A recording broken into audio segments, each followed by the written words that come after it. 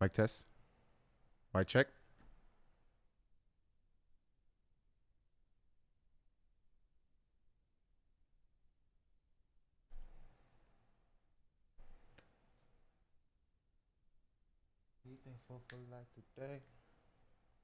Hello, hello, hello.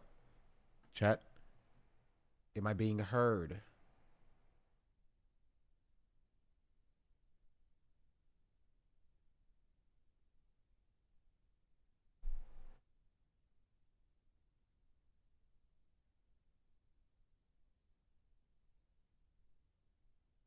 Test, test, test.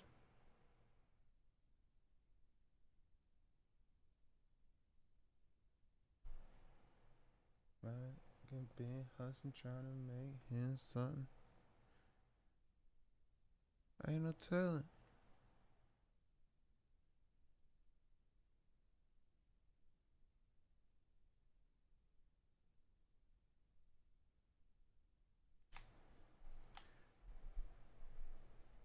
I'm shining some type of way.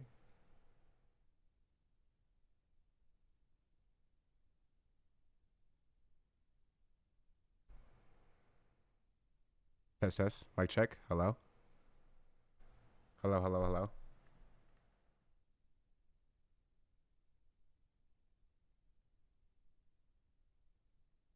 No rookie, cause got cookie, got me high today. I'll probably make. If I say I'm probably safe. Look like I robbed the bank. What's up, chat? Hello.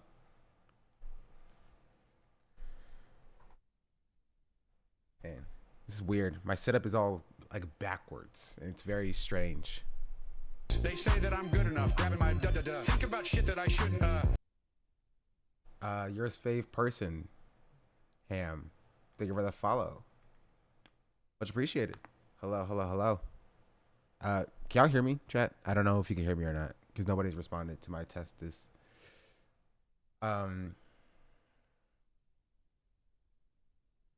We good? Okay, just making sure. What's up? What's good? Hello.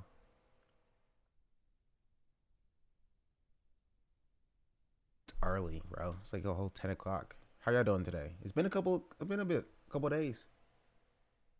I saw like 5 days since my last stream. And if you couldn't tell, it's because I moved back to my parents' house. That's where I am now. And man, it was very difficult to like get all of my stuff here. But specifically this desk, because this desk is very large and this room is pretty small compared to what I streamed in in my apartment. But yeah, hello, what's up? Normal, what's good? Sakago is good. Acid Polly, what's up? Hello, hello. Who else is here? Catboy, what's up? Topaz, change your name again. I see. Hello, hello, hello. Weakest Offliner, what's good? Torrent and Blink, how y'all doing? I was a permanent vacation. Alabastrian, what's up? Hello.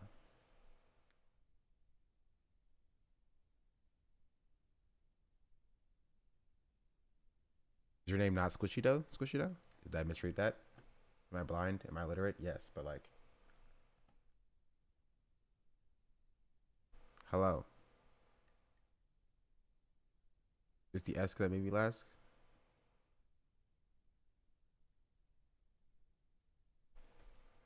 Couldn't get my 40 kilogram treadmill in the house.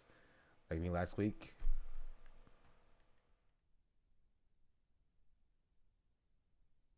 Yeah, so that's basically what took up the bulk of my time. It was just moving. We're still not done yet in that we got all of the big stuff to the storage unit, but like I still have to go back and like clean and pack up my kitchen supplies and stuff. Um, you know, and taking it to other places. Um,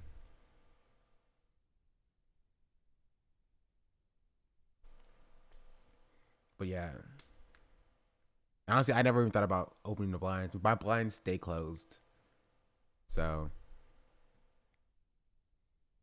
you need a place. How does it feel? We relatively over the process. still tired. It's very tiring. In my suit, but with my hoodie up. Ella Okato just resubscribed for 7 months. Ella Haven't Zuccato, what's played up? the Hello, thank you for coffin of 7 months Andy and subscription. Laylee game. Much appreciated. Much appreciated. Pekela. Mike and Girl Refugees in. And LB. LB in the stream a little bit earlier. But it's like, cause like, yeah, no, like nobody's live, which is kind of hilarious. I'll put that in the title as well. All refugees in. My title's already extremely long. But we have a lot to cover. We have a lot to cover. I want to watch the new Hbomb guy video because I keep scrolling, right? I keep scrolling and scrolling and scrolling, and I keep seeing takes about this video, and I have not seen it yet. I know it's about plagiarism. I know people get called out. I don't really want any spoilers, but like I need to see it. It's a 4-hour long video, but like I need to see it. You know what I mean? Also, let me make sure this thing works. It does. Okay. 4 hours since I waited a week to finish it. I think Hassan already watched it.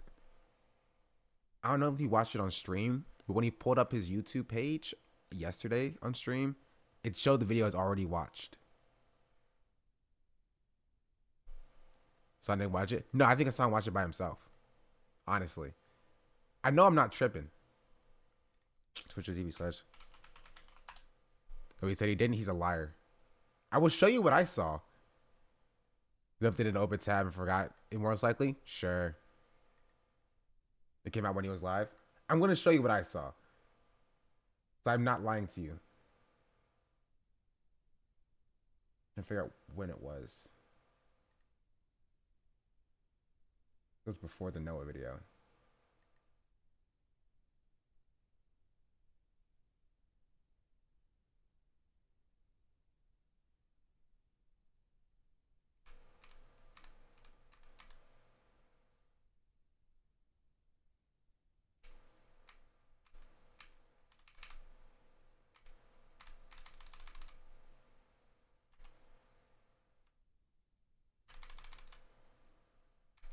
Where's it at? Gosh darn all these reacts and stuff.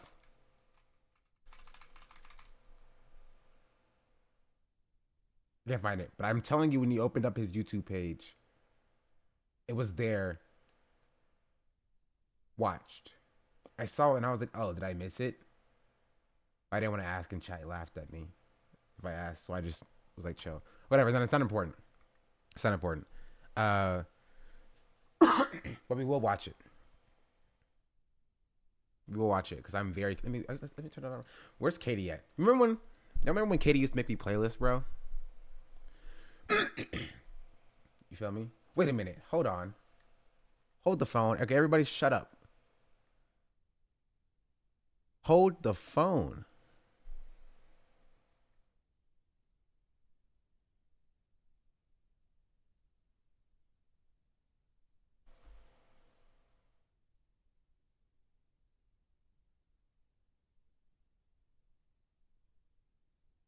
Sorry, this is kind of weird, YouTube. They're animating the Mighty Nine before even finishing the Critical Role series on Prime Video? That doesn't make sense to me. That doesn't make sense to me. Like, they're not even halfway through the Critical Role series being animated. So why are we animating campaign 2 before campaign 1 is even done? Sorry, that's my D&D nerd in me coming out. But like, it just doesn't make sense. Because I just started watching campaign 2, and I'd like to get a little bit further into this series, you know what I mean? Before I start seeing other stuff. Thrones ruined everything. I'm not sure what that was referring to, but I agree. But here's the video. I was gonna pull this up. We're gonna watch it. Yes, we're watching it. It's just gonna take like 3 hours to get through. And maybe if I'm still doing. Oh, I can actually do this now as well. If I get through it fully, um, then we can go and play some. Not Valorant. Elden Ring. Right. I won't watch House of Dragon. I might watch the Boys trailer. I won't watch House of Dragons because I've not seen any Game of Thrones. I don't think it'll be great content. Uh, and yeah, we'll get through this video. It's only 4 hours. That's 11, 12, 1, 2. And Hassan's not going to be live until like 4, I think, because he has Fear and. Unless that was yesterday. So then we can go a little bit longer. You feel me? Boom. You have exactly 4 hours. We got this. We got this. I feel like you don't need really need Game of Thrones to watch House of the Dragon. Yeah, minimal pausing. We're gonna speed through it 7 times speed. But what I was gonna say is that okay, so the internet my parents isn't bad, right? But there's like this is stupid, right? Tell me if you ever heard of this. There's no Ethernet port in my room. There's no Ethernet port in my room. So I had to go full on Wi-Fi. And I was like, you know what? That should be chill, right? It shouldn't be that bad. I mean, I understood that like the router is like in the basement and I'm on the top floor. So there's a lot of space between those two. I tried to play Valorant yesterday and it was literally unplayable. It was literally unplayable. And Derek, I'm going to get to that. Derek, I'm going to get to that in a second. I tried and I was like, I can't do it. I can't do it. I can't do it. Right? I have a 75-foot cord running from one port to my room. It's kind of annoying. Whoa, I have just the thing for you.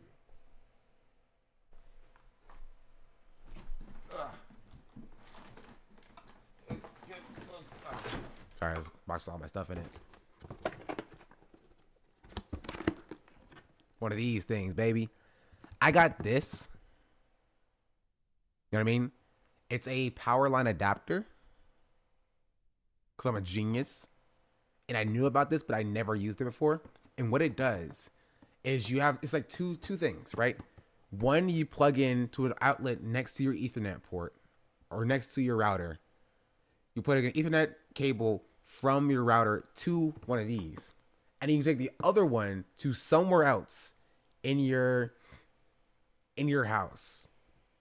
You plug it into an outlet and you get internet from there. Right?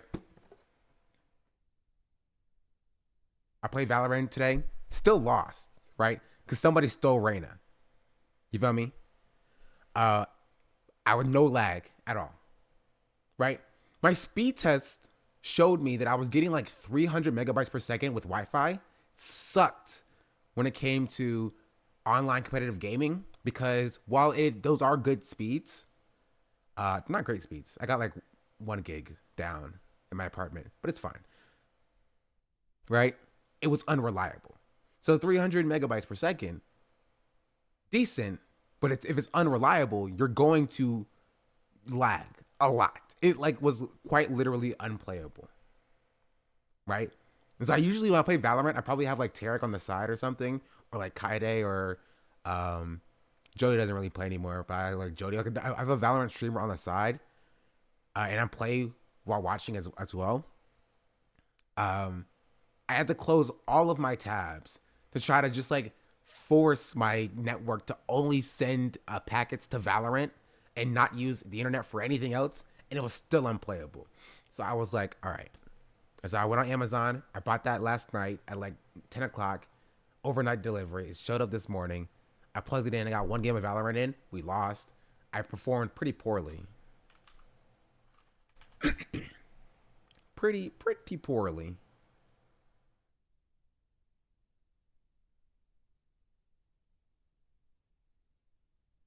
But at least it I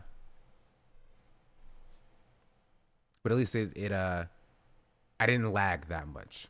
I think the jet was smurfing, honestly. Like Iron 3, I think the jet was smurfing. And so we lost pretty poorly. Also, Reyna was stolen from me. If I had Reyna, would have been better.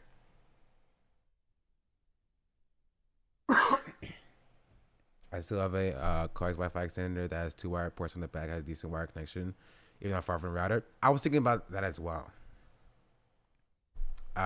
This was cheaper, so that's what I bought. I did everything right and they indicted me. I got 300 megabytes. My landlord refuses to get fiber installed. I even offered to pay for the installation for the building. Really? That's wild. Well, our apartments suck. Need 2 separate Wi-Fi cards. Your PC, one for games, one for everything else. Actually, don't even have a Wi-Fi card. Here's the thing. It's actually funny story. I had a Wi-Fi adapter that I always used for my PCs because I was too lazy to buy and install a Wi-Fi card. I lost that when I was moving. And so what I did was we had a Wi-Fi range extender because, again, 2 floors up. The router is in the basement. That was sitting on the main floor. And so I stole that and plugged that into my outlet over there and ran an Ethernet cable from the back of that into my computer. So it was like range extenders cut your speeds in half. It was I needed to do something because I needed internet, and I could not find a Wi-Fi adapter.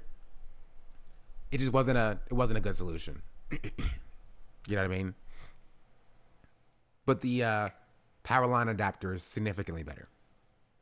Significantly better.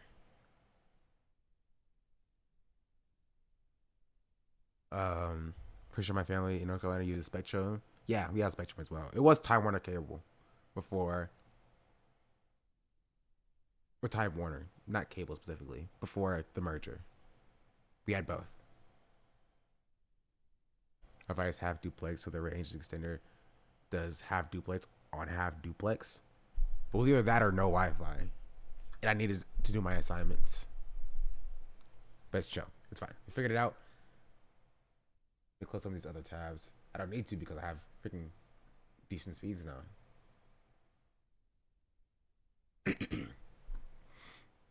One of my fun versions attempts to go to Linux primarily. I tried to get GPU pass-through working. Ended up having second and third monitor on integrated graphics, gaming monitor on video card, and tried to make it better. It did not work. Linux seems extraordinarily difficult that I probably could figure out with enough time. I just don't want to use my time doing so. You know what I mean? Because I was going to use one install to just one unit if the building has more than like 6 units. It wasn't all that expensive. I would have paid for it. It would have paid for itself for how much I could save on my bill. Okay, that makes sense.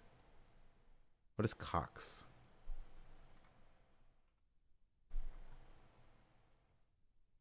I've actually never heard of Cox before.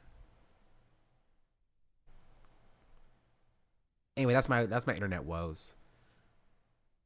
Hopefully, I can actually now focus a little bit more on Valorant. Oh, I also I have to email my HR again.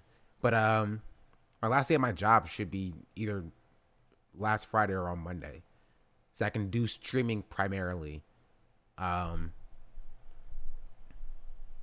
Starting next week at least. Next week at the latest. So you will have me for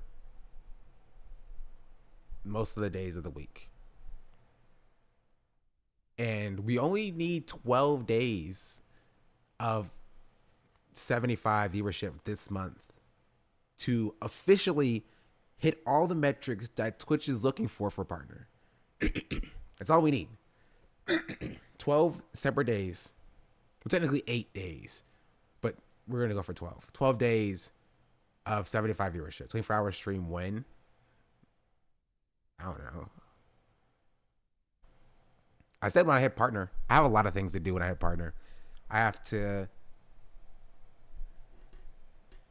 I don't even remember. Y'all remember. I'll play whatever game that I was supposed to play. I do a bunch of stuff. We're gonna get there. We're gonna get there. Um, yeah. Is there anything else? I don't think there's anything else really. How are y'all doing, chat? What have y'all been doing? What have y'all been up to? Let me check my Twitter bookmarks. I do want to start with the. I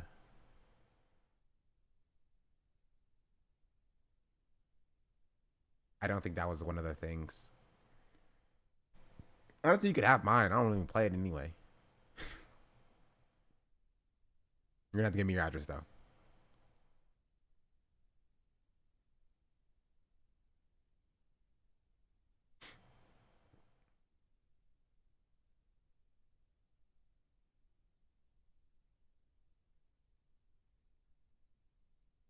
There's a lot.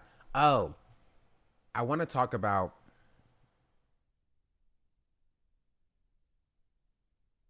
There's so much to talk about. Mehdi Hassan's show being canceled.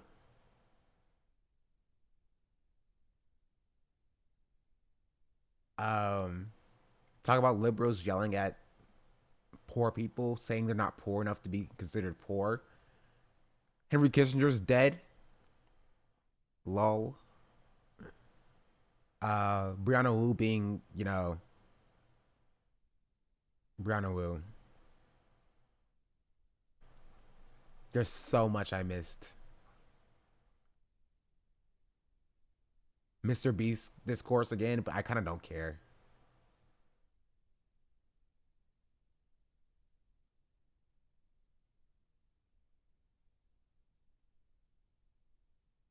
Jeff Bezos is buying real estate for like rental properties. So, sorry, Jeff Bezos a backed company. Difference. What's up, Apollo? But let's just get started. Let's just get started on the video, chat.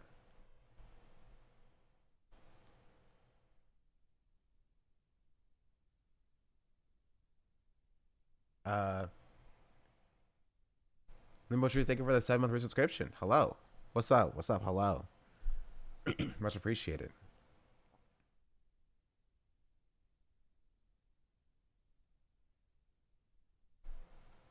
Give me a counter on this stream check how long it takes to get through.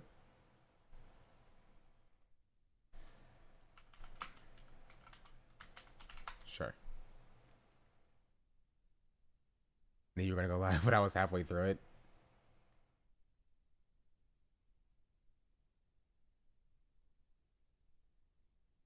Sure. We'll have a live stopwatch to see how long it takes me to get through this.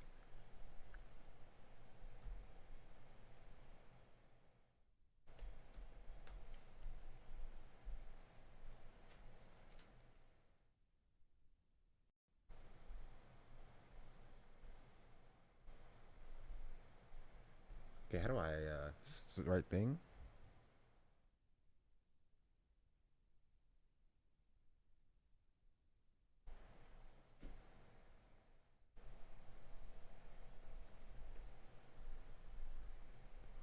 In Nevada, my heart in Nevada.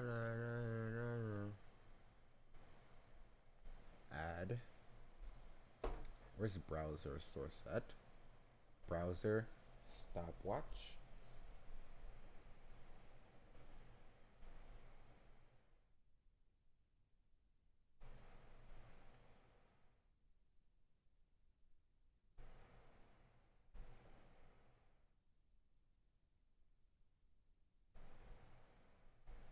Where should I put it? Should I put it?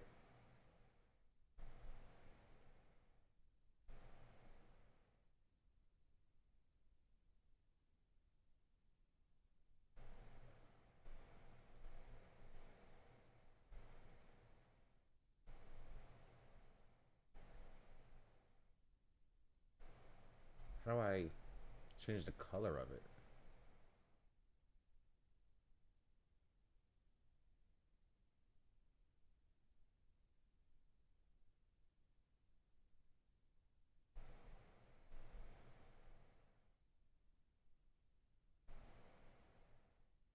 I don't know.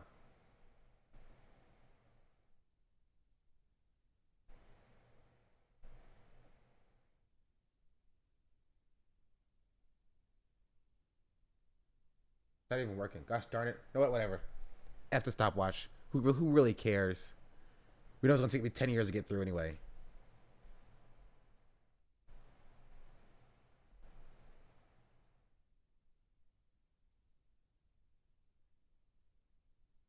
I can't figure out how to do it.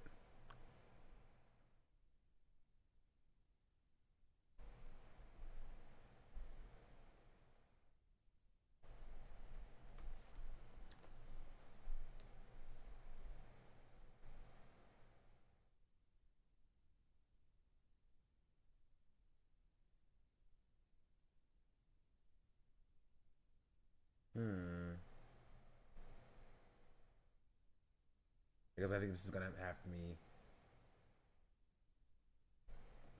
Okay, that's enough of that. Whatever. Anyway, we're watching this. Gosh darn it. This was caught to a timer. Sure.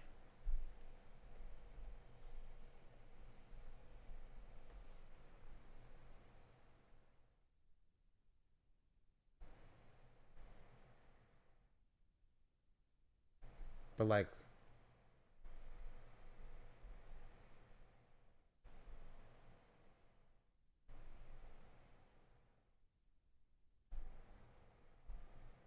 where even is it? Oh, I deleted it, didn't I? Window. Stop.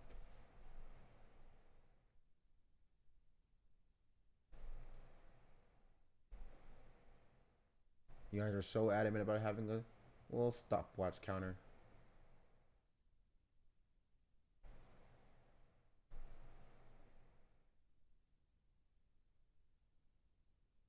Yeah. There. Happy? A little stopwatch right there. All right. Okay. Here we go. Ready, Chet? It's time to start the video. Let's see what Hbomber guy has to say about plagiarism in YouTube.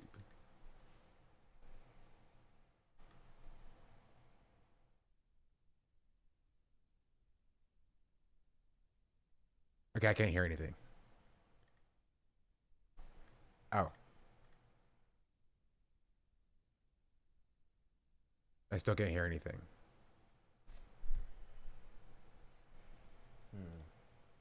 Oh. Okay. Okay. $337,000. Tell us the story briefly. I fixed it. In 1970, in Analog magazine, Harlan Ellison and Ben Bova published the short story Brillo. Ellison's one of the most famous writers in history, but Bova's no slouch. He soon became editor of Analog, where he was beloved and won the Hugo Award for Best Professional Editor 6 times. This isn't one of his. He accepted this one on behalf of George R.R. Martin, whose career he started. George couldn't make it. He was running a chess tournament at the time. Writers used to have fun. Now we just complain about Twitter. True. On Twitter. Brillo was about the world's first robot police officer. His name's Brillo because Brillo pads are metal fuzz. That's pretty good. This is one of the earliest stories in fiction about a robot cop, a commonplace trope today, and soon in real life. It wasn't the first example. The most famous earlier one would be Isaac Asimov's Caves of Steel. Remember this, it will come up later. Lily? Ellison and Bova thought the idea had legs and decided to adapt it into a TV show. They pitched the idea to a few companies, including NBC, where an executive named Terry Keegan said no. They later showed Brillo Thanks, to Terry. Paramount, where the head of development, Terry Keegan, he'd recently been hired there, said no. The same man passed on the same pitch twice at 2 companies. Clearly funny. not a fan of the robot cop idea. 6 months later, Terry Keegan sold a show called Future Cop to ABC. It's a show about a robot cop. He's an android. Yep. A robot. The perfect cop. Our boys realize they've been ripped off. When I saw it, I wanted to file immediately. My attorney said, forget it, man. He said, 90% of all plagiarism suits, the plaintiff loses. Besides, these guys will kill you. You'll never work in this town again. They spend years finding a lawyer willing to sue a giant television conglomerate, despite the cost and the possibility of being blacklisted from working in television. In his deposition, Keegan claims he never read Brillo, an obvious lie. It was later discovered the memos proving he deliberately ripped them off had been burned. The jury found in favor of Ellison and Bova and awarded them $337,000 in damages, about $1.2 million today. Ellison Honestly, they deserve more. used some of the money to put up a billboard across the street from the studio reading, "Writers, don't let them steal from you. keep their hands out of your pockets. Or True. at least he said he was going to in interviews at the time, and later journalism claims it happened, but I can't find any pictures, which is a shame. Either way, they still made Shame. off with all that delicious money. Yum yum. I've been waiting 4 years for this moment. 4 years to tell other writers they can fight him and beat him. Bro, So, what's all that about? what is it about? Okay, you know that trick video essayists use where they open on a semi-related example that sets the stage for the wider topic? It's a classic, I do it all the time. Let's start notepad. Sorry, chat. I know this is a pause, but this is important. Where's my notepad at? I was over there. 1. Start on semi-related example to open up the video.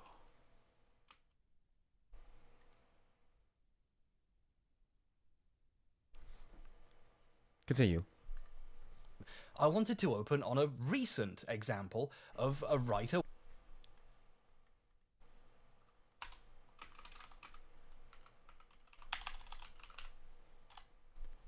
Continue.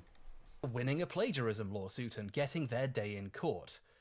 But there isn't one. This ancient case, which took place over a decade before I, and statistically you, were even born, is still the best, most recent, and almost only example.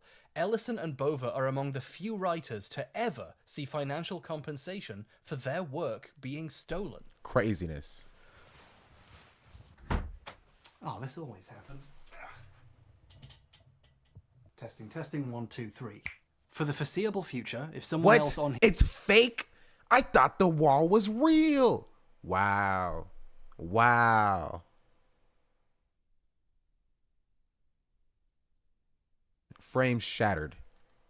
here steals your work for money, there's not much you can do except talk about it. A few years ago, I made a video with some examples of plagiarism and even covered a time I felt it happened to me. The guy in question, Lukey Poo, briefly posted a 10-minute response accusing me of overreacting before appearing to think better of the whole thing and deleting this along with the video copying me. I watched your video, went through it piece by piece, and copied it because you're such an incredible YouTuber. Thanks, Luke. Apology accepted. He has since rebranded his channel, recognizing the irony in presenting himself as a literal piece of shit, but his videos are still awash with plagiarism accusations, ripping off other YouTubers for hours at a time now, the only new sections being stuff about how homophobia's fine. Maybe the rebrand was a little too soon, but no authority took Luke's video down. He could have left it up, and people often do. You can spend ages on a unique video with an original idea, and a way more popular guy can rip it off, along with its thumbnail, get a bajillion views, and rake in the cash. On YouTube, if you have an original idea,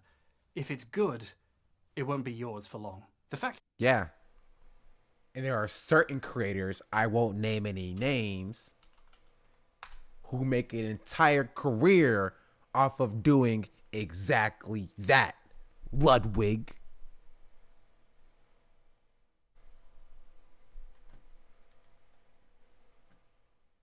Despicable.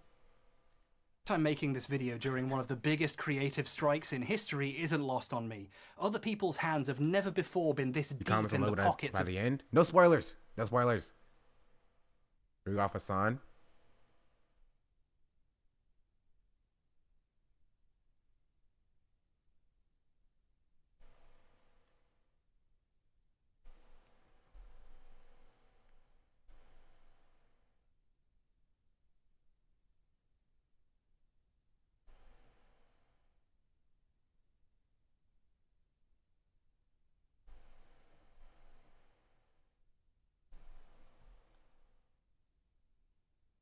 They say that I'm good enough, grabbing my da-da-da. Think about shit that I shouldn't,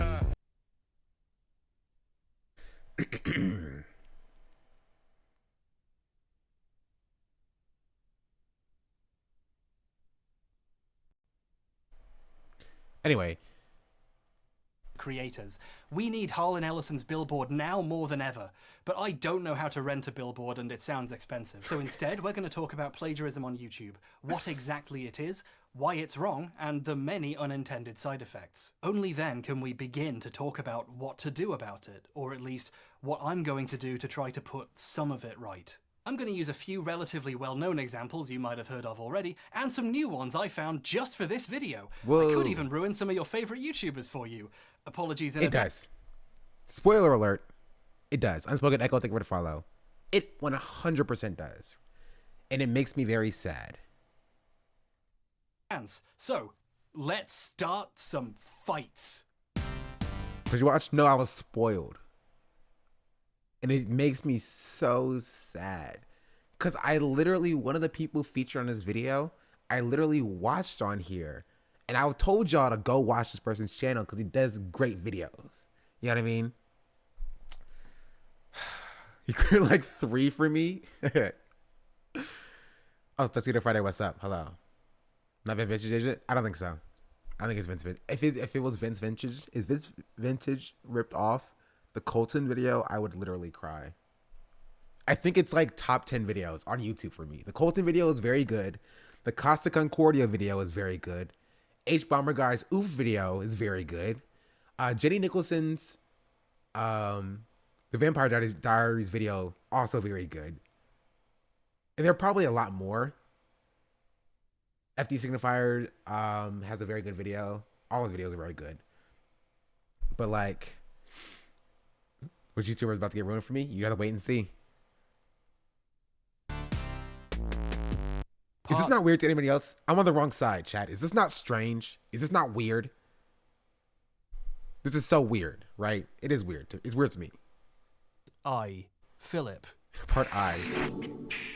What's going on, everyone? Thanks for clicking on the video. Philip Mewson was a YouTuber who reviewed Nintendo Switch games and accessories and talked about Nintendo-related news. His videos were surprisingly well edited, and by that I mean they used way too many fancy transitions. I mean, they're not even hard to do, you just drag and drop them on your timeline and what? But when he applied for a job at IGN, his obvious mastery of a plugin everyone else also has, and existing channel with a decent size led to him getting picked as their new Nintendo editor. On August... What?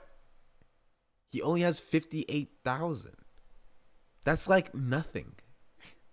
No hate to this guy. Oh, it was in 2018. But still, that's still like nothing. I have 10K and I have 5-6 videos. That's no following. 500K? Even then, I'd be like, yeah. But like, less than that, bro? Less than 100,000 followers and you still get a job at IGN is kind of wild. Thanks to Hassan. Actually, it was like not at all thanks to Hassan. I have 10K followers thanks to FD Signifier on YouTube. Hassan did wonders for my Twitter, TikTok, and Twitch presence. But FD Signifier very much was like the basis for my YouTube presence. Sure? No, this is objectively correct. It was actually thanks to me. You're right, po boy. Or po boy. Po boys. It's not on your own again. Listen, if you find me one person who actually got to where they are on their own, I'll give you $1 million. Po boy is fine. Thank you. Little Bear got me here, I believe. True, Little Bear also has been instrumental in my growth. 6th, 2018, his You're review of broke? Dead I am broke. Cells It's went true. up onto the official IGN YouTube channel. But then on August Oh, the Dead Cells reviews was him. Okay. I remember this being a huge thing back in the day. 7th, YouTuber Boomstick Gaming posted a video titled, IGN copied my Dead Cells review. What do I do? He had Nothing. noticed some similarities between Philip's reviews and his own, published in late July. Dead Cells takes the progression of a Metroidvania and integrates it into this procedurally generated action roguelike. It takes the progression system of a Metroidvania and transforms it into a procedurally generated action roguelike.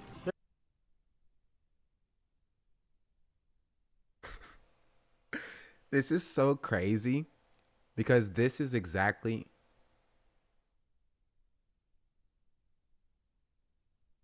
Sorry, it looks like my camera's out of sync. Is my camera out of sync for anybody else?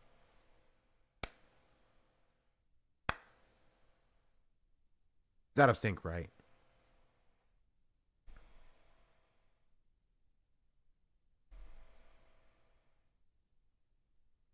Test, test, test. If I do this.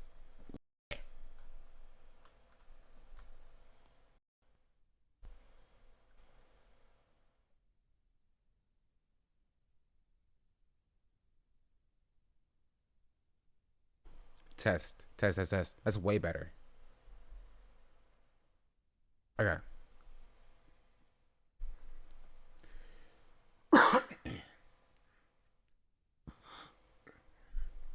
Clap again. This combat system is fast, fluid, Oh, responsive. what I was gonna say is that also, yeah, we've already doubled the length of the video. 6 minutes in, 12 minutes on the video. What I was gonna say is that this is exactly what I did for my paper that I turned in recently. That I wrote, right? I didn't plagiarize, right? I wrote it. It was a rough draft. I needed to turn it into a final draft, right? I literally just went through the paper and I was like, you know, just deleted some words instead of like switched. It's you know, or like, I don't know. You know what I mean? You just change a couple words around and make it sound a little better. You look up a thesaurus, like, what's the best way to say this word? This is all you gotta do. That's what he did, but for somebody else's work. I don't understand that, right? If you are a creator of video content, where's the fun in that? You feel me? Where's the fun in scripting a video, but like stealing other people's words to do it? Also, Jason, what's up? It doesn't make sense to me.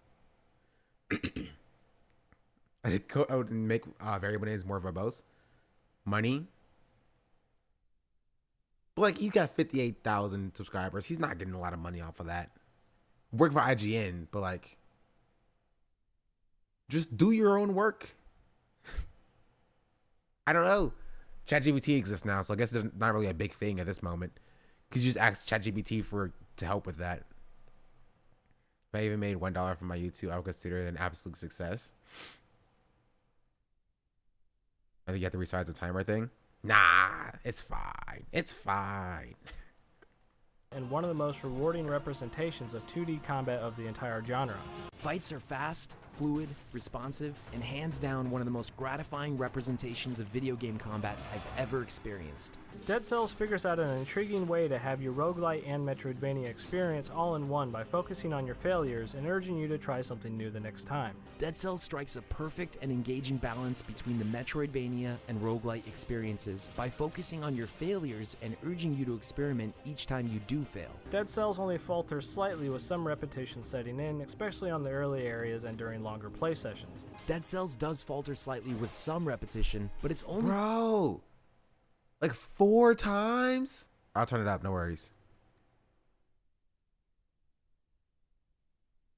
felt in its earlier areas and during the extended play sessions. Speaking of repetition, oh my god, the review was taken down while IGN investigated the issue further, and then later that day confirmed he had been let go from the company. But was this the first time Philip had done this? Catching someone doing plagiarism is difficult. Someone has to notice the theft, which means having also seen the copied work. And if it's anything obscure, that's quite unlikely. If you catch someone plagiarizing once, chances are they rolled those dice a few times before and hadn't been unlucky yet. People started looking through his other reviews in case there was more. Over at Kotaku, Jason Schreier's article on the firing was updated to mention an anonymous tip, pointing out similarities between Philip's review of FIFA 18 on the Switch and the one on Nintendo Life by Chris Scullion. Philip's review was made for his personal channel before he was even hired at IGN, meaning he'd been doing this for a while. Scullion himself would later post a video comparing his review with Philip's, showing off the many similarities, and I'll link that in the description. But I want to zoom in on my favourite example. Philip tries to hide what he's doing by changing words around, and he does it really badly. In his article, Chris says compared to the non-Switch versions, the graphics are a good deal less detailed. Here's Philip's version.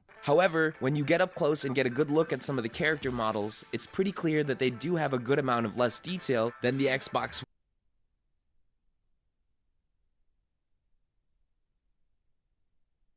He couldn't even.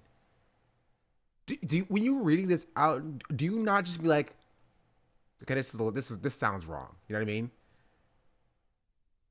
It has a good amount of less detail. Be like, okay, let's just say it has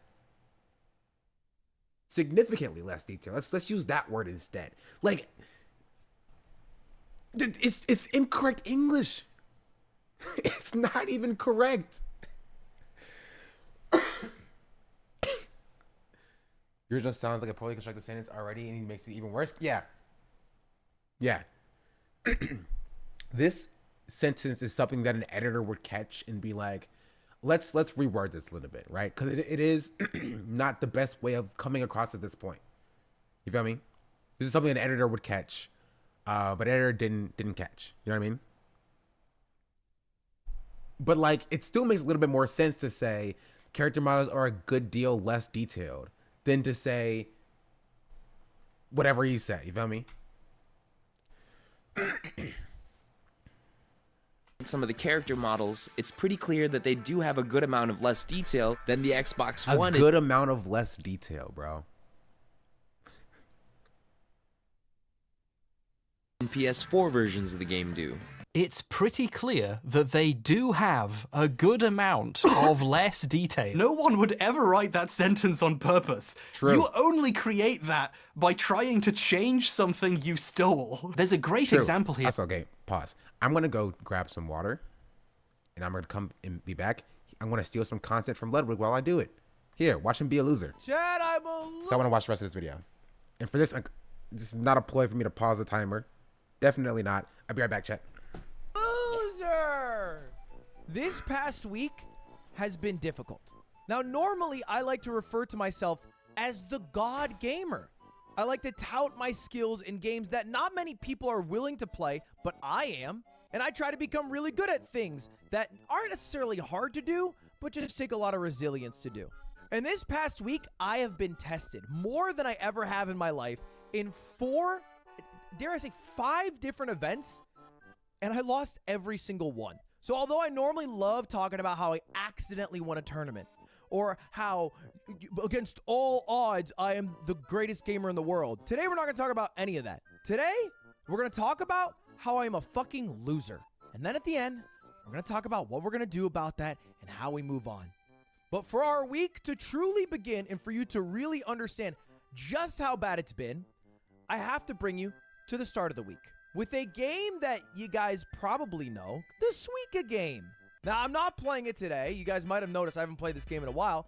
It's because, well, God damn it, I gave up on the game. I got a score of 3,437. I thought I was hot shit, and then I called it quits. It was good enough to beat almost every other live streamer who played the game, even most VTubers, even most Japanese VTubers who have been playing the game a lot longer than I have, until C-Dog showed up and beat my score of 3,400 by doing this. Like, it's so lucky. I beat Ludwig's score at least. First thing out of the goddamn rat's mouth. At least I beat Ludwig's score. So this just kicked things off, right? I'm the guy who fucking brought Suika to the English-speaking world. I'm like the Christopher Columbus, okay? I found that shit later, and then I also took credit for it. And then I also turned out to be just a fucking piece of shit who's dog shit at it. Bigger score, better person. But I gave up on Suika.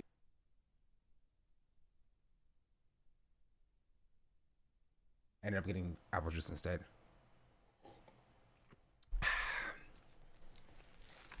Also a Pop-Tart. Sorry, I had to steal some content real quick, chat. Of the deeper problems that plagiarism can cause. Philip's review contains false information. For example, here when he talks about the game's Women's League feature. FIFA 18 comes with the standard tournament and kickoff modes, as well as the Women's League, which was officially introduced in FIFA 16. There are no women's leagues in FIFA 18. There's women's football, but leagues are specific real-life organizations that do not exist in the game. Philip's plagiarism avoidance techniques caused him to reword a sentence so badly that he invented a feature that doesn't exist. True. While these discoveries were being made, Philip made the decision to record and post an infamous, quickly deleted video onto his channel entitled My Response. Not an apology, a response. No, you don't get it, Hbomb, my guy. Somebody else made a video titled My Apology, and he just had to change the word apology for his video. He didn't want to plagiarize this other person's video, so he changed it from my apology to my response. That's all he did. Philip denied everything, took no responsibility, and told numerous lies in this video. At the time, this was criticized heavily by everyone for obvious reasons, but looking back on it while trying to understand this kind of behavior, it's actually really useful. This is worth looking at in a discussion of plagiarism because by being so poorly thought out, it's actually a valuable insight into how people react when they're caught. MacMitch97 just resubscribed for 7 months. Tuxt of Ride gifted a tier 1 sub to MacMitch97. They have given 9 gift subs in the channel. That was very strange. Thank you for the thank you for the gift sub. And the different ways they try to cover their ass. When someone more competent than Philip uses these techniques in a subtler way, we can recognize them for what they are. Thanks, Philip. There were a lot of circumstances surrounding it, but at the end of the day, I was the editorial lead on it, so if anything, that makes it my responsibility. He claims there was a complicated process to making the review, with lots of circumstances. The point is to make you wonder what really happened, so you forget what happened. Another way of doing this is to be passive about the events, so it's almost like they happened to him instead of being something he did. Like I said, I take full responsibility for what happened with the Dead Cells review. Philip doesn't say, I take responsibility for what I did with my review. He passively takes responsibility for what happened with the review. When someone tries to use language to imply... Passive voice, baby.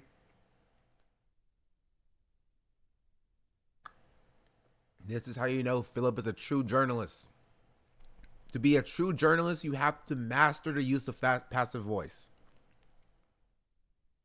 I respect it. Like a cop, you know, or an officer involved with shooting left suspect dead. Not suspect. Left like child dead or whatever. You're like, what does this mean? Who shot the child? Explain. Give me some more.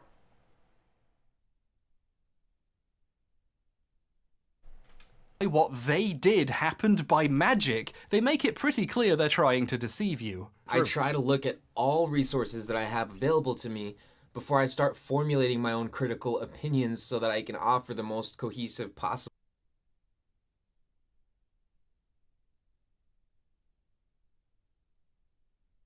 No shot is his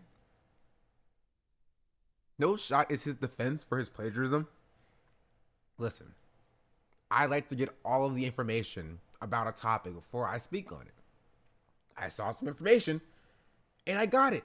Do you not want me to do research before I make my videos? It sounds like you want me to have an uninformed opinion about the topic I'm discussing. Meanwhile, he just like stole somebody else's entire script. Review.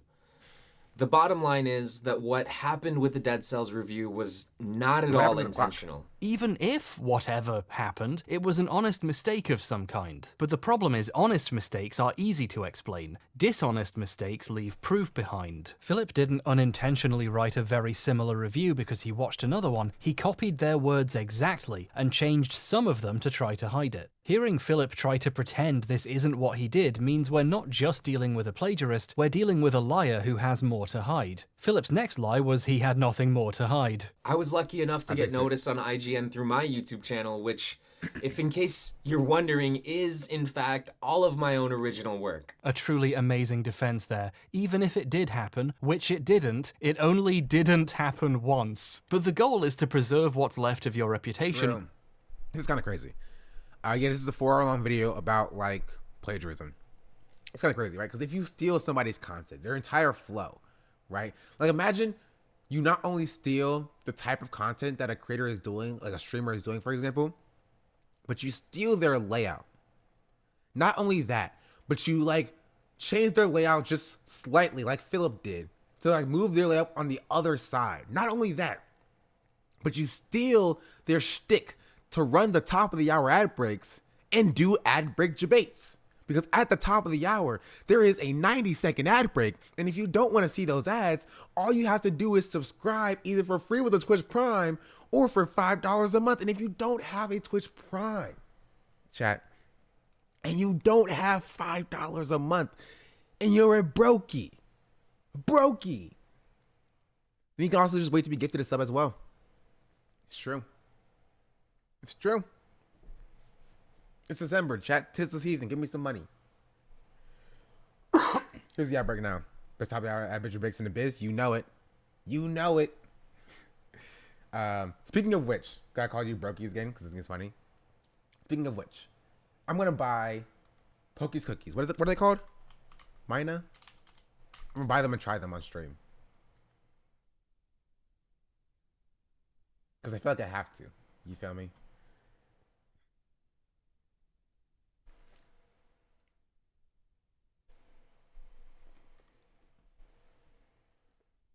They're pretty good. You'll know it from me.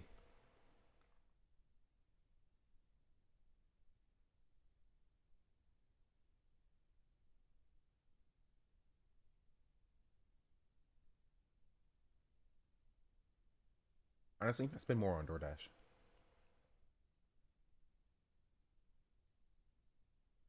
Okay, back over.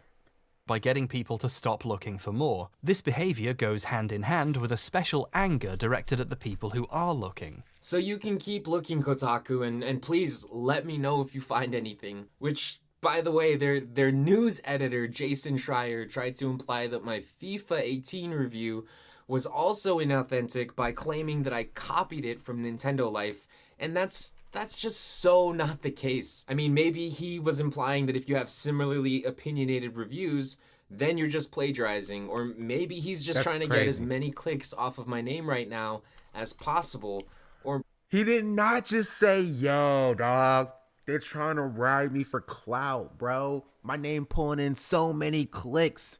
They know they can use my name for clicks. Meanwhile, keep in mind, he's sitting at 60,000 subscribers. He's saying Kotaku's editor-in-chief is using me for clicks. Me, Philip, somebody with 60,000 subscribers. That's a little bit wild. That's a little bit wild. Like, it would make more sense, right? If he was like, oh, I'm Small Bean creator, and all of these big, bad, big business, big journal, right, is coming after me. I made a mistake, but like everybody's attacking me too much. You know what I mean? It would make more sense if he did that, but he's like, no, bro. He's like, yo, everybody's riding me for clout. You feel me? Bro, I'm so big and I'm so hot out here. Everybody's talking about me. Everybody want a little piece of the Felipe pie. Like, chill, dog. You're nobody. Maybe he just likes kicking people when they're down. I don't know. I mean, check it out for yourselves and you be the judge. He's referring to how Jason updated his article to include that anonymous tip. Philip accuses him of deliberately attacking him for attention by reporting what he has done. The section about how absurd it is to suggest he copied Scullion's FIFA review is probably why Scullion made his video in the first place. It begins... Right, straight Austin show streaming in this FaZe Clan dungeon. True. Actually, I wouldn't disrespect Austin like that, bro. Austin deserves better. He did lock himself in his dungeon though, which is kind of funny. I always thought it was that he plagiarized for an IGN interview, the least respected game reviewers on the internet. I think there are less respected game interviewers than IGN. Honestly, I do. They're out there somewhere. And the exaggerated swagger clip is the perfect clip. It's the best. True, Austin has muscle mass. True. It's true. Austin's kind of yoked. You feel me? By showing this clip. Bit of an own goal there. By the way, Philip, that's a football pun. Philip is using the reporting on him as a bid to gain sympathy. Yeah, I did something bad, but really, the bad guys are the people trying to see what else I did. Not me, the guy who did all of it. This tactic takes a more direct form. But one thing that I do know is that it's not very fun being the... Also, chat, my minus snacks order has been ordered. It will be here in... It didn't tell me, actually. 2 to 4 business days. We're going to eat them on stream. Target of a gigantic lynch mob who wants nothing more than to feed into your destruction. The amount of hate and threats that I've been receiving on social media have been pretty staggering. And I get it. I mean, people are mad, and rightfully so. But it's one thing to go and harass me, berate me with hateful words and threats. And it's a whole other thing to look up my family members and spread hateful comments on their social media accounts. I hate when people do this. I hate it so much, right? Because what this is a deflection, right? I also hate when people concede this. People are like, yeah, what he did is bad, but like, guys, leave his family alone, right? And now we're having a conversation about harassing his family or whatever. That may or may not be true because we have no evidence that this has actually occurred, instead of the conversation about this person and the bad thing that they've done.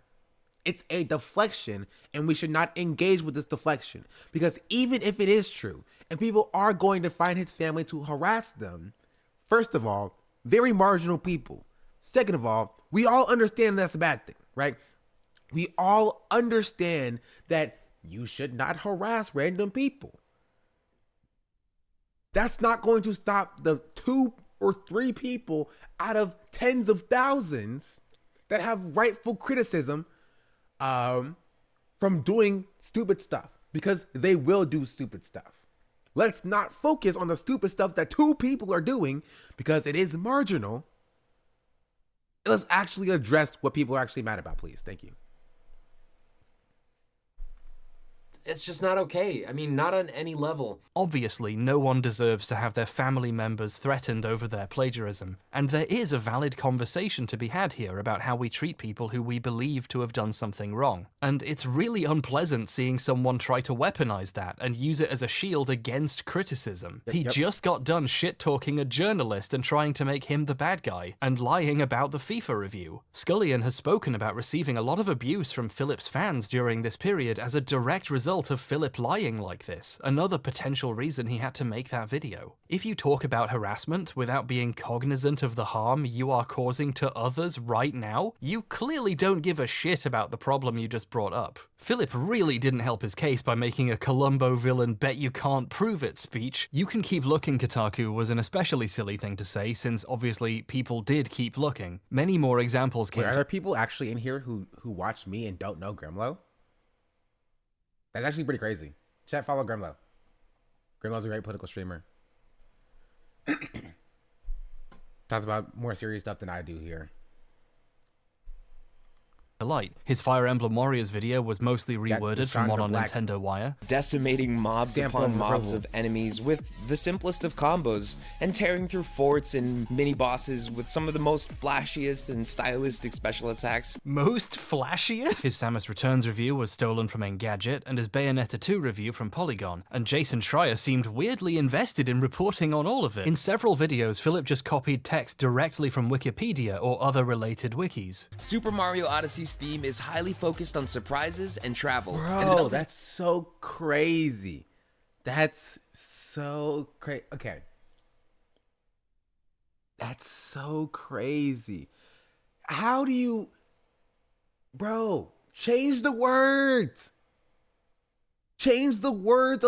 Does he not know? Does he not understand that, like, the scripts to his videos, the transcripts are public? And people can see them?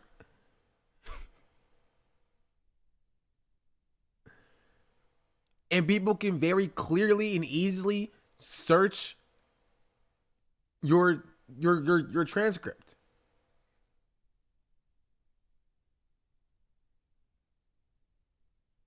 It's kind of crazy, honestly. Like, as somebody who's like scripted videos before and just knows how it is, I get a point where you're like stuck. You're like, I have a topic I'm talking about here. This is what the next section is supposed to be, and I don't know how to bridge this connection, right?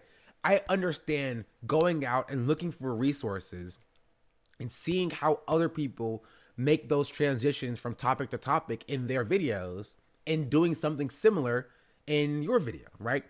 Which is why in pretty much my very early videos, from like pre-commodification video and then post-commodification video, they're like different styles, because it's me looking at people like Jawbreak, like, you know, The Right Opinion, and being like, okay, I want to make something kind of like that. Doing that and being like, yeah, that was very difficult. I didn't really like the way the video came out. Now I like, FD Signifier and other like, BreadTube essayists. HBomb my guy, for example. I want to make a video in a similar vein to that. Right? And so you're not going to see me plagiarizing their videos, right? But you'll see definitely a stylistic influence from the way that I craft my videos, right? You can look at my commodification video and definitely see an influence of FD Signifier in that video, right? Of like T Noir in that video, because I was influenced by their style. I didn't plagiarize them though. Very clear difference in that, right? But like copying off of wikis is kind of insane. You know what I mean? Creativity is the ability to hide one's influences. That's actually very aptly put. What are you, a philosopher, dog? Just go, sorry, I'm on call and I'm going to pick it up while you watch the next section and leave the screen. That's funny. It's funny. I did end one of my videos by going to get my DoorDash. You all seen that, chat? Okay. Short aside. It's actually probably one of my more favorite bits that I've done.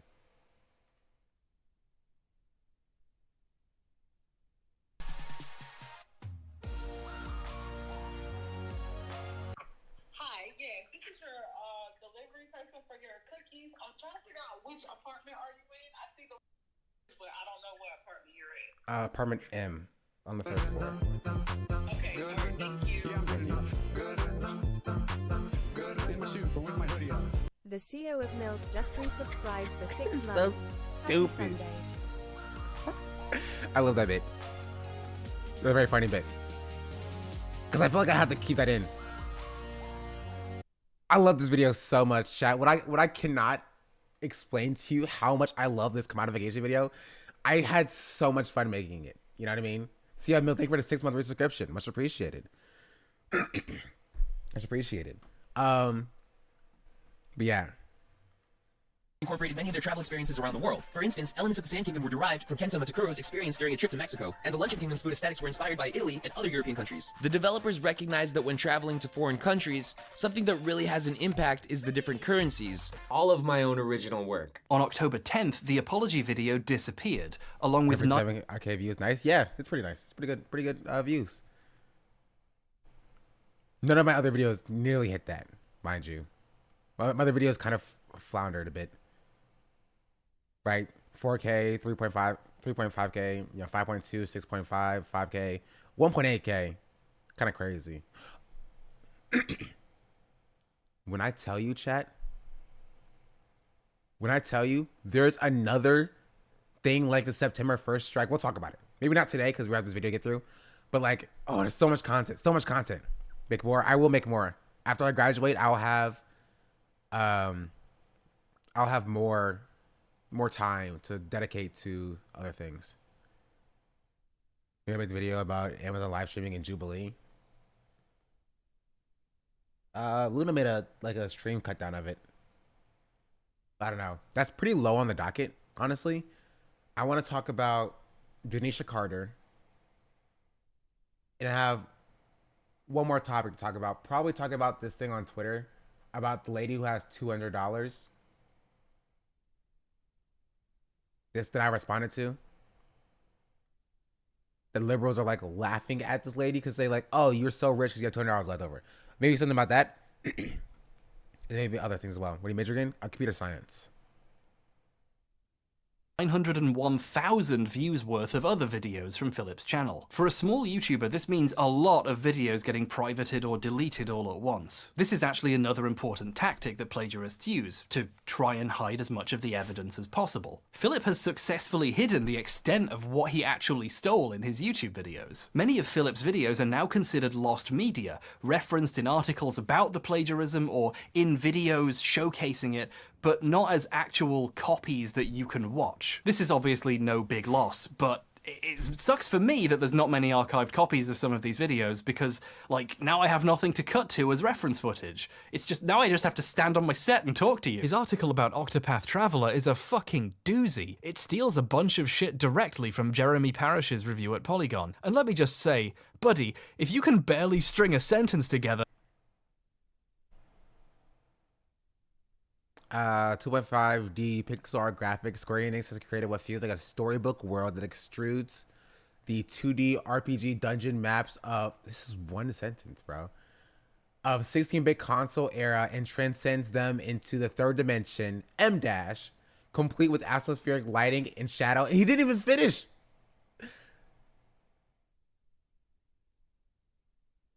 That's a long sentence. Developers have created a storybook world that extrudes the dungeon maps of 16-bit console RPGs into 3 dimensions, then soaks everything in atmospheric lighting and shadow effects. Thank you. This is a good sentence. This is a well-crafted, sentence that has a continuation with a comma, but that ends punctually. You feel me? This is like not terrible writing. Horrible writing. Like you're given a good base to start with and you still fumble it. I think Philip is just a terrible writer. I don't think he's I think he's just bad. Right? Which you can actually get away with in videos. You know what I mean? You can actually get away with bad writing in videos. My writing is not perfect. But you get away with a lot of, things. Mostly because I write for the way I speak. All of my, a good majority of my scripts are speech to text, right? I sit down somewhere, I have a thought, I say that in speech to text, and I clean it up. You know what I mean? So it is exactly how I write, or how I speak is how I write. But when you're doing articles, you need to have at least some basis in communications or English or journalism or some basics in something, right? Which is why you should probably hire people with degrees in those things and not random YouTubers off of YouTube. People are gonna know something's up when you're suddenly using words like extrudes. When this was discovered, Parish tweeted, "Dang, I got extruded right into the middle of a scandal," which is probably the funniest thing to come out of all this. But that's not the only thing he stole for this one article. It also plagiarized one of his co-workers at IGN. Words from Seth Macy's video review of the game made it in too. Here's some clips from Macy's video. Both its battle system and aesthetics pay loving tribute to the Super NES era. While this isn't merely a modern retread of past classics, but a phenomenal homage with genuinely fresh ideas and a fantastically charming wrapper of old school meets new. Seth was especially shocked by this, it seems like, and it's not hard to imagine That's why. crazy, to take bro. game criticism and writing original material seriously, only to have someone a cubicle over take a hatchet to your stuff and collect a paycheck for it. Hilarious. That's so funny. See this video? It's my gaming journalist friend. I wonder if this is prevalent. Honestly, if I'd venture, I'd probably say it's more prevalent than you think. Maybe not this overt, just because Philip wasn't in the industry. He was a YouTuber who got brought into the industry, right? This is somebody who wasn't in the industry and didn't really know or didn't really have the know-how of how the industry operates. However, I would not be surprised if this is just sort of how the industry operates. You look at what the common consensus is in journalism, and then you squeeze out a very quickly written article about that consensus, maybe stealing a couple words here or there from other people's thought processes. Especially because there's a meme of game journalists being bad at video games. If you're stuck on the first level of Cuphead, you're not going to be able to finish Cuphead. Of course, you're not going to be able to review it adequately. You know what I mean? So, of course, you're going to, do a little bit of this and that to get all the way through. While players springtrap on hapless AI article generators, tricking a site into writing about a hotly anticipated and totally fake Glorbo feature.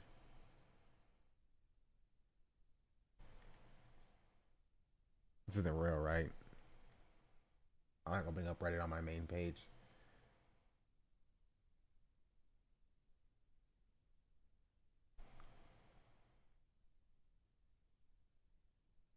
Some articles got taken down.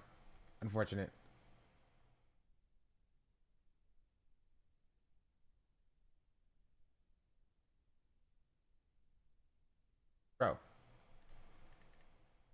Let me read the article, dog. What is an archive site that requires a captcha to operate? Whatever. Anyway. So deeply insulting. Things were bad enough that IGN pulled the plug on almost everything Philip ever made for the site just to be safe, something I've never seen an organization have to do before. He even, and this is insane, did a video explaining the Nintendo Switch's HD Rumble feature, and his explanation is just stolen from a fucking NeoGAF post. A normal rumble is just a motor which spins, creating a vibration, right? Well, HD Rumble uses linear actuators, similar to Apple's Taptic Engine, which is what they use for the new Force Touch stuff in the new iPhone. Bro, I get it. Right? I get it. You don't know what you're talking about. That's totally okay. I get it. You see something that looks kind of good. Fine. You're not going to change the words at all?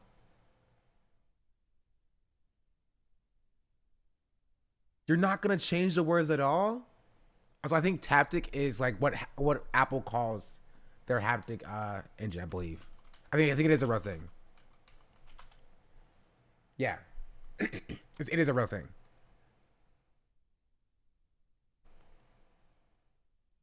You know how Apple is, right? It's an Apple thing. But like. Yeah, Apple just has to be different. So like you're like, okay, Lowe always says, bro, yoink and twist. He's not even doing the twisting, bro. He's just yoinking, and he's making it worse. You stole something from a forum post, not a Wikipedia, not an actual journalistic article, a forum post from a member of the forum. Not even an admin, not the forum owner. You stole a random person's forum post.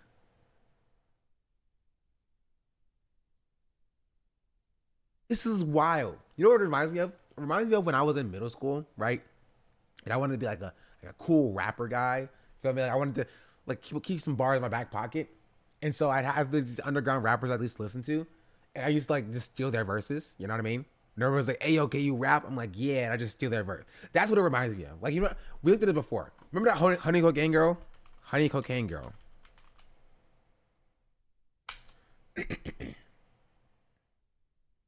This one. I want to be back. We looked at this before. Right? Where old girl got caught rapping honey cocaine. Like on like in the courtyard. As a kid at my high school, he would do stand up, and then he would just steal Brian Reagan bits. I mean, that's how it be. If they don't find out, you're chilling, right? My worst fear, though, is that this would happen to me. Let me close this tab. It has my address on it. When I order the cookies. Okay. This is my worst fear. I want to be back. But please do not. What is rapping about? It just. You just about your shit? Hey, yeah, I understand. Go ahead. Go ahead. White bitch and I got this. It's that black market I'm shopping. As kings, we bossing. Well, I'm the first queens, no option. I heard they hate and I don't give a fuck. Okay. No, hold on. This is honey cocaine. No, I swear to God, I heard that shit.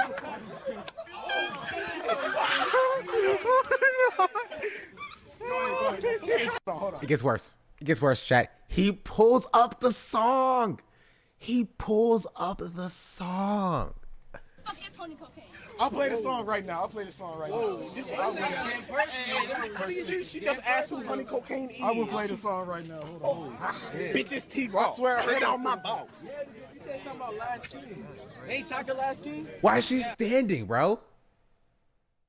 Why is she standing there? Leave. All right, guys. My bus is here. I have to go. My mom's here to pick me up. Goodbye. Goodbye. Right? And when you're not there to be ridiculed, people will like walk away. You feel me? People are still gonna like laugh at you or whatever, but like nobody's gonna really care. Why are you standing there still? Hey, ain't talking Last King? Yeah.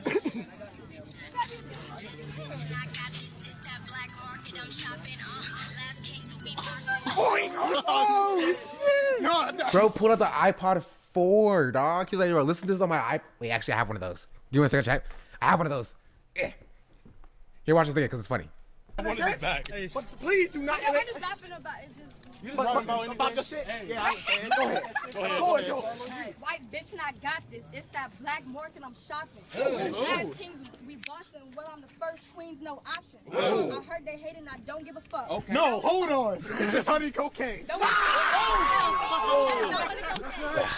swear to God, I heard that shit.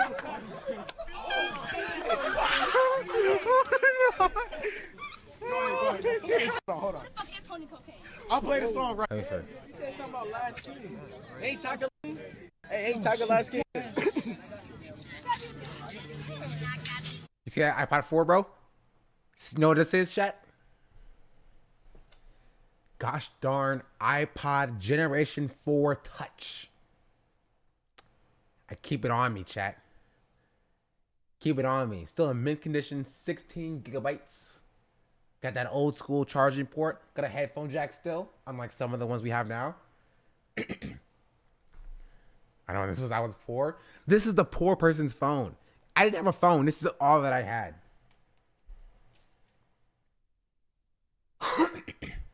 We couldn't get like couldn't afford the iPhone 5s when they came out. Hey, back to sorry. And Apple Watches. See, I believe that these are different in that they are more likely weighted electromagnets. You believe that? Holy shit. He copied some text from a forum directly into a script and just read it out. Why would you even do that? No, seriously, that's the question we're trying to explore here. Why do people plagiarize? Philip is a great help in finding answers to these questions, because 8 months after all of this died down, he released a second apology. Well, second arguably one? his first, since he didn't really apologize in the first one, but still.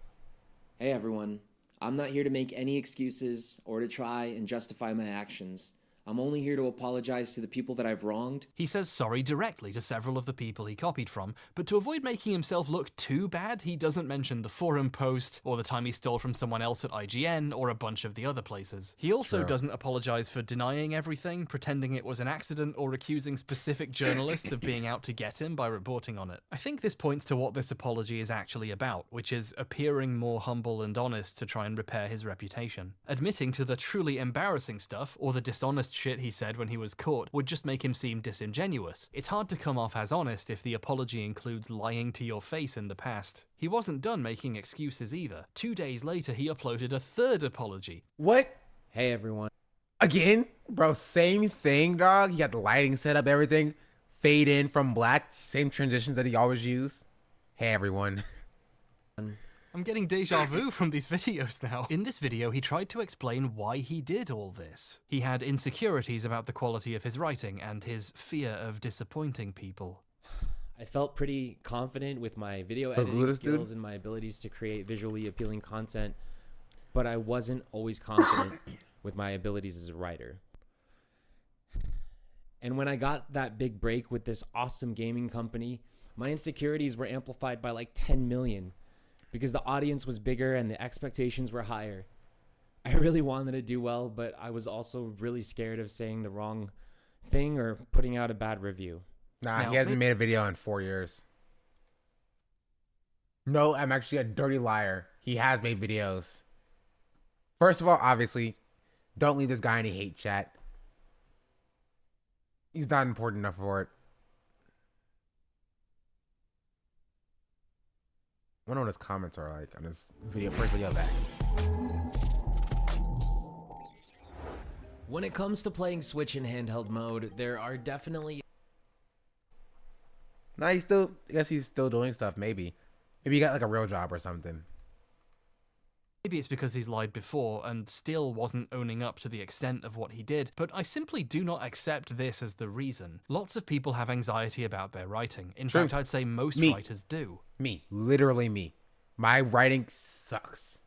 Not many of them handle it by stealing, so anxiety and pressure feel like an easy excuse. From seeing almost all of Philip's videos, I feel comfortable in calling myself a Philip scholar at this point, I can tell you for a fact that he is bad at making videos. He thinks cinematic transition packs equal good editing, which is the reddest possible flag, but even in terms of basic content, the videos are just bad. His earliest videos are just news about the then upcoming Nintendo Switch, or stuff like the top 5 ways to play the Switch, a console that no one can play. The single Joy-Con method, and it's probably going to be the least preferred way to play the Nintendo Switch. When the Switch was out, he branched out into reviewing accessories like carrying cases and stuff, and doing unboxing videos. Some videos are just summarizing Nintendo press releases. This is the literal definition of content. It's like it got squeezed out of a Nintendo branded tube somewhere. It's the most how do you do fellow kids energy I've ever seen coming out of a 28-year-old man. So he started doing the most egregious audience growth tricks for dummies you can imagine, like constantly having giveaways for subscribers. Philip's following didn't grow organically from people liking him or his work. Those people don't exist. It grew from offering free shit if you subscribed. But I'm gonna give Philip some credit here and say at some point,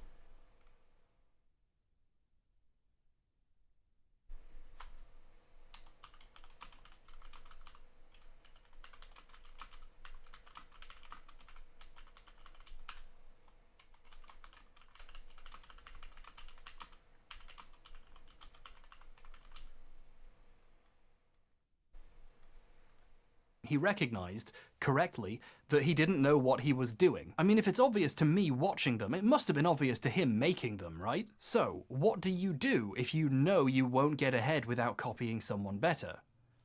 You copy someone better. And I'm not even talking about plagiarism here. Even the stuff that isn't stolen is derivative. There's this one guy called Nihongo Gamer who's done some pretty useful tech reviews, and one of them was of an arcade fighting stick for the Switch. It did surprisingly well, and he gives it a proper workout as someone who clearly knows their stuff with fighting games. A few weeks later, Philip coincidentally decided to review the same thing. But Philip isn't a fighting game aficionado, so his live gameplay footage is him playing Sonic and, Mario Kart? Making this review functionally useless as a review of a controller made for fighting games, but Nihongo Gamer also in the same video reviewed this Switch holder that looks like a little arcade machine. Philip, coincidentally, is also reviewing one of these in his video. This game is so much better now. That's so crazy, dog. Like, know your limits. Why does he not just, like, know his limits? John the Black says, she's my African princess. Zatis has just subscribed. Is that a thing for the subscription? Much appreciated. This is very weird. Like, I hear something is coming through my speaker, but like it's not coming through my They say that I'm good enough, grabbing my da-da-da. Think about shit that I shouldn't, Where's that even coming from? Give me a second. I'll fix it. Zad is thank you for the tier 1 subscription. Much appreciated, much appreciated. And Mr. The Gold, thank you for the follow. Much appreciated. That alert? Yeah, that was good. That was good. Thank you. I try my best. This game's so much better. This isn't even plagiarism, it's just strange. Philip didn't know how to build an identity of his own, so he just borrowed the style and content of successful videos in an extremely cynical way. He didn't make these videos for the fun of it, or because he cared about making them. It was always just about chasing success by any means necessary, and when that didn't work out, he just borrowed even more directly and got into this mess. In a fairly recent interview, he's described himself during this period as having imposter syndrome. But that's wishful thinking, isn't it? There's a difference between having imposter syndrome and being an imposter. Objectively speaking, Philip pretended to be a reviewer and critic while actually just being a thief and a liar. But I think it's possible to reverse engineer this falsehood and arrive at its core truth. The explanation lies in a little thing he said in apology number 3. I consider it the most meaningful thing Philip has ever said. It's not true, but it's meaningful. So I took from sources who I trusted and respected and I agreed with, and I tried to change them in a way that I would say it. Philip claims he sought out reviews from other people he respected to steal and learn from. But, to be blunt, who the fuck is Boomstick Gaming? When this happened, Boomstick... Okay. Listen. I didn't want to be mean. I did not want to be mean. But I was like, all right, kind of who is this guy? You know what I mean? Like, how did he find these people? That's my question. My question is, how did he find these people? Like, stealing from other IGN contributors, writers, okay, I get that. Direct line of communication there. Like, he went out of his way to, like, search from least viewed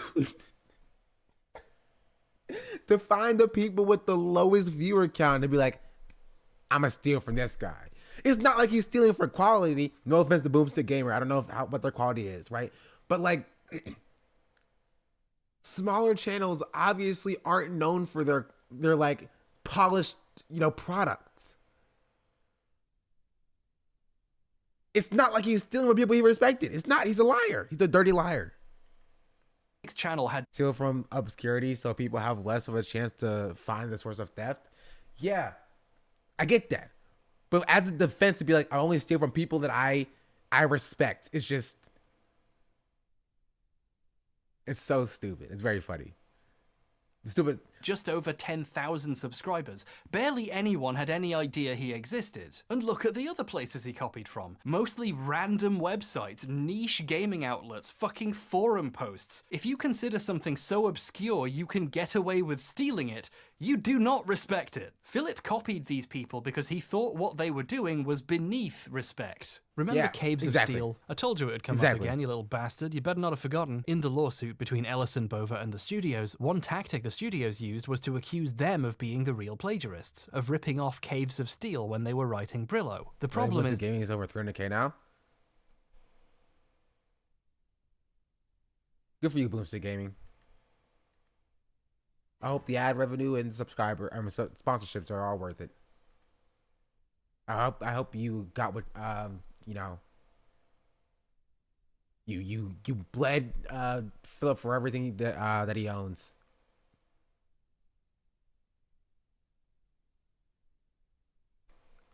Which is actually kind of hilarious. That's like over 6 times his following now. This is why you don't steal, chat. In the long term, it gets you nothing. Gets you nowhere.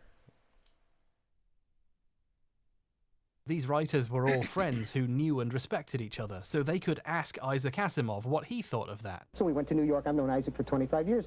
And Isaac, in his deposition, said, I've known Harlan for 25 years. He said, you don't steal from your friends. It all sounds so simple when Isaac Asimov says it. At the start, I briefly mentioned one of the many times someone's entire idea and thumbnail have been copied. The thief later flipped the thumbnail and changed the color of his shirt. Amazing. This guy's kind of notorious. Not even well. The thief later flipped the thumbnail and changed the color of his shirt. 30 million subscribers. 30 million subscribers that you can't even properly like cut out the shirt to change its color, dog. Amazing. This guy's kinda notorious for stealing from people, and there was a really notable encounter where he made fun of a guy by joking about how many subscribers he had. This comes off as generic former Vine star narcissism, but it's difficult to ignore that he specifically steals from people he considers beneath him, having a lower number. If you're not as important... True. This is correct. Now, I will say, with the hotel incident with Brent Rivera and the other guy was also kind of douchey, you feel me? Like, he also just like, internet content creator douchebag type content. But yeah, I'm struggling with bipolar disorder. I'm becoming out of address episode for the last 3 years. I went to college for engineering but dropped out after COVID. It's just been too hard to ignore. I spent a lot of time with my partner who is in school for comparative literature. This is my first year. I've really locked in. So your critical thinking and the way you your mind dissects information is really fascinating and inspiring me to pursue journalism with my partner. Oh, that's awesome. Thank you, Zadis. Much appreciated. I am sorry your COVID college career didn't go very well. Yeah. If it makes you feel better, mine didn't either. I was right there with you. Cause like for me, I'm the college in 2019. They say that I'm good enough. Grabbing my the first think about shit that I shouldn't. Month of college, I was immediately hospitalized for a week, and then COVID hit. 5 months later. And so I completely understand, but just know that if you want to go back, you don't have to, but if you want to go back, it's never too late to go back and finish and do what you truly want to do, right? But until then, while you're here, you are at home here. You can be and feel safe. We all will support you. Kuro Kumo Gakuri, thank you for the follow. Much appreciated. I think neurodivergence and plagiarism in academia is very hard for different reasons than you have said. I mean, I understand plagiarism in academia, right? Separate from like a creative endeavor, right? When you do something specifically for creativity, plagiarism just really does not make sense. Generally, like you're making a YouTube channel, you're copying content.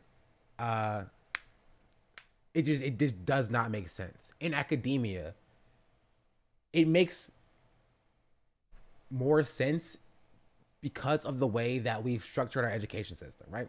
We've structured our education system around specifically not tailored to actual learning and retaining information, but instead of regurgitation and memorization. So of course, students have less of an incentive in academia to pursue actual, in-depth knowledge of mastery of concepts. And it's just easier to, check the box, get the class done, and move on. You know what I mean? That's an entire different conversation, but yeah. I went to study international politics. I dropped out for 2 weeks left. He's got me depressed. I've been clean for 6 months. Soon I want to study becoming a social worker, help other addicts. That's a dub.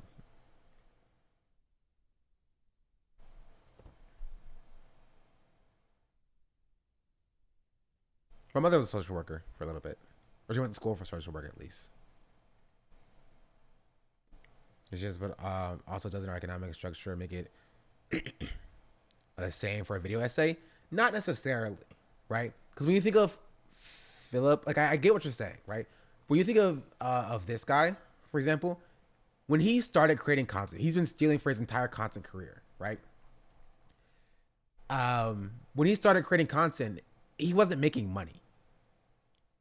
Your mother was a socialist? No, she was a social worker. Right? And so there could be an argument to be had about at IGN why he decided to plagiarize there. But when you're getting into creating content, you're not going to be like, I'm going to make money off of creating content. Especially like in 2015, 2016 when he started, right? You go into creating YouTube videos because you have a passion for creating videos. You know what I mean? And money can be a motivator for it, but if money is your motivator for creating content, then maybe content creation isn't necessarily the correct field of work for you,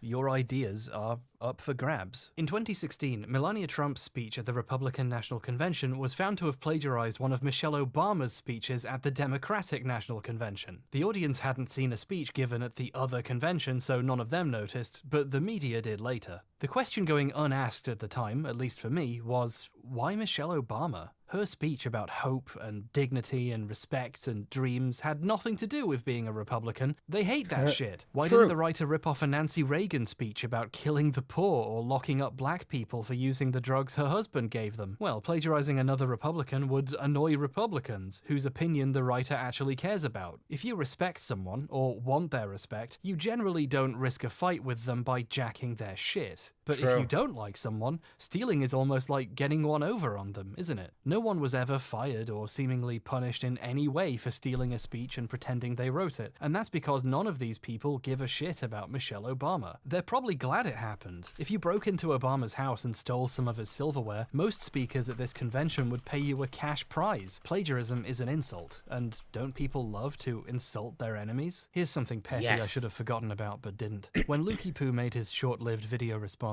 while defending himself on the grounds he actually got the idea from someone on Twitch who saw my my video, and they're definitely real, he still took the time to explain that he also didn't like I criticized right-wing YouTubers he was a fan of. I thought Hbomber was a relatively decent video creator. I disagreed and didn't like some of the stuff he did, like when he went after Sargon of Akkad and some other YouTubers. This sat with me. So this guy's like Nazi adjacent, bro. You can't be like, bro, I kind of like Sargon of Akkad's opinion on things. No. No. Like I liked Hbomber guy before he started coming after the skeptic community, bro. They're really upstanding people, don't you know? Don't you know?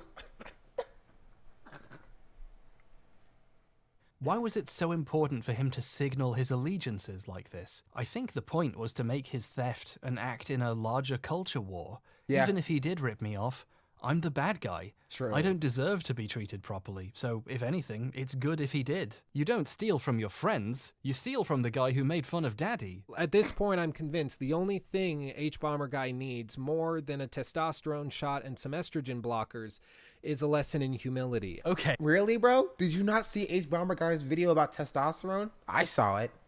Bro does not need any more of that stuff, dog. All right, what video is it? Oh yeah, it was this video. This was 5 years ago. Okay, he definitely saw this. He definitely saw this video. His mom guy's going bald because he is too manly. True. See his hairline the last thing he needs is tea. Wait, he has 3 Soy Boy videos. That's funny. Technically 4, because this is about Paul Joseph Watson as well. Man, actually, he looks way better with no hair. Y'all see this? It's scary.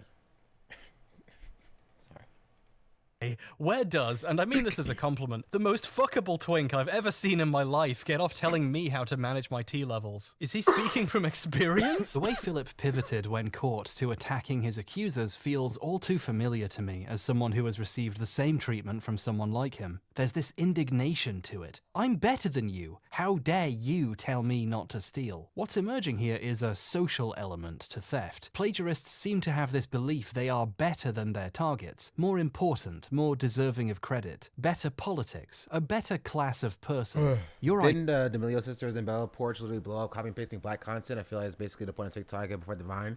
The D'Amelio sisters, yes. Bella Porch, not really. Bella Porch got famous because of that weird video where like she like made those faces. So the camera, she was like, got those faces. You know what I mean? That was her whole thing. The like cutesy like lolly adjacent anime girl aesthetic was what got Bella Porch to like the point to where she is. You know what I mean? The D'Amelio sisters, like Charlie D'Amelio, got famous off of the Renegade dance, which was stolen from a black content creator, and Addison Way also got famous for stealing dances from black content creators. So yes. The Porch did invent a technique. The camera following thing wasn't out of the box from TikTok. She didn't invent it though, you know.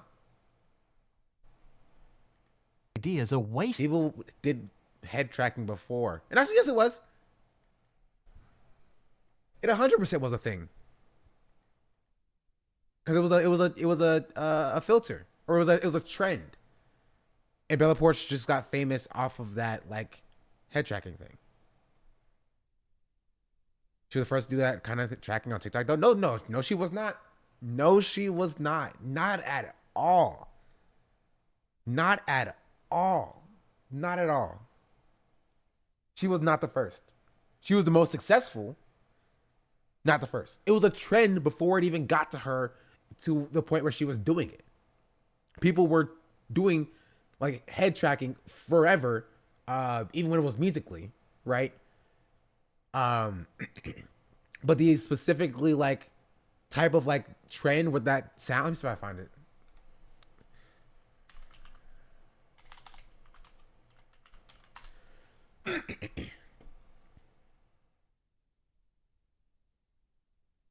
Also, but like, hear me out. You know what I mean? Hear me out.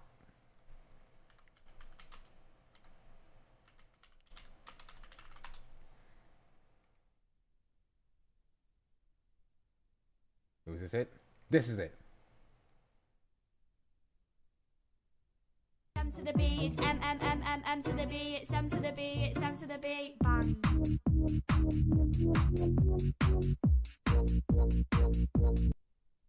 That's what got Bella Porch famous. To the B, it's M to the 63 million likes.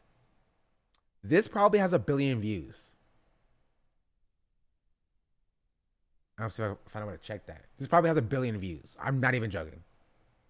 To the B, it's M to the B, it's M to the B, it's M to the B, it's M to the B, bang.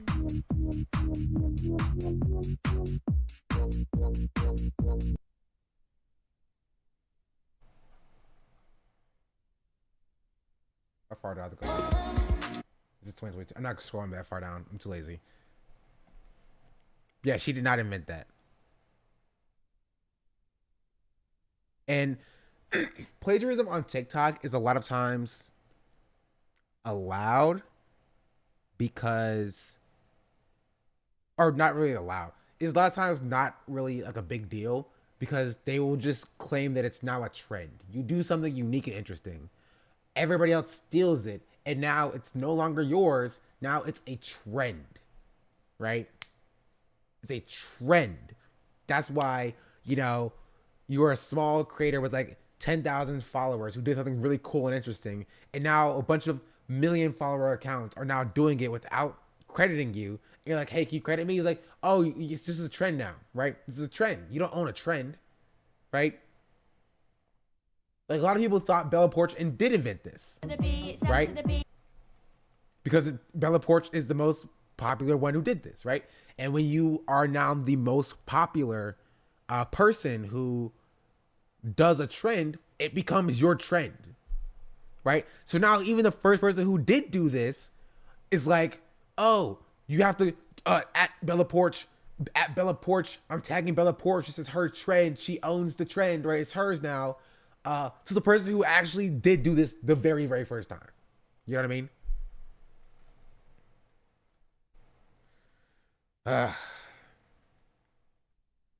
Resonate, what's up? Hello.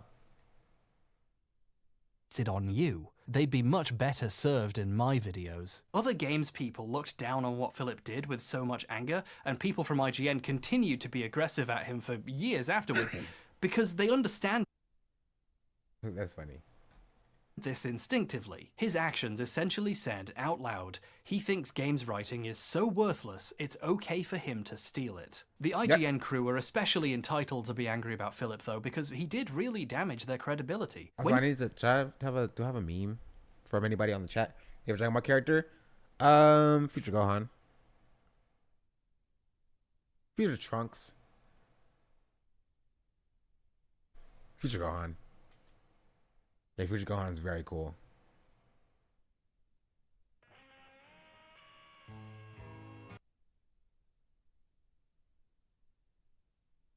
I'm stealing this. It's mine now. Thank you. Okay. Your company produces what saga is Future Gohan in? The Android Saga? Plagiarized stuff. It damages people's faith in your institution and its ability to not do that, and it's really hard to get that goodwill back. This leads us, as all things do, to the Angry Video Game Nerd, Part E, Cinemassacre.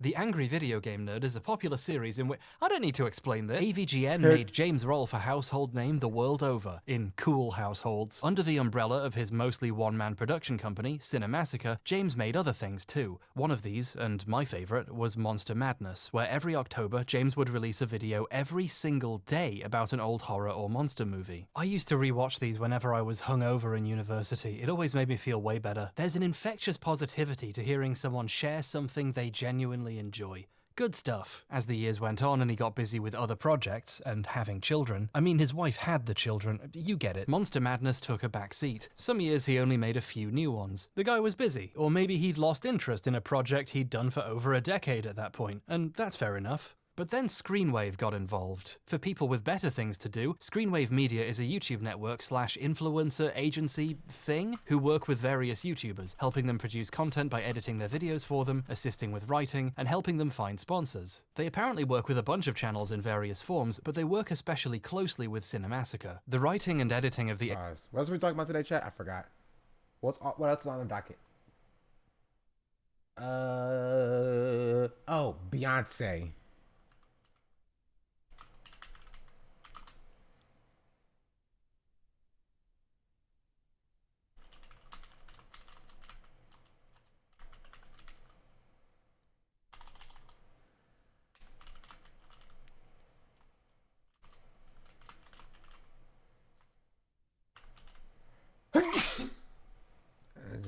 TV /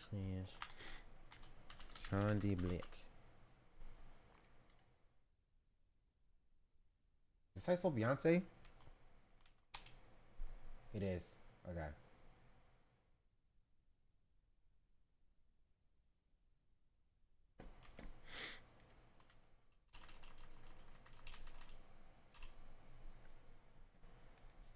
But hit the blast off for me, chat. Much appreciated. AVGN videos became different and weird, like someone else was doing those parts. The channel started making new types of video, which were chunks. No, feature Gohan. Like James standing kind of awkwardly in the corner while Screenwave employees discussed a movie. There was a Cinemassacre podcast and Yes, it is. James often just wasn't in it. The guy whose channel it was became an optional side character. Oh, and everything became packed with sponsorships. If you don't know, Skillshare... It got so bad, episode 200 of AVGN is split into 3 videos with separate sponsors, purely because they sold too many brand deals. Oh, we're gonna have to make the episode 200 3 episodes because we sold too many brand deals and they didn't tell James. Under Screenwave, Monster Madness became a different beast. They streamlined production by eliminating the writing. It became James and a rotation of Screenwave employees you don't know, and James didn't seem to know too well either, discussing the film and trying to come up with something interesting on the spot for 15 minutes. Some of these guys were basically ordered to be on the show by their bosses and seem uncomfortable being there, which makes these being shot on a dungeon set fitting. And you're constantly reminded why this was made at all. Available now, US only. Release the Kraken! The show certainly wasn't what anyone had been watching it for, and the creators appeared to notice, because in April 2021, it was announced Monster Madness was coming back, for real, with the old... What's AVGN? I don't know what that is. ...style of scripted videos featuring just James and his short and simple voiceover. Oh, Angry Video Game Nerd? No, I did not. The old days, but, you know, with Screenwave's help. All I know about this person, or Angry Video Game Nerd, I think, was... Wait, let me check. I think was... Who made the video about the wall? Floating ideas. Right? Or is that a different person? Nostalgia Critic. That's what I'm thinking of. Is this a different person? This is a different guy? this is a different guy? I saw a Floating Ideas video about the Nostalgia Critic in the wall. That's true. This is a different person. Never seen this person before then. So, what does Kalui say? My meme was used for the live tweet. Let's go. Was this your meme? I can't tell. It just says S ... because I'm in streamer mode. Everybody getting and Nostalgia hated each other back in the day? Really? Everybody getting is the god of video game, or the godfather of video game reviews, videos, and invented being mad at everything. Well, that's what Nostalgia Critic does. So maybe Nostalgia Critic bit his style. Interesting.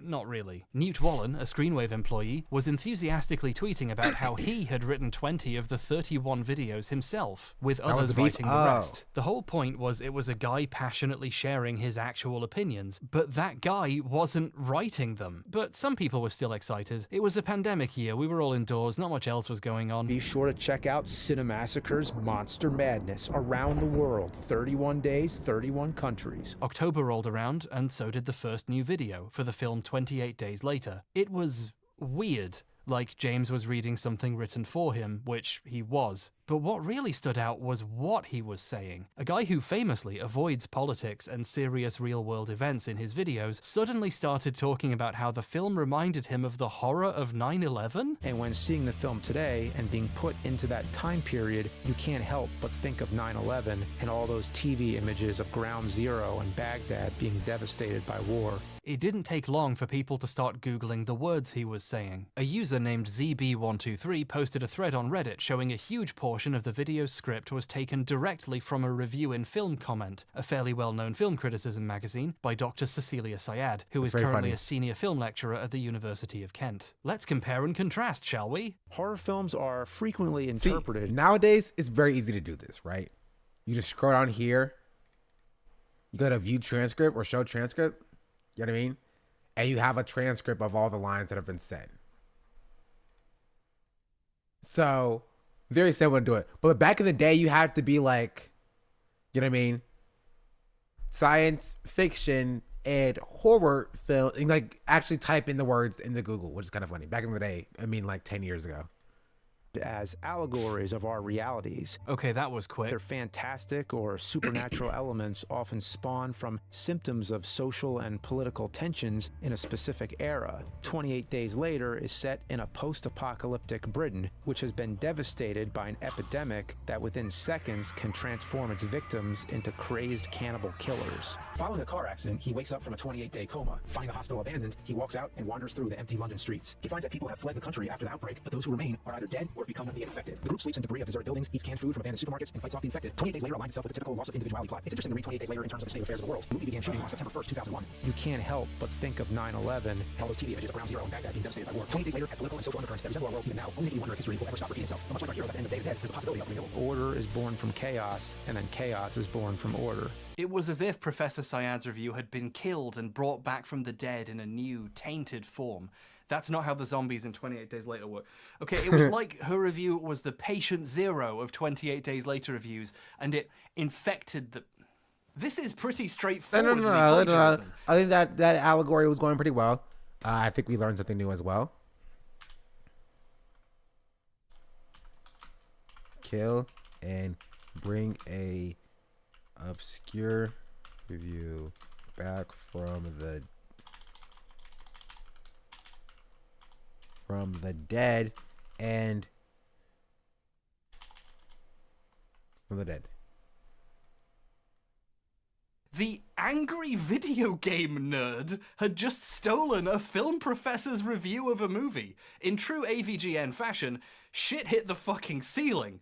What was going on? Initially, Justin Silverman, the lead Screenwave guy, claimed this was a result of a new person who was helping, accidentally mixing some notes into a script, and this would be fixed soon and all the other episodes were fine. The new person thing isn't true. The guy who did it had worked with Justin for like a decade, but I can understand trying to protect someone's identity if you believed they had just made a small mistake. Justin updated the page the video was posted on to say it was being corrected to remove some accidental plagiarism, whatever that means. So whoever did it, they successfully convinced Justin this was an accident. But it wasn't. There's the telltale red flag of the awful writing you get when someone who can't write tries to rewrite something they copied. The movie starts with the usual tropes. Mankind's experiments go haywire, resulting in destructive results. There's another way you... No, he did not, bro. Nobody caught that? Nobody caught that, bro. Do you not have editors? Do you not have, like, focus groups or like no quality assurance?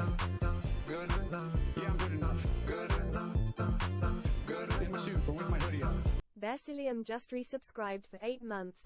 Power up, power up, power up. They're thinking for the 8-month resubscription. It's so weird. Why is it still coming from this? I don't know. Much appreciated. Oh wait, this is the first 8 month? No. No, we've had 8 months before, I think. I think this will be 9. This will be 9. This is my 9th month streaming, chat. It's kind of crazy. Can prove it wasn't accidental. Or just reread it out loud. Like, he had to have read it to record the script, right? Go haywire, resulting in destructive results. You know what I mean? He had to have said, resulting in destructive results.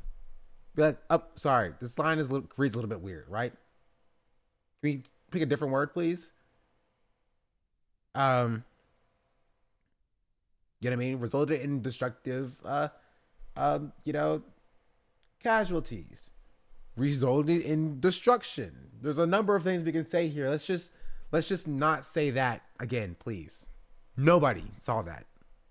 There's another way you can prove it wasn't accidental. You know, the other excuse we've heard before, how it just happened once and the rest of the videos were fine. They weren't fine. Reddit user Retired Fool went on the website the videos were being hosted on and found the second episode uploaded early. Most of it was from a review on ScreenAgeWasteland.com. The movie opens with a shadowy figure with multiple hand attachments who calls in the boys, 4 men from a government agency trying to deal with an alien invasion in a small New Zealand town. Peter Jackson plays dual roles of Derek and Robert, who interact through the use of creative camera work and editing. So Jackson handled acting, writing, directing, cinematography, editing, and special effects for the film. Bro, change the order. Jackson handled directing, cinematography, writing, acting, special effects, and the editing for the film. It would be so simple and oh so difficult to pick up. If you're going to plagiarize, don't plagiarize badly, dog. Just change the order. Rearrange the order of the sentence. It's so simple. Derek is perhaps...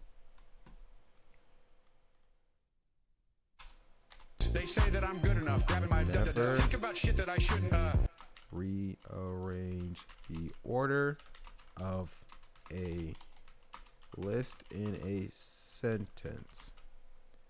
Keep it exactly the same so it's easy to Google.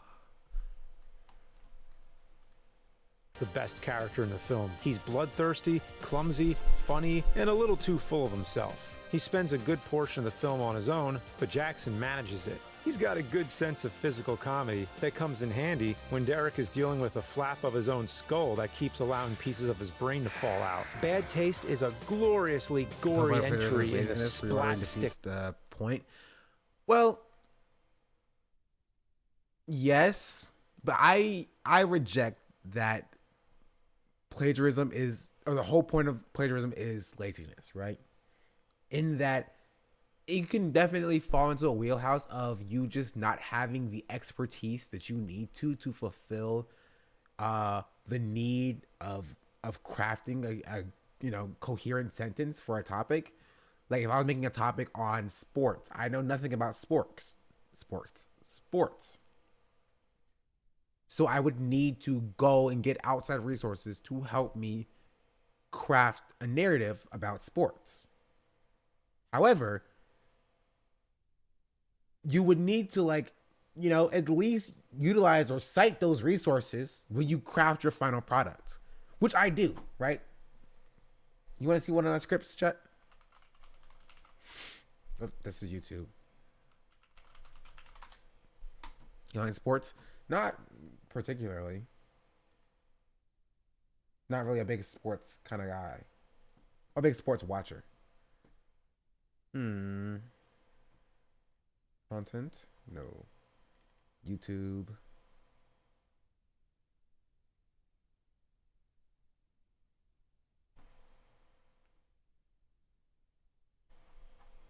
Like here. One of my scripts for what I was going to do about unions and content creators, right? And you look at all these comments that link back to somewhere else. You know what I mean? All these articles that I reference in my script. But at no point can you look at this script and find somebody else's writing on it. You know what I mean? All of this is specifically my words, right? That's just how it is. I use these as a reference so that when I want to actually craft my video and I, insert inside of my videos like a visual aid, or at another point of my video, insert like the top of the hour ad break. Because at the top of the hour, there was a 90-second ad break. And if you don't want to see those ads, all you have to do is subscribe either for Twitch Prime or for $5 a month. And if you don't have Twitch Prime, don't have $5 a month, then you can also just wait to be gifted a sub as well. Chat, it's very simple. Very simple. It's true. It's true. Bad critic, thank you for the follow. Much appreciated. Here's the ad break. Oh, I already ran 2 minutes ago. Anyway. But this genre and a true cult classic. Watching it today, you can kind of see inklings of the kind of films Peter Jackson would prove capable of later on. Listen, honestly, I actually probably just turn ads off because I make no money off of ads. It's not even worth it at this point. Through the pacing, camera work, and sheer inventive energy. So Day 2's video was also plagiarized. The Return of Monster Madness isn't going so well. We know James didn't write this, so who could it have been? Was it perhaps the man who was just bragging about writing most of them himself? Yes, it was. The rest of the Screenwave guys looked at the scripts, and many more examples were discovered. Justin confirmed several more were plagiarized, and Kieran, a video editor who later quit, claimed in a livestream that all of them were. We went through all the scripts, plagiarized them all. They had multiple, like every single thing was plagiarized. They fucking plagiarized every single thing. This is a tremendous amount of blatant theft, if true, but soon it became clear almost everything Newt did and said was... marriage is a part of the domestic offense by not running ads. That's my decision. But if I don't run ads, then pre-rolls will run. That's probably why I keep running them anyway. Copied. While I was looking for other stuff Newt made, I saw he was one of the speakers at the Roast of the Angry Video Game Nerd in 2013, and he was proud enough of this he uploaded his bits separately to a channel he was involved with. And just watching it without doing any serious checking, several of the jokes from this jumped out at me immediately. Justin? I heard Justin was nervous before the show. He couldn't figure out what he was going to wear, either honey glazed or pineapple slices. This joke is taken from a Gilbert Gottfried roast. She couldn't decide between the honey glaze or pineapple slices. They have given 31 gift subs in the channel. Luna, thank you for the gift this sub. Much appreciated, much appreciated. Now listen, right? This makes a little bit more sense to me. Primarily because I'm terrible at crafting jokes, right? Like off the cuff, I can like be like witty in some cases, but like doing stand-up bits, crafting jokes, that's so difficult. That's so hard. So I understand wanting to steal that, right? But then I also wouldn't be in the situation, right? I would be like, hey, you want to do this roast of? Nope. No, thank you. Nope. No, thank you. Nope. I'm good. I'm good. I know what I'm good at, and this is not it. You feel me? Brent Vanderbrook is so deep in the closet, he's having adventures in Narnia. This is a well-known joke from a 2007 Jimmy Carr stand-up special. Come on, you're so far in the closet, you're having adventures in Narnia. People have been ripping It's the same wording too. It's crazy.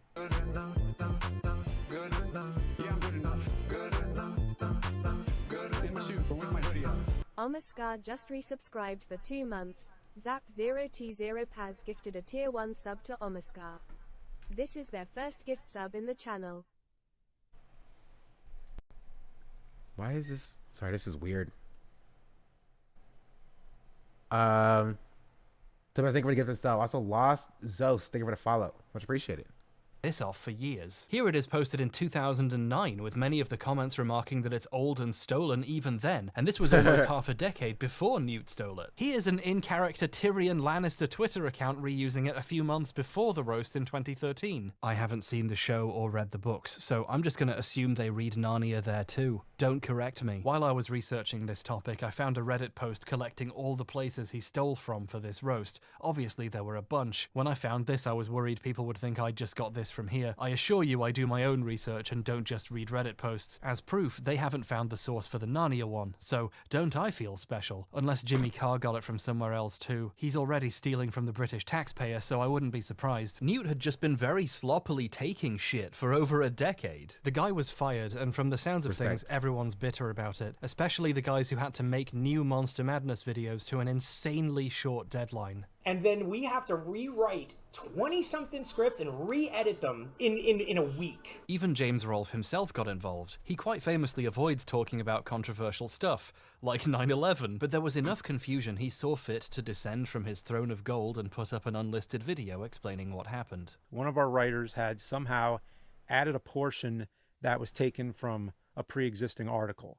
That's unacceptable, and all of us here apologize for letting that sneak in. He went with the story Justin did. Some new guy pasted something wrong and confused his notes into the script. The short story is somebody fucked up. Somebody knew. I'm not sure if this was recorded before this turned out to be a lie, or if they just decided they didn't need to explain it to the public in detail. Refugees in? No, all refugees in. All refugees are welcome. That's understandable, but either way, it wasn't somebody new. It was somebody Newt.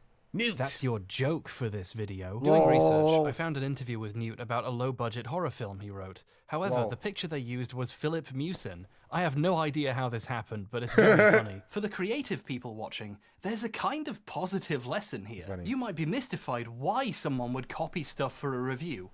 Why is it so hard to just write your opinions on something? But it turns out writing a good review is really difficult. For example, I use the phrase "it turns out" more than once every video by accident because I'm bad at it. I'm not even joking, I've written "it turns out" in the next section without realizing it. That's how fucking bad I am. Being able to write a good review is a unique and difficult skill. Creative people often have trouble recognizing their skills as skills because eventually they feel like second nature, and they don't feel real and practical like building a house or doming. But it turns... Why do you have that, bro? Hbomb, you have questions that need to be answered, bro. Why do you own that? That this stuff actually is valuable. If it wasn't, people wouldn't be stealing it. Creativity doesn't feel super special or unique until you realize Hey, you know what it people is? have to He plagiarize. just said what it was. Don't come at me. Look at him. Look at this man. Don't try to turn this about on me. It's his fault. It. Ugh, I accidentally bought this in size twink instead of bear. Oh, would you like some talcum powder with that, sir? No, it's fine. Oh. I could wring the sweat out from that and probably sell it. It's worth noting that even when the plagiarism was cleared up, the new videos are still weird. The entire appeal of Monster Madness was it was one guy passionately sharing his opinions. If someone... No shot you found me through my TikToks. I haven't posted a TikTok in like 7 months.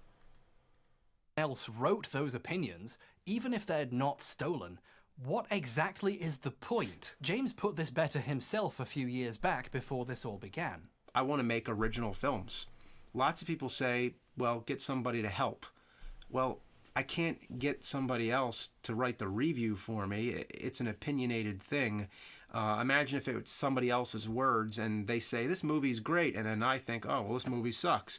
So if I'm doing the review, obviously, I have to see the movie and write the script. It's all me. This is probably why he made a statement about this. Most people watching would have assumed James wrote the words he was saying, especially since he'd been so vocal about this before. This is an insidious side effect of plagiarism in larger operations. It implicates the person reading the script, not just its writer. But here, the plagiarism is just a symptom of the direction Cinemassacre's videos have taken. The unstolen ones are almost as strange as the stolen ones, in the ways James once predicted. You can only hand off so much of your work before it stops being yours. True. It feels weird to say this about videos where a guy calls a game from 1992 a fuckstick, but the magic is gone. These aren't videos anymore, they're products. Late-stage Cinemassacre is so low effort, the scripts have obvious grammatical errors, and James just reads them without even bothering to change them. And it's with these survivors that Jim will struggle to stay alive with. These videos used to come from a place of interest and care. Like, to again. I do think there is a difference between crafting a perfectly grammatically correct script, right? And that being something you say, right? Because we don't speak in perfect grammatical English. However, that is something that you would catch if you were even just like remotely understanding of like the process of creating content, which James, I assume, is. Like when I'm watching any piece of content and I hear something, I'm like, that's off. They could have said that a better way, right? Because you hear it. You hear it. You're like, that doesn't sound correct. Or share something. Now they're made by a production line for only one reason. ExpressVPN.com/Cinemassacre. Internet video as a business is at odds with internet video as a medium, dare I say, an art form. Put the gun down. The increased industrialization of videos doesn't necessarily make the videos better, just easier to make. But if you want to make as much money as possible in the short term, you cut those corners and you make as much product as possible. This gives me a chance to respond to the most common question about plagiarism on the internet, which is, why should we care? Does it really matter in the grand scheme if a review of Octopath Traveler or 28 Days Later is stolen? If you think that, you should try extruding that logic a bit further until it... At some point, he has to come to terms with having done this for 20 plus years that his work, while production is better, is hollow. Yes. And this gets into a conversation about that I do talk about in this video, which I'm glad I have this video up, right? In the section I have titled "In the Big Leagues Now," is that when you craft a product, it's your baby, it's your thing. You have a YouTube channel where you have full creative control. You have to give that up at some level to be able to operate in the big leagues. You're not going to be able to have full creative control over how the edit looks for the final edit. You're not going to be able to have the full creative control about how the script looks if you're just the face, if you're just the voice, right? It's something that James went through. It's something that Linus Tech Tips or Linus Tech Tips went through. Something that Jenk went through with the Young Turks, right? You're seeing something that as you expand, you were able to produce more content and generate more revenue, have bigger ad dollars, but you lose that level of creative control. And with that loss, with trying to keep up with like production quotas and being able to extract as much sponsor revenue as you can to, you know, line your own pockets or even increase your own production, you're going to eventually not be able to keep up with that, and eventually may turn to plagiarism, right? And I think in cases like this, right, we have Cinemassacre or other productions, which is why you see such a drastic drop in quality, even when the quantity of content increases, right? Because you see a person who had a dream of being able to produce whatever content that they want to with an unlimited budget, basically, and you know, having like all these ideas in their head, and now all the ideas are out, and now they have enough money and hands to produce that content. It feels hollow, right? Because it is. Because they lose sight of why they're doing what they're doing. You know what I mean? Reaches the pain receptors of your brain. Internet video isn't a silly playground where teens pretend to be scared of horror games anymore. It's a business. There is real money to be made in this space, or so the emails from the World of Tanks guys keep telling me. So it's definitely worth interrogating the fact people's work is being exploited. Hey, World of Tanks, if Hbomb doesn't accept, I'll accept it, bro. I will play your stupid World of Tanks game on stream. I'll do it. War Thunder, I'll play your stupid playing game on stream too. I'll do it. Just throw me a couple thou. You feel me? Throw me a couple thou. I'll do it. No. Some real cash in this? Yeah, I mean, I took one sponsorship that I didn't really like promote like that. But I told myself I wouldn't take any more until I hit partner. So that's why you haven't seen me done any. They played the Marvel one, like Marvel Snap. I did it in my free time, not for like a sponsorship though. Genshin Impact will win. Who knows? In these money-making endeavors. This issue will become relevant later, and by later, I mean now. If you want to maximize your profits by making a video every other day, how do you write that much material? You don't! Part Illuminati. It's a pun. I don't need to impress you. In 2021, when I was Illuminati. working on the vaccines and autism video, I needed something to listen to in the background while I built an Argos bookshelf. So yes, I am familiar with the War Thunder forum leaking confidential military info, and it's hilarious. out of curiosity, I put on other videos on the topic. One of them was by a channel called Illuminati, whose real name is Blair Zon. I hadn't heard of her before. She seems to do videos covering multi-level marketing schemes, pyramid schemes, and failed businesses, stuff like that. And she seems to make a lot of them really quickly. I wonder how. The video was fine. My phone was several meters away and I couldn't be bothered to reach out and get it and change the playlist, so it just kept going through her anti-vax videos. And at one point, I did a double take. There was a joint inventor on these products, a man named Hugh Freudenberg, a former immunologist who has been long controversial. In 1989, he was caught up in a bizarre lawsuit with the Food and Drug Administration, which told him he had to stop injecting his autistic patients with blood products. I remember pausing, budget B&Q hammer in hand, and thinking, haven't I heard this exact sentence before? In 1989, he was caught up in a bizarre lawsuit involving the Food and Drug Administration, which told him he had to stop injecting his autistic child patients with blood products. An interesting... This is not crazy. Is this not certifiably insane? Why are you making videos? This is why, chat, people are like, oh, we need a new Shonda Black video. This is why I don't make videos, right? I only make videos about things that I feel like I am qualified to talk about and that I have things to say about. If you don't feel qualified to talk about something and you don't have anything to say, why are you making videos about the thing? It doesn't make any sense. Think about shit that I shouldn't. It does not make any sense, bro. Like, what? Rotterdammer, thank you for the follow. Much appreciated. I much rather wait for my yearly Hbomb video to watch it pop up every month. Yeah. Yeah. Which is why Hbomb guys' videos are so good. Now, obviously, he's not like popping off. Like, honestly, I think Hbomb guys should be at like 10 million.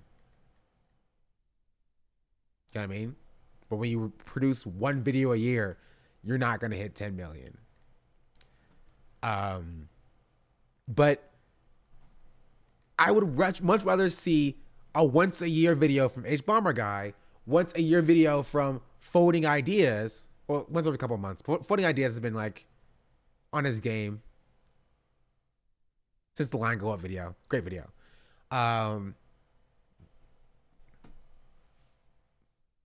You feel me? This is my favorite channels now. A once every like 6 months or once every year video from friend of the show Jaubrey, which he actually has a George Santos video that you might watch as well. Right? Actually, he's dropping a lot of videos recently. Then, like, you know, videos every day from like Illuminati.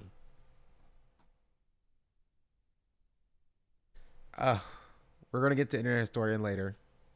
Definitely has good videos. Jenny Nicholson also has good videos.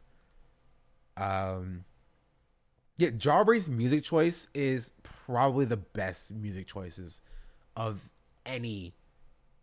Like, what would you consider Jawbree? I wouldn't consider him commentary per se, in the same vein as like Drew Gooden and like Danny Gonzalez and them. But I also wouldn't really consider him. Well, you can say video essay, for sure. I think it's a little bit different. When he scores on music, it's very good music. I don't know, but it's very good. You feel me? I don't know where I put Jawbree. I put Jawbree and The Right Opinion in like the same vein, because there's like video essayists that like show their face, which is why I'd say like Hbomber guy, Jenny Nicholson, Lindsay Ellis as well, when she was making content. FD Signifier, they're in like a bread tube sphere of like video essayists. Even though Hbomber not, it's very hard to classify these people. I don't know.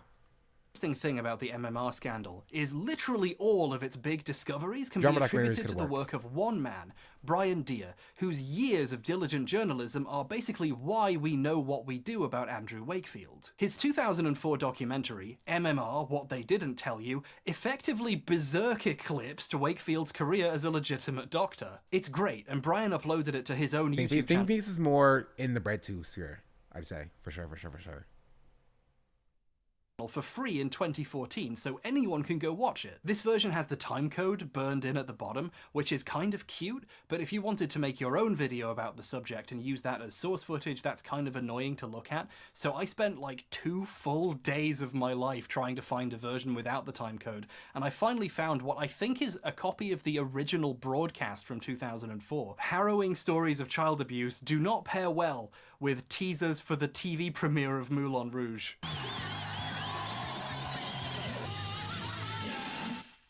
How do you find that? When Dr. Wakefield launched the MMR scare back in 1998, I used footage from Deere's documentary in my video, explained how important it was, thanked Brian for all of his hard work, and even recommended his book on the subject that had just come out. And he actually emailed my producer Kat with metrics showing people actually did go out and buy the book after seeing my video, which is great. I love knowing that my audience actually reads books. Thank you so much. So, the reason the Illuminati video sounded so familiar was because I had just rewatched that documentary. Then in 1995, he was suspended from practicing medicine. Then in 1995, he was suspended from practicing medicine and made to pay a $10,000 fine for his misuse and misprescribing of controlled drugs. And made to pay a $10,000 fine for his misuse of prescribing controlled drugs. I don't get it. I don't understand. Why even make content? First of all, what does Blair know about anti-vaxxers? Just like, or anti-vax, just in general. You know what I mean? Like, money, I get money. I get that, right? But you're in the content sphere. If you just want money, you're not gonna find money by making anti-vax videos, bro. Go say racial slurs on Omegle, dog. That's where the money is.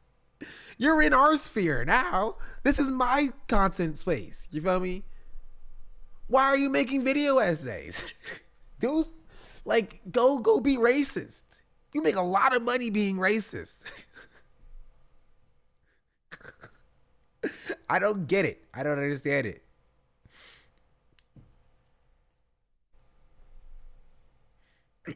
And I don't understand it. Professor Freudenberg has long been controversial. Hugh Freudenberg, a former immunologist who has been long controversial. Been long controversial? Yeah. You are correct. It does sound weird when she's saying it. But also, she's like switching the words around, but it doesn't sound right because she didn't write it.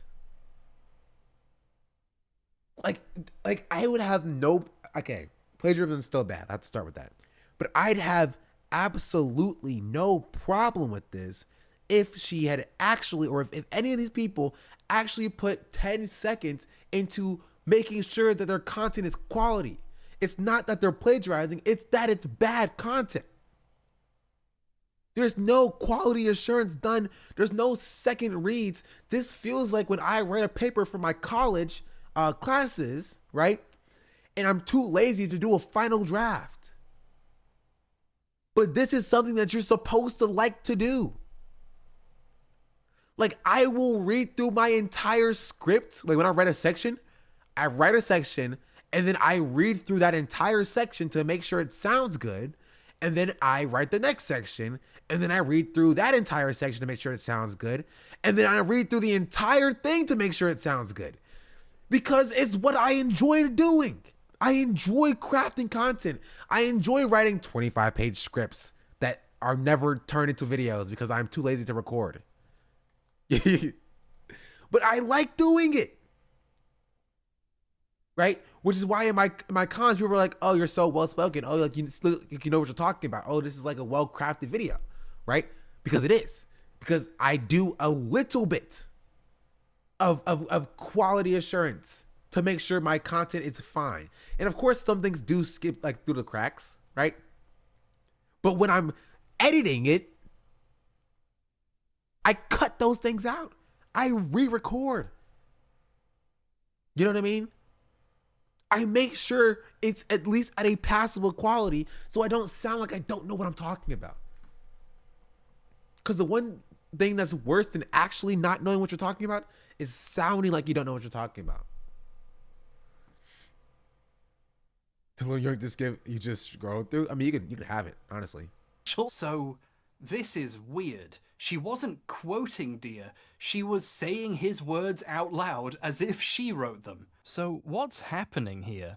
Well, after the bookcase seemed to stand up on its own, despite all the pieces mysteriously left over, I watched the video properly and noticed she does acknowledge Brian Deer and the documentary pretty openly. In 2004, Brian Deer came out with a documentary entitled MMR What They Didn't Tell You. Blair watched a documentary. Actually, perfect example. In this video, I'm going to show you how you properly credit somebody.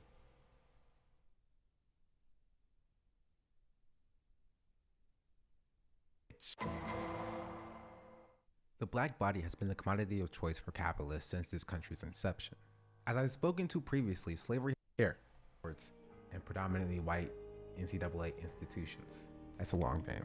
In that book, Billy Hawkins wrote this: "Our purpose as black males in this country is largely defined by structural demands and institutional needs, which has mainly required our physicality. Therefore, to a significant degree, our experiences are shaped within the context of these demands and needs. There is a specific emphasis." It's not that difficult, bro. When I quote something directly from the book, I put it in quotation marks. Like, I don't know, maybe when I was taught English, right, I had learned that, oh, if you want to quote somebody specifically, you put their words in quotation marks. If I can find it. And you can see that directly in my script as well. Here, I quote Frederick Douglass. His words are bolded in quotation marks with a link directly to him saying these words that are included, guess where? In my gosh darn sources page. It's not that difficult to not plagiarize people. You feel me? It's literally not that difficult. Like, I have to do a paper. I mean, yeah, it's called a video essay, dog. Why would you not use the skills that you are literally taught in college when writing essays, when writing your essays for your videos? It does not make sense to me. You are in a line of work that requires you to write long stretches of words and quoting people, and you can't even use the one thing that college teaches you correctly to do so. And that's how to properly cite somebody. It's so crazy. It's so crazy. I respect people a lot more when they actually do so cite somebody than when they act like they're speaking exclusively from their own experience. You know what I mean? Isn't that, okay, chat, tell me, isn't that better? Isn't it better for when you are watching a video of somebody or even reading a works from somebody, reading an article, reading tweets from like a journalist? Isn't it better if somebody says what they believe, have a link to a tweet or a quote of somebody else who actually did the work and the study on that thing, and follows it up with analysis of that links? And I hate this so much. I even hate it when like pro-Palestinian people do it, right? When pro-Palestinian people are like, yo, like, you know, Israel did this and that. That's it. Only tweet. I'm like, thank you. Cool. Awesome. Amazing. What am I going to do with this information? I would like to share this information, but you've given me no mechanism to share the information because you did not properly cite your sources. Where did you get it? Just tell me where you got it from and I can take it from there, right? When I Google it, I find nothing. And all I have is you tweeting this. I don't doubt you. Like, I guarantee that you're probably correct. But if I want to share that information, how is it helpful for me to link to a tweet instead of to an article of investigative journalism? It's so stupid. Because people are kind of narcissists. They want people to think that they're all original intent odds. Yes, I mean, that's correct. This is correct. This does come from a very narcissistic perspective to believe that, like, it somehow makes you less of a content creator, less of an intellectual, or a dumber person for acknowledging where your knowledge ends and bringing in somebody who actually did the work. You know? It's so dumb. You don't even get me started on the idea of people just like stealing tweets to make TikToks about them and people stealing TikToks to make tweets about them. No credit. Either way. It's so stupid. I would say you can have bomb tweets without sourcing, but more so for exposure. But it's better to cite your sources. I think tweets for exposure do nothing for the cause itself and only seek to enrich those who make the tweets. Unless you are in the situation, like if you're living in Gaza, right, and you are a journalist in Gaza tweeting, you do not need to be tweeting without citing your sources. And doing so, being like, OMG, oh, there was like 30 tons of bombs just dropped on this hospital. That's your only tweet. You are seeking to specifically enrich yourself and to grow your own clout on Twitter. That's it. That's your only goal. You want people to like your tweet instead of the actual information. Because if that was the case, you would have quote tweeted or retweeted or screenshotted that tweet or did any number of ways to link back to that first tweet to be like, here's the actual information. And if you don't do that, I can only believe that you are trying to enrich yourselves as opposed to actually sharing the information from people. There is no reason for you not to link to a tweet. You don't want to do it in your main tweet? Put it in the second tweet. I always check. It's never there. Is that because most of those feelings come from a feeling of inadequacy? That's not the way to do it. Yeah, I get it. I understand it. Right? I understand. Especially when you do craft a well thought out, topic of discussion, whether it's a tweet, whether it's a video, a script, doesn't matter. And finding out somebody else had already made that exact same video before, it sucks, right? It sucks so much, right?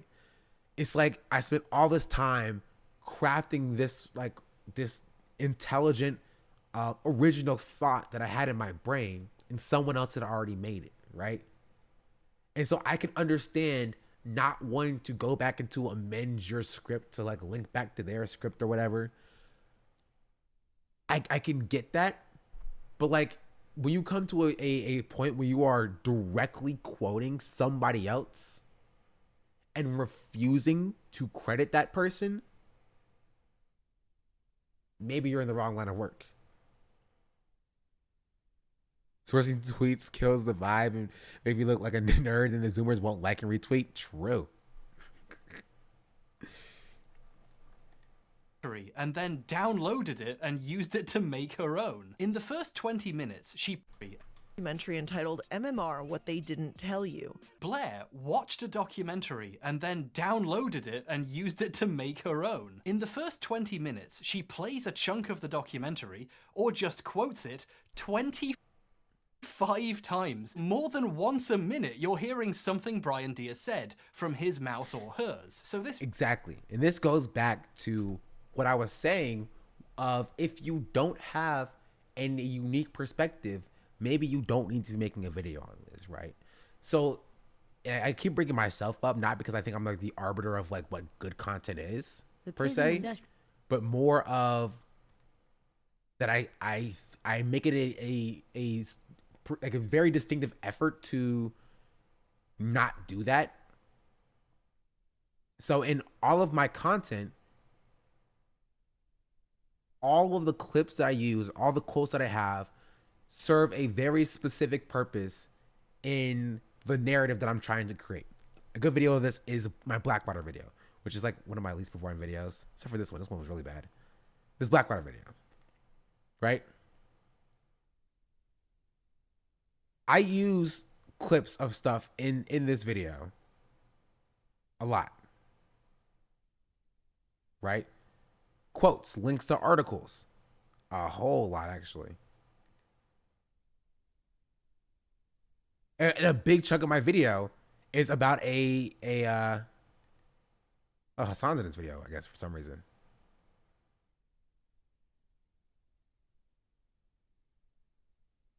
Holy fucking shit, dude. Literally lying. Still lying to his audience. Raytheon was just going to operate as the middleman. And that would make sense if they knew that Paravent was Blackwater all along. Of course, representative straight up denies. This is a lot of information, chat. Like, this is one of my least performing videos, but like when I tell you that this was a lot of information, this was a lot of information, dog.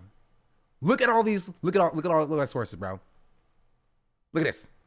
It's kind of insane. Sorry, I'll get back to this. Than once a minute, Danger you're Dave, what's hearing up? something Hello. Brian Deere said from his mouth or hers. So this video is lazy. I'm personally insulted that she just used the version of the documentary from Deere's Another video from you in first, really. Thank you. This was a good video.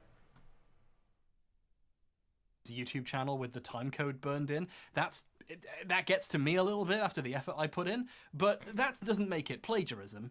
It's just not very good. And hey, it's not like this is her one source. She quotes a lot of other places too.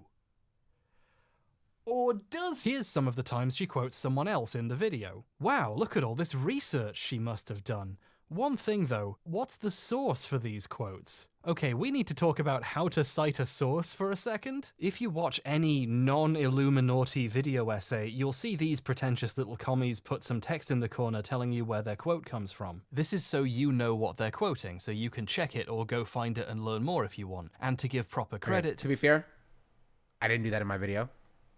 But I did directly say who the quote was from immediately before this. So I give myself a pass. And like the American dream, it's fickle. As Billy Hawkins wrote in A New Plantation, what is the entire name of this book? The New Plantation, Black Athletes, College Sports, and Predominantly White NCAA Institutions. That's a lot. Boom. See, I said the entire name before I even said the quote. That's citing. I will save that. I will say it. I cited it. Gosh darn it. Betsy DeVos and Eric Prince being brother and sister is funny because their family is hogging all the evil. True. When I found that out, bro, I was like falling off my chair. To the people whose ideas or knowledge they're borrowing. If you're using someone else's words in a video you intend to make money off, it's very important to give proper credit and attribution. Listing where the quote is from is important, not just so it's easy for people to find and verify it, but it's useful context which helps people interpret what they're Also, seeing. it's on my sources. I just want to say that. It's in my sources. It's right.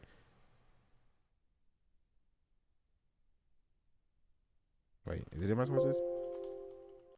No. I said his name, okay? It's good enough for me, gosh darn it. If someone showed you a quote that made a person look bad, you might feel a bit cheated if they didn't mention its source is a blog by someone you've never heard of that doesn't exist anymore. I have a little rule for quoting that other creators seem to use as well. If someone saw a clip of your video out of context, would it be possible for them to tell you're quoting someone and where it's from? Blair, for some reason, doesn't cite her sources. Here's a part where she quotes Andrew Wakefield. Wakefield also stated, mumps, measles, and rubella together might be too much for the immune system, system of some children to handle. I love there's a tiny Andy there for some reason, but not saying where he said this is pretty bad citation. True. But this isn't a mistake. Blair is hiding the source on purpose for a reason. You see, this quote is from the same documentary again. Brian Deere plays a clip of Wakefield saying it at a conference. Measles, mumps, and rubella given together. The clip has a source. She knows where to find it. Why doesn't she just go here and get the source? Like, get the clip from its source and play the clip. You don't have to say where you found the clip at. No one is expecting you to say, in this documentary, I found this clip of Andrew Wakefield and this is what he said. No, just go get this clip and say, Andrew Wakefield said this at this conference. Unless you can't find the clip, in which case, maybe you should quote the documentary again. I'm just saying. There may be too much for the immune system of some children to handle. Why didn't she just play the clip? True. She had it downloaded. Well, because she's already played so many clips from this documentary, it looks ridiculous. So she started quoting it, and just not telling you she's quoting the one thing she watched. I wonder where all the other quotes come from. And more still, nurses were leaving, saying they don't like what's being done. Nurses were leaving and saying they Anyway, didn't like... Nurses were leaving, saying they don't This is a terrible quote, mind you. Horrible quote. This is a... Ellipses don't like what's being done. Ellipses. This is not a quote, chat. Right? It's not a quote. Like, what's the most popular song in the world right now?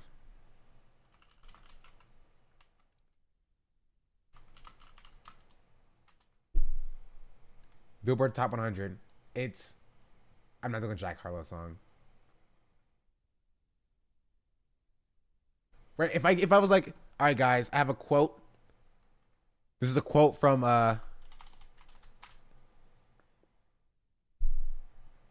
Mariah Carey. It said,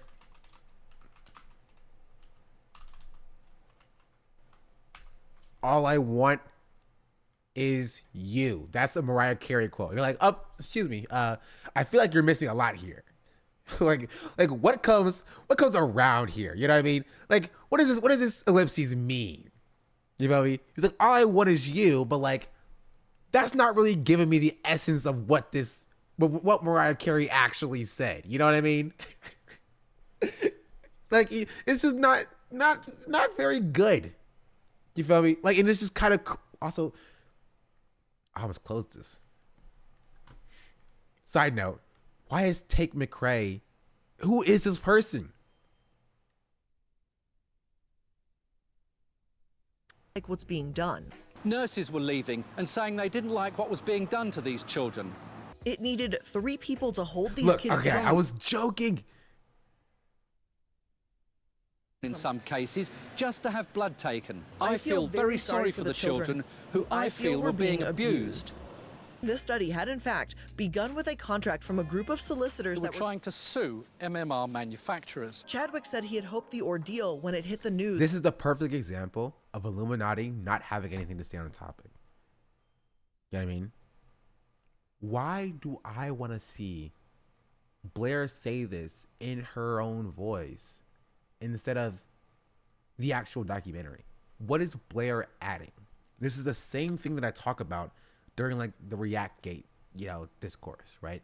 And my reaction to ReactGate is maybe not everything requires your input. Maybe not every video requires you to watch it because you don't have anything to add. So when XQC is reacting to Israel bombing Gaza or whatever, like, cool. What is XQC going to add to literally any situation involving politics, right? Maybe he should be like, I don't know anything about this, right? I'm going to sit this one out. Y'all can have that. And in the similar vein, Illuminati should do the same thing.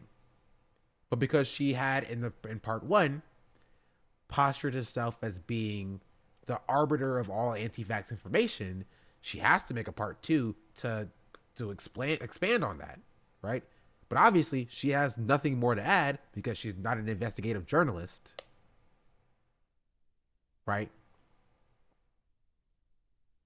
So she's now regurgitating information that she's seeing, which again is kind of what we all do for the most part. All of us, right?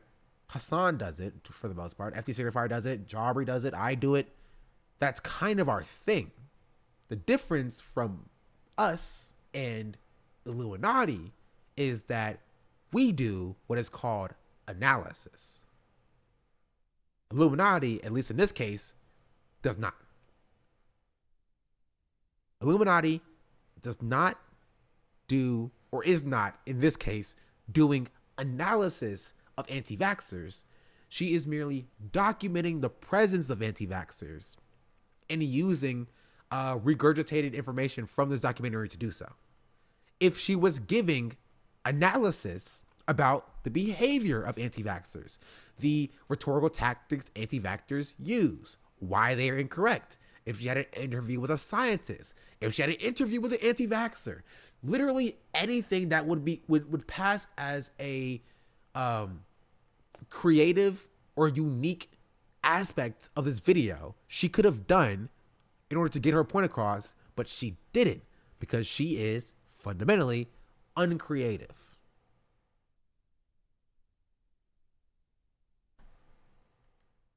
Would die its own death. It includes injecting mice with measles virus. He injected mice with measles, extracting their white blood cells, extracted their white blood cells, and injected the stuff into pregnant goats. This is amazing.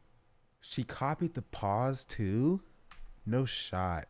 Injected their white blood cells and injected the stuff into pregnant goats. This is amazing. She just quotes people from this one documentary and pretends she did any work. Eventually, she stops bothering to even make it look like a quote and just starts saying Brian Deer's words out loud. And that's how the stuff at the beginning happened. She got so lazy she stopped bothering to pretend she wasn't copying the documentary.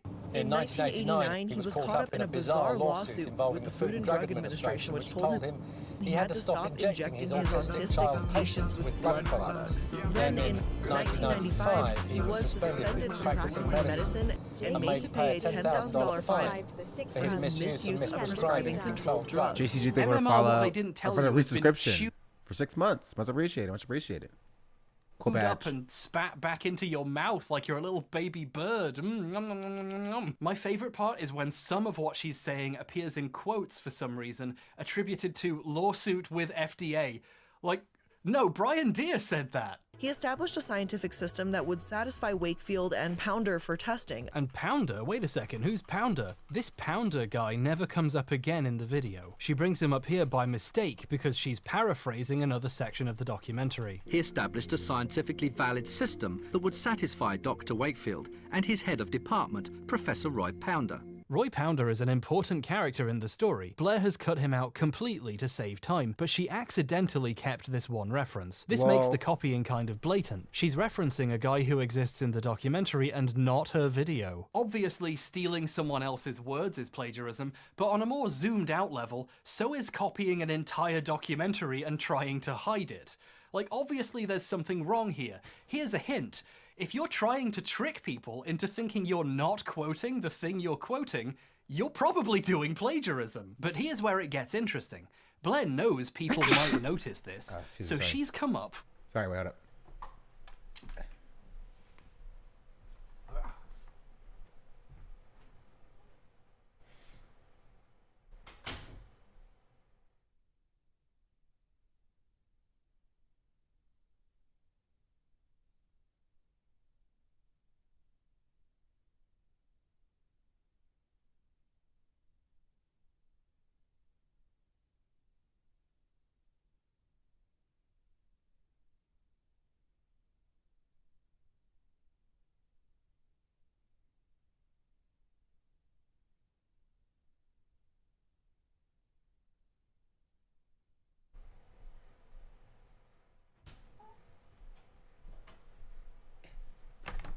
I make my foods here.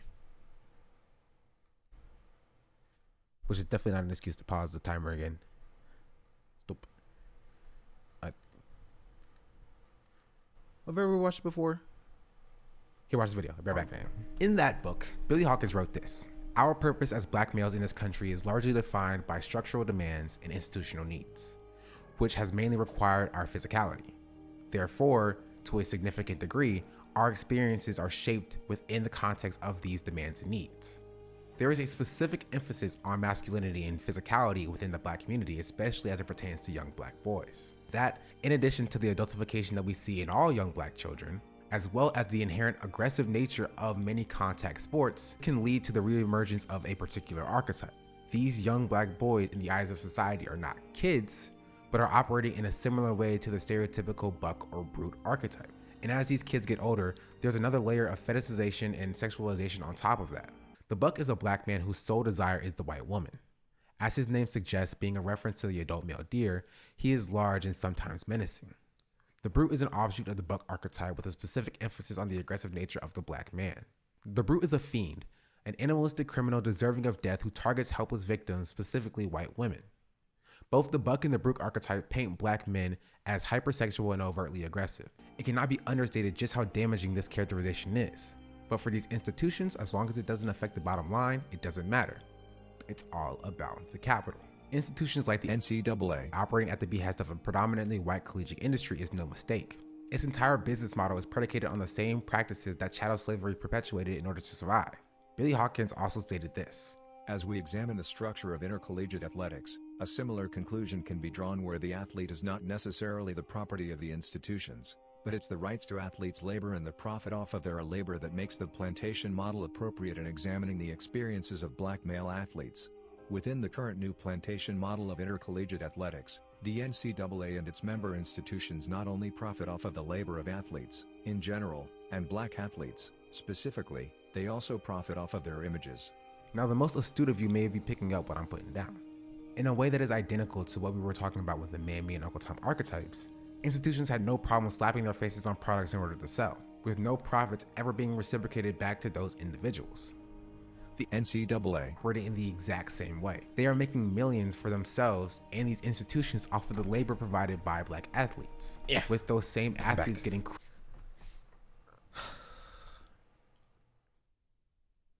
Oh, geez Louise.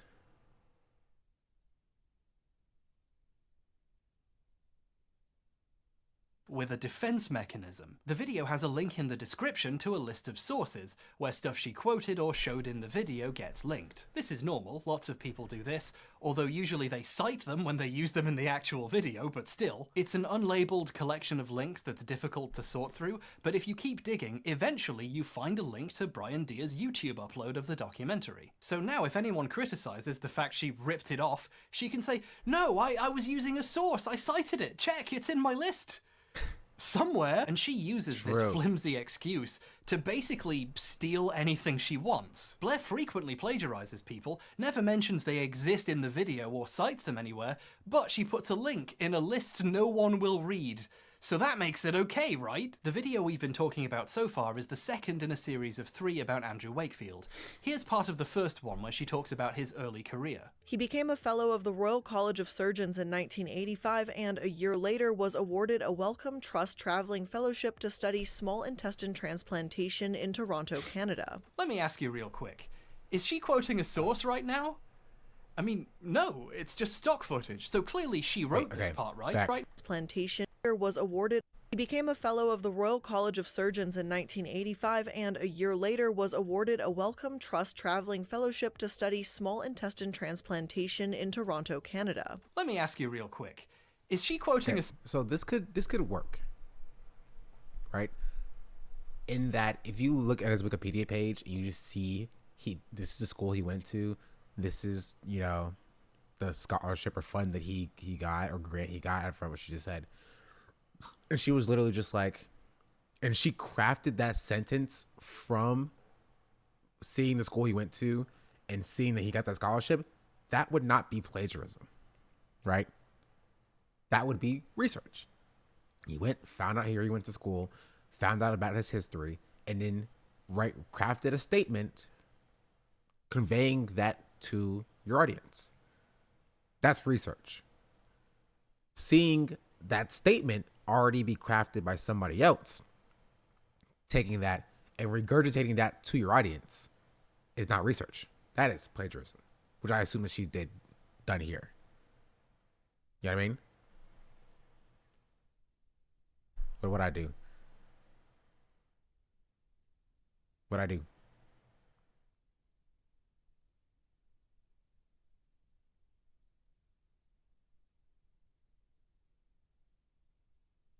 I missed it.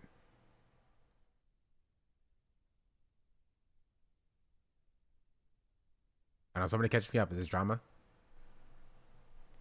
Does it really say she's kind of lulling me to sleep? Nah, she's canceled now. You can say whatever you want.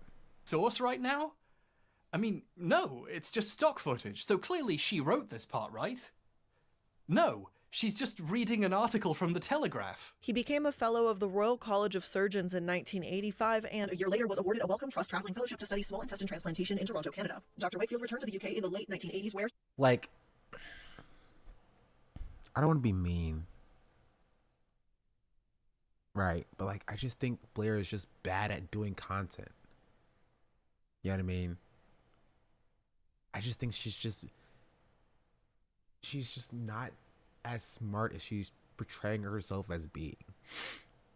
She's portraying herself as being this like deep diving investigative journalist who does all this research and is able to craft his opinions because of that. But she's just not that. And there are people who do that very well. Lindsay Ellis, Jenny Nicholson, Sophie from Mars. I almost said Sarah. Are three people who come to mind right off my dome that do that extraordinarily well. The Leftist Cooks do that as well, very well. A stenographer is a great depiction. Not even that, because a stenographer at least catalogs, right? Blair is something worse than a stenographer. She's a thief. Talking about Blair dumping subs in Lance's of the Surfs stream, he would show her videos. He also took her apology video at its word and reduced her accusers to being sexist and clout chasing. I saw that.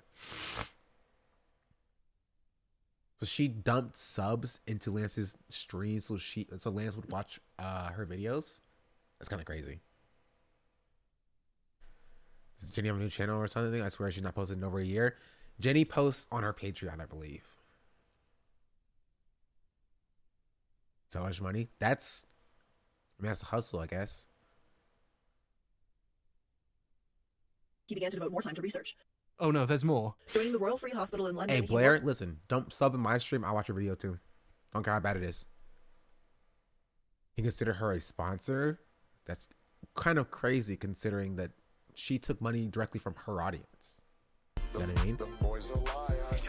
The boys are liars. Say your goodbye. He doesn't see ya. You're not looking at me, boy. True. Talk that shit done. We thank you for the raid. Welcome raiders. Hello. I hope you had a good stream. We are watching this 4-hour long video, which we're probably not going to finish today.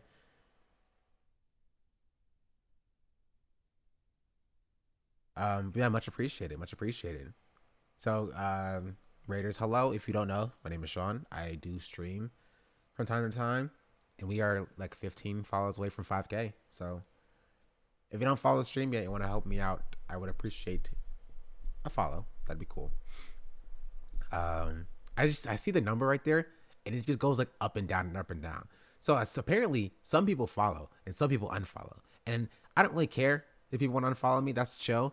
I just want to know why. You feel me? Like, what's the reason? People are like, okay, this is my last straw. I'm done seeing this guy. But those people are getting banned. They could also be getting banned, maybe. But like, I like to imagine that they're leaving for a reason. On the liver transplant program, and in 1996 began researching bowel disorders, autism, and the MMR vaccine. The average person watching this is being led to believe Blair wrote They say that I'm good enough. Think about shit that I shouldn't.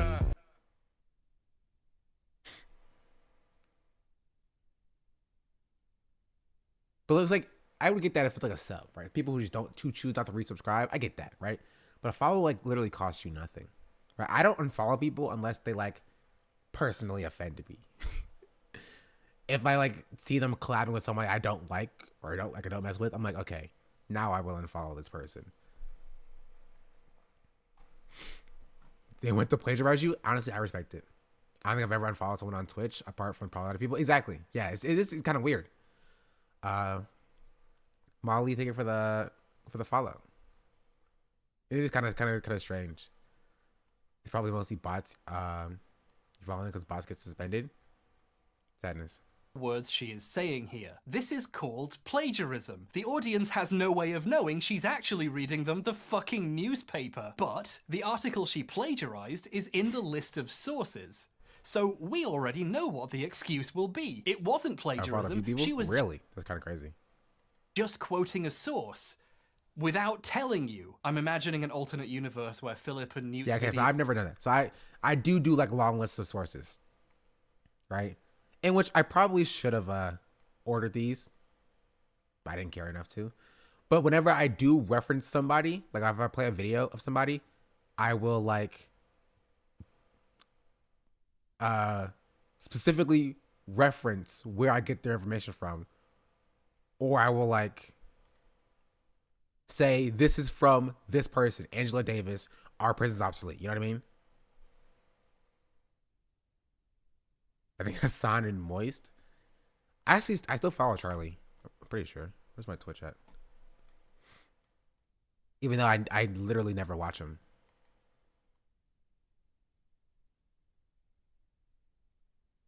He's on here somewhere.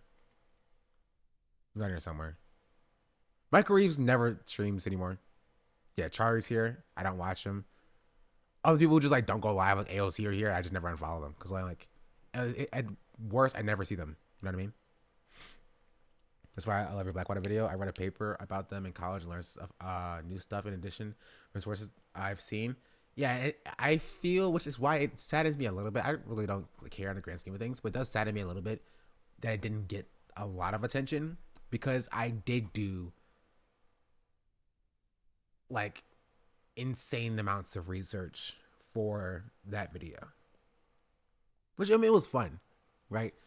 Which is why it also sucks when to see people like Illuminati get so much praise for their analytical research ability. You know what I mean? When like I literally spent like weeks deep diving into not like just Wikipedia articles, you feel me?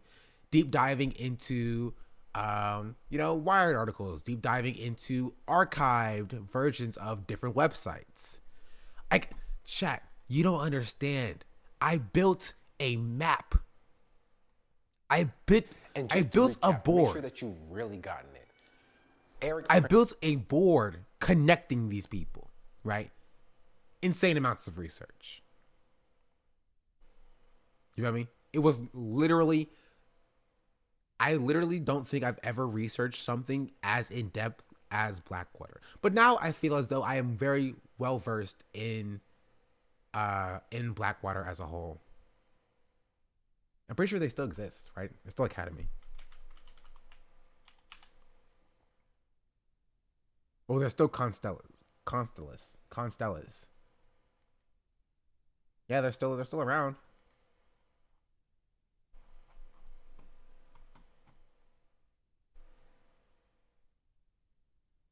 You got the same pinboard just by your Poke standing? You know it. Literally did the meme to keep your sources. I did. Which is why the meme is why I decided to do this. Yeah, I have a whole section about the investigation board. Yeah, just watch this. Okay, we're gonna cut this here. And just to recap, to make sure that you've really gotten it. Eric Prince, 1996, started Blackwater USA. Blackwater USA has a bunch of subsidiary companies. From 2006 to 2008, they have grown, they have expanded, they've taken millions of dollars in government contracts, working in Iraq and Afghanistan. Blackwater owns Blackwater Airships, Blackwater Target Systems, Blackwater Worldwide, Blackwater Lodge and Training Center, Blackwater Pro Shop, Blackwater Security Consulting, Backup Training, Blackwater Select, Blackwater West, and BWT Services. These are all the subsidiaries with the Blackwater name specifically. And so in 2007, Blackwater and 4 Blackwater guards had shot upon and killed 17 people in Iraq, 14 of them being civilians and wounding 20 more. And after the event has happened, the State Department, including Paul Bremer, who also was protected and also had close relations with Blackwater and other security contractors, made a law or a policy that private military contractors, these people, were not beholden to the laws from the countries in which they were operating in. So the 4 Blackwater guards who committed war crimes on Iraq soil could not be tried by the Iraqi court system, and thus had to be tried by the American court system, the American justice system. And that works out perfectly because it's also very interesting because the same State Department, after the war crimes that were just committed, went and tried to gather up shell casings in order to protect Blackwater. Totally impartial, by the way. And so when that happened, Blackwater's name got a little bit dirty. It's not Killer Mike bro, Easter egg, bro. This is true. They started to switch it up. They're like, oh, in 2009, we're like, we're no longer Blackwater. We're these services. And we're gonna shift our focus away from military contracting, from the security industry, right? Turn into these services. And as a consequence of that, we saw Blackwater airships turn into Guardian flight systems. We saw Blackwater targeting systems turn into GDS manufacturing. We saw. Okay, I am very proud of. I don't like the way this video came out. Like, I don't like the way that it. I think production wise, I could have done a lot better, but I wanted to get it done under like a time crunch. But the research in this video is solid.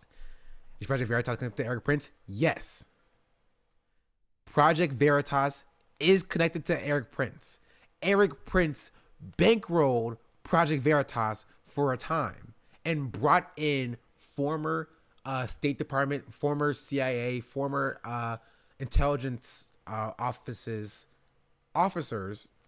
to train Blackwater. But the funny part is 2 of those officers quit within weeks of beginning training Project Veritas.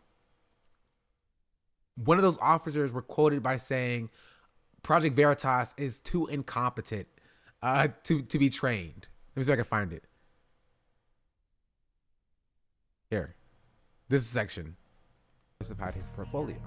No longer satisfied with contracting out former Special Forces operators to the State Department and Pentagon, Prince is now attempting to offer an entire supply chain of warfare and conflict. He wants to be able to skim a profitable cut from each stage of a hostile operation, whether it be overt or covert, foreign or domestic. His offerings range from the traditional mercenary toolkit, military hardware and manpower, to cell phone surveillance technologies and malware, to psychological operations and social media manipulation in partnership with shadowy operations like James O'Keefe's Project Veritas. I was also very tired recording this video. This was like hour 4 of recording because I recorded this part first. I was very tired of Gonzalo. It's a lot of words, bro. It's a lot of freaking words. So yeah, Prince bankrolled Veritas, providing training and intelligence and elicitation techniques from a retired military intelligence operative. An operative who ended up quitting a few weeks later, stating that the Veritas group was incapable of learning. Yeah, former special operative quit after several weeks of training, complaining that Veritas group wasn't capable of learning. So, I mean, it's kind of funny. But yeah. Just had a little paste bin link at the bottom, which goes to all the stuff they stole.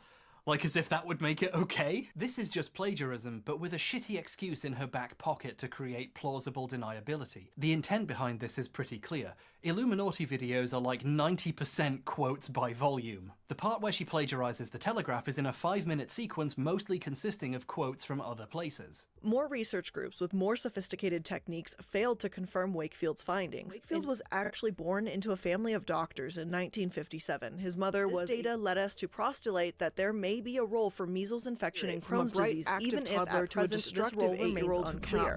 Medical Research Council, however, consisted of over 15 cases. Seriously, huge chunks of the video are just reading entire screenfuls of text from the BBC, various papers, Slate, The Telegraph, and Brian Deere. Yeah, she actually quotes Brian Deere in this one. Wow! But this makes the videos boring. She's just reading pages of quotes at you. So to break up the screens of text and make it feel more original, sometimes she doesn't tell you she's reading someone else's words. She's doing plagiarism out of embarrassment to make the videos less boring. When I think a video is being lazy, I do a little test.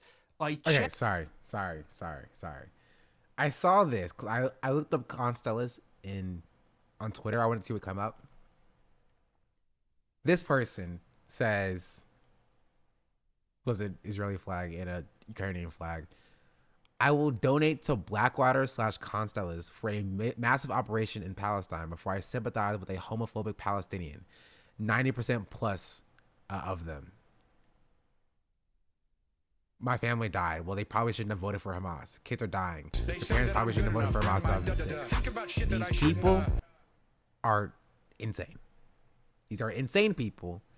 I just want to remind you, right? We're talking about other stuff now, but I want to remind you that these people are crazy. Oh no, the Game Changers is going on right now. VCT is going on. Gosh darn it. I want to see it. Okay, whatever. Check what sources the video used. Thankfully, Blair provided a list, and I compare it with the sources you would get if you went to the Wikipedia page for the topic. All of the quotes in that 5-minute sequence I mentioned, including the Telegraph article she plagiarized, are just linked on Wakefield's Wikipedia page. Oh, I know how this video was researched. This is a really common trick with lazy creators. Go on Wikipedia and quote all of their sources, and then it looks like you did a bunch of research and work. And to make it even better, she pretends she had to look for this stuff. Other studies have suggested there may be a link to Crohn's and measles, just not Wakefield. I was able to find a different study from the National Library of Medicine that's more recent. Have it on in the background. Would you like a score update? Yes, please. I would like a score update.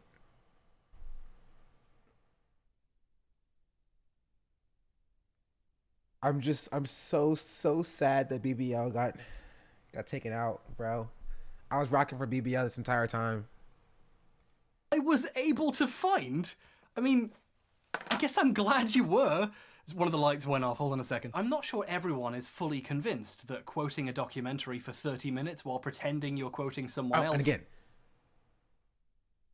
which is actually why I think that my video, Blackwater video, didn't do very well, is because my video a lot of the time was primarily documentary style, right? As me documenting this. You feel me? It's me documenting this and less analysis.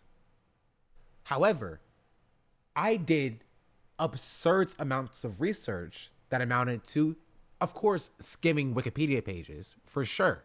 Obviously, you need a place to start. But also going into, archived versions of LLC ownership pages to figure out who owns what, right?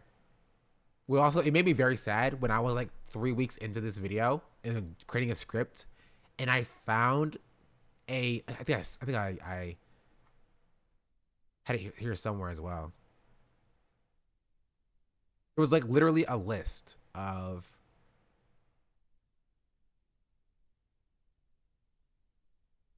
I don't know where it is. But I went U.S. spending to see the government contracts. Is I just 110 2011? Really? Is that game 1 or is it they were in the series? Honestly, I'm going for Team Liquid. Team Liquid, baby. I'm rocking for him. No offense to SR, but like I saw SR's game against, who did they play yesterday? G2. I was so sad. This is map 1. Okay, thank you. Counts as plagiarism. Thank you, Spaces, for the Valorant update. I mean, it's a bit weird, but she cited it as a source, so technically it's fine. I see you, you little pedant. You think you're so fucking clever, don't you? But the fact she's trying to pass off other documentaries' work as her own is obvious when you realise if you didn't know the source material, you would have no idea she was doing this. To test this theory, I decided to watch a video of hers on a subject I knew next to nothing about, the Fire Festival, which I've really not looked into before. It was no isolated island, but an underdeveloped lot. Again, right? This is the problem. Illuminati has, what is she going to add about the Fire Festival? What analysis is she going to do? If you're going to do a documentary style video, right? It has to be on something that has not been widely talked about, or it's something that you have a unique perspective to add to. I don't believe Illuminati has anything unique to add to talking about Fire Festival. I don't, which is why you won't see a video about me talking about Fire Festival. It just feels like it's a cash grab. You feel me? It just feels like she's like reaching for money. You know what I mean?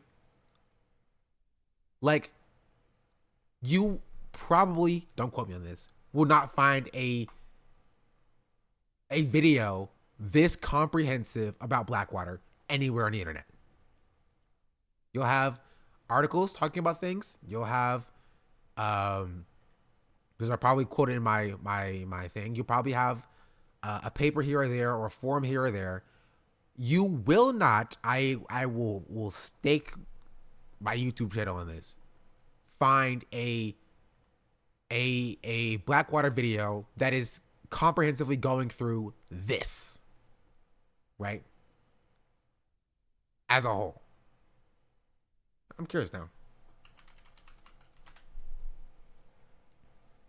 You can see the videos that I saw, right? Second not a decent video, but it was very much on the pardons of Blackwater and about PMCs as a whole, but not about how Blackwater got away with it, right? Jake Tran kind of sucks, honestly. Also, still 18-minute video, 15-minute video. This is like from a conservative perspective, from like military, about like what happened at Nisor Square and massacre, right? This is actually interesting. This is like a podcast.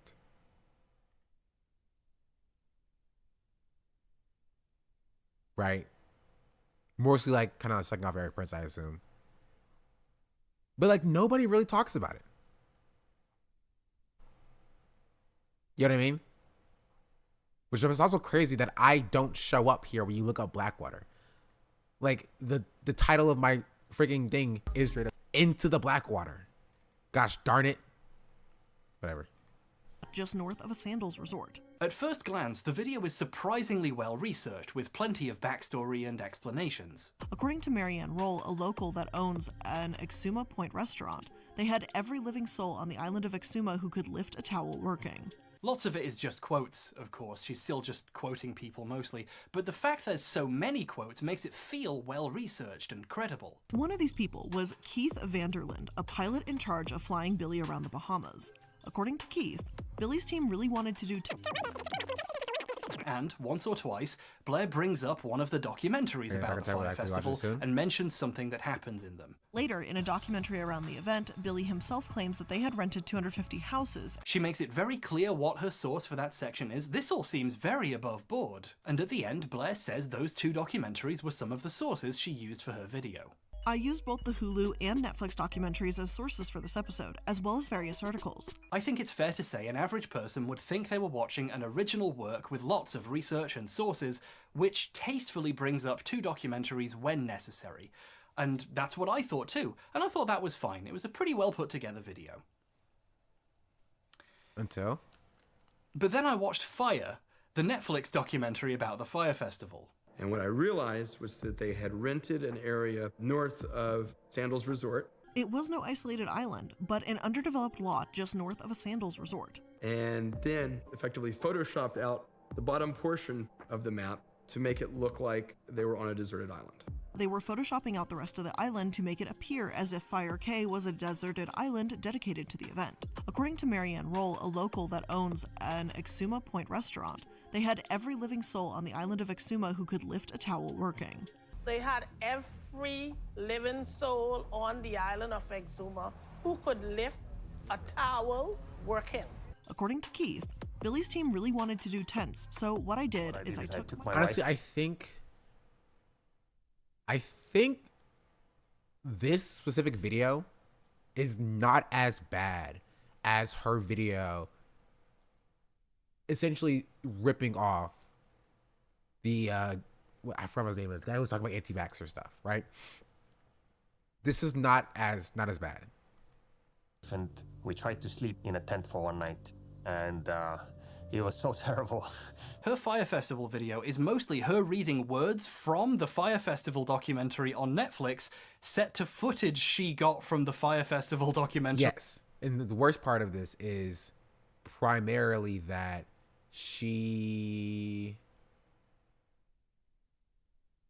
her video had no reason to exist. That's the point, right? I like to pride myself about only making videos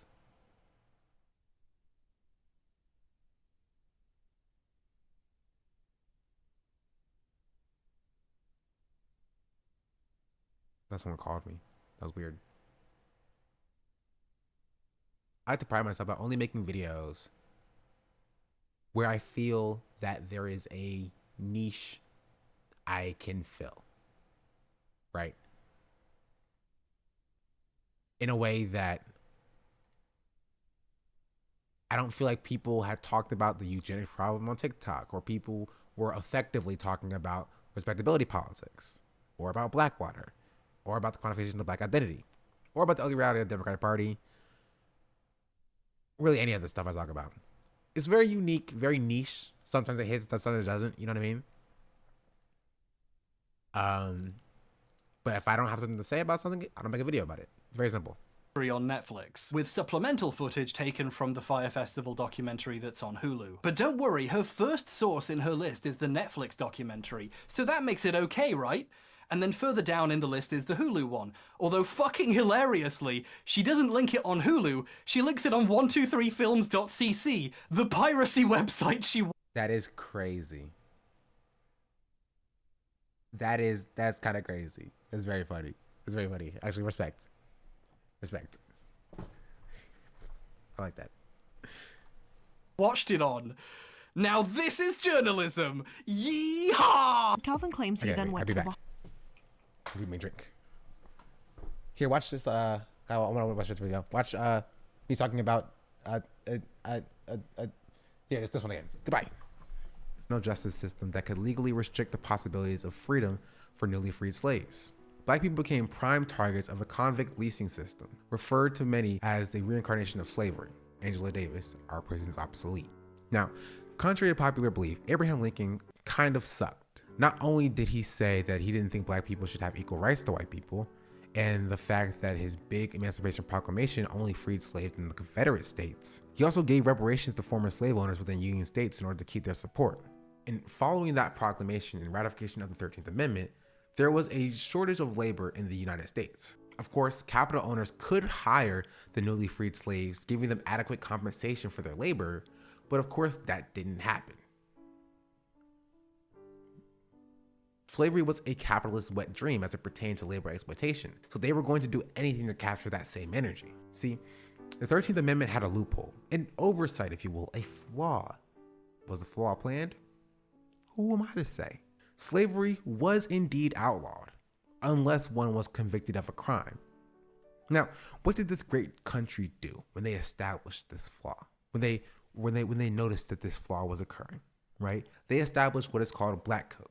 Black codes were established laws that specifically targeted newly freed slaves and covered a large array of actions that would not be criminalized unless the perpetrator was black. These actions included things, but were not limited to, absence from work, loitering, breaking curfew, insulting gestures or acts, or vagrancy. As you can imagine, newly freed slaves had no job opportunities, no home, a lot of them couldn't even read and write. So you can see how these laws were targeted specifically towards black people. For black people, it became a funnel directly from the plantations into the prison system. And once they were in the system, they were used for labor. Convict leasing was a system that prisons used to lease prisoners to private corporations to be used as a labor force. These prisoners were used to build railways, build mines, and surprise, surprise, to work on plantations. This system operated as a twofold victory for the capital owners. On one hand, they received a workforce that they can treat in any kind of way that they wanted to because the prison population was ever increasing. If a prisoner died, they'd just get a new one. And on the other hand, they can use this source of cheap labor as a way to usurp unionization efforts.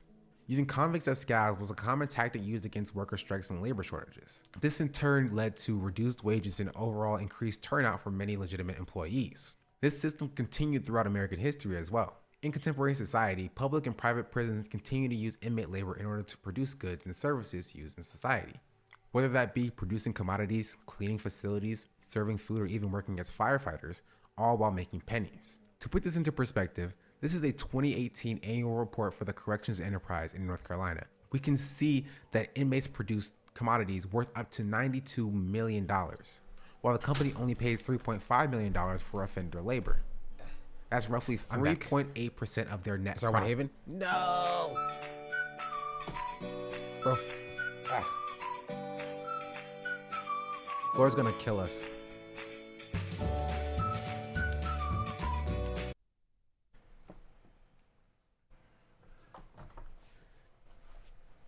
It's gonna be so Jover. I don't want Saturday to win. All right, back to this video. Bahamas for himself to see what was going on and discovered that the luxury festival tents were nothing more than leftover emergency relief tents from Hurricane Matthew.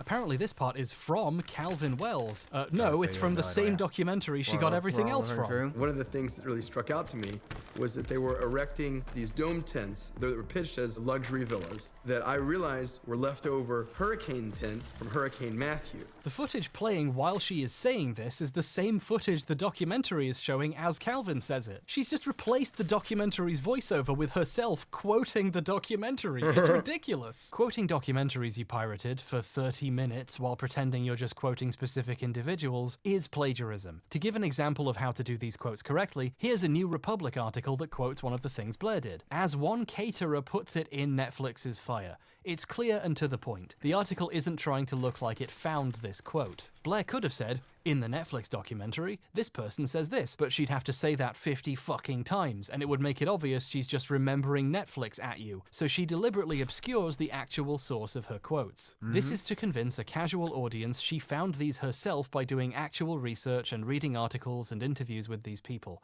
which she didn't. This is passing off the work. And she could have. That's the thing. That's the craziest part. She could have. She could have watched the Netflix documentary, understood that Netflix probably got the footage from somewhere, went, found the original footage, and then utilized that footage instead of the stuff from the Netflix documentary, doing her own analysis and adding that overlay or voiceover on top of that. Ethical. Not whatever she was doing. Also, Silent Neptune, thank you for the follow. How many videos are just reading someone else's articles? I went out verbatim. A lot of them. A lot of them. Right? Which is why I don't like to go through articles on stream.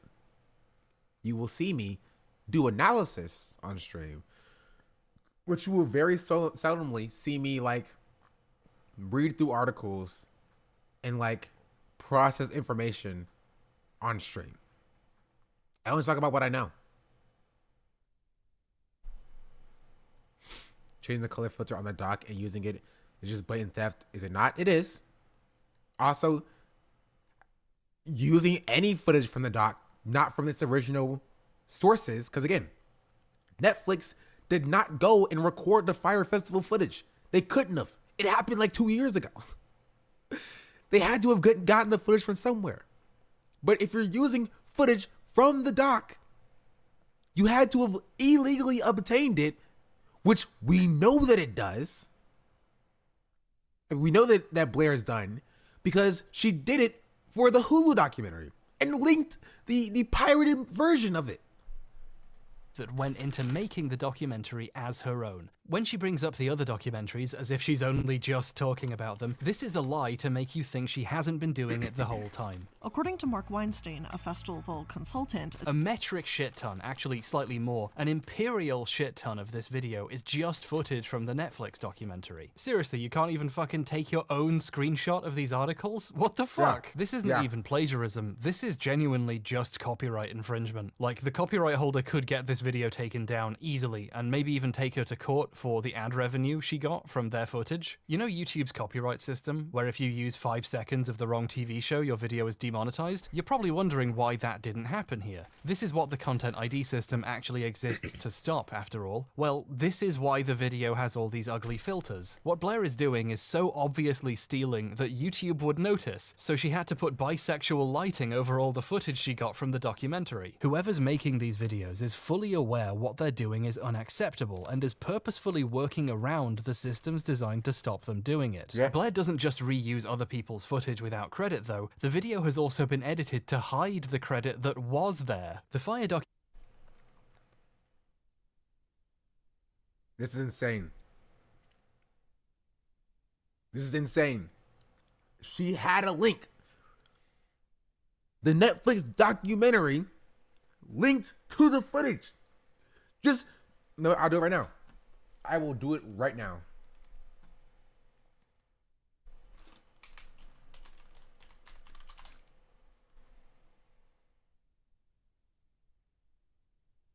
What up, guys? Welcome back to...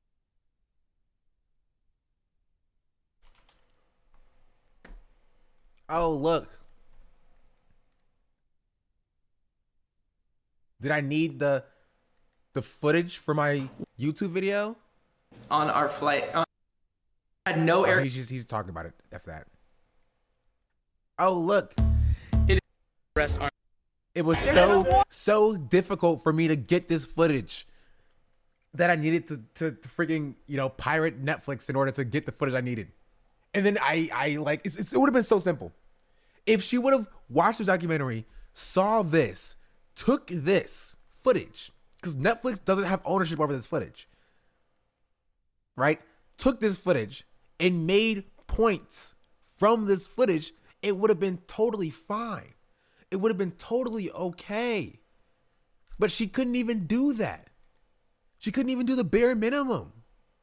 Documentary itself used videos posted on Instagram and Twitter by people who attended the event. And guess what? It credits them. Their social media's in the corner. Blair's video steals this footage from the documentary too and puts a filter over it, but also blurs out the social media. She uses a few clips from a Vice video as well, and the Vice logo gets blurred out so you can't tell where That's it's from. insane. Since Blair's That's making insane. a documentary out of other people's documentaries without permission for money, she's trying to hide the evidence of whose footage she's using so they don't notice and serve her a fucking cease and desist. Incidentally, when the Vice video uses footage from the documentary, it tells you, because this is how this shit is supposed to work. At one point she uses a clip of a news piece about the festival, which used footage from the documentary. Jeez. We just learned they would have 45 bits. Much appreciated, much appreciated. Hope she gets sued. She might, actually. This is really bad. And she would lose. Right? Not even in like a way that, oh, copyright law is so, you know what I mean? So overreaching and like you can't do anything. Not even like in like a socialist, like anti-IP way. She is bad at what she's doing. Actively hiding the evidence. All she had to do was properly credit the footage and it would have still been bad content, but at least she would be in the clear legally. And you'll notice they also correctly credit the footage too. Blair's sources are full of examples of how to credit the source. But if she'd done the same thing, the word Netflix would just be in the corner for 30 minutes. The video's opening features this fan art, depicting her bro-fisting with a person I believe she recently sent a cease and desist to. Put this on r/aged like milk. This piece of fan art is better attributed than the documentary she stole this video from. The 25 minutes of clips and quotes from Netflix don't get this treatment. She just says, "Oh, I used these documentaries as research" at the end. And I guess she's not lying. She definitely did. I wish there was room in the video to show you just how much she quotes the documentary without telling you, while reusing greased up footage from it, but it's most of the video. There's just too much to show. I also wanted to go more into the ways making sloppy, poorly researched videos means the videos are full of obvious mistakes, but this video is looking kinda long, so I shouldn't. However, Yeah. before I realized Just a little long. Just a little long. Don't worry about it. I shouldn't, I'd already made all of it. So, check out the new video on my hot new second channel. I have a second channel now. It's not a live stream channel I hastily rebranded. Check it out if you want to see me complain about Blair getting the Stanford prison experiment wrong, and also Yes. Silent Hill lore. Oh, yes, I do. I want to see that so badly. I never want to see anything else in my entire life. It's not here, you dirty liar. It's not even here. What a liar. What a liar. It's not even here. Yeah, thanks, bro. Why would you want to watch that? I don't know. This is a horrible pitch. As a creator, my question is, why make 3 bad videos a week when you could make 1 half-decent video every 2 weeks? Or 1 pretty good video every year? Videos like this aren't made for the reasons normal people make videos, like to inform or entertain or for the joy of making something. They're made for the purpose of putting out more content. Yep. The phrase content mill refers to organizations which produce huge amounts of material very quickly, designed to get attention, with no interest in quality. If you've ever seen an article in a search with a compelling title but which says nothing for several hundred words, and only tells you the thing you wanted at the end, while showing you 7 million ads, you've had the content mill experience, my friend. Some of these are just a link to a video someone else made, but they got to show you ads. There's a ton of channels out there whose objective is to make as much stuff as possible. It's actually crazy. Because, like, Screen Rant makes good videos.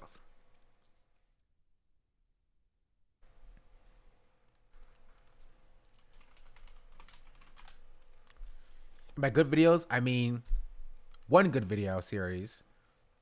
The Barbie movie has been... Not that. Pitch meetings. One of the only good things to come out of Screen Rant. Last updated February? Oh, this... So, you have a video game movie for me? One of the only good things in Screen Rant. Oh, it has its own channel now. Hi everybody, it's me, Ryan George, from the thing you're currently... Thank you, Ryan. As fast and as easily as possible. We just watched Cinemassacre become one of these, making easier, lower effort, worse videos, and for the ones that were supposed to be good, outsourcing the editing to a guy they underpaid so badly he later quit, and the writing to a guy who turned out to be stealing shit. The quality suffers, yeah, but if you don't care about quality, you save yourself a lot of time and effort. The people who are in this for the money are engaged in a constant race to the bottom, to find the easiest possible content to make and still get paid for it. If you're a nerd, and look at you, you've been recommended a YouTube short where a robot explains what happens in a comic. The sad story of Rocket Raccoon, the drunk who knew better. Okay, this is true. This is true. I do get this a lot. The time where Batman married his son. I'm like, bro, I don't want to see this. Please stop.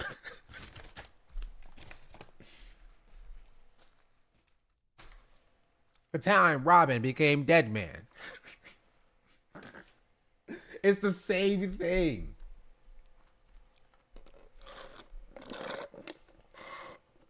And it's so garbage. But do I still click on it? Yes, I do.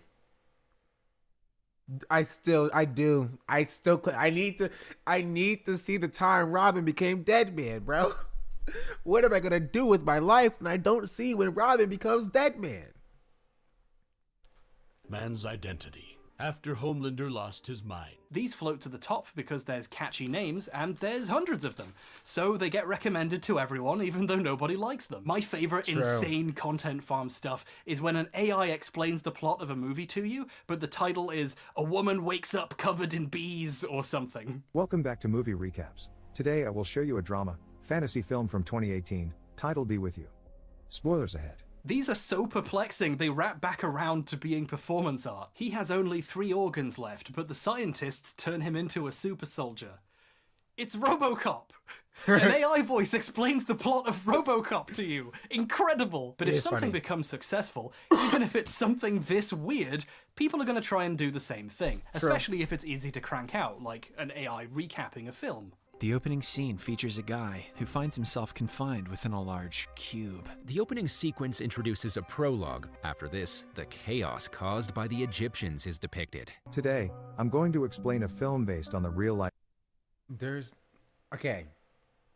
I thought the people on TikTok who do like 50 parts per movie were making it themselves.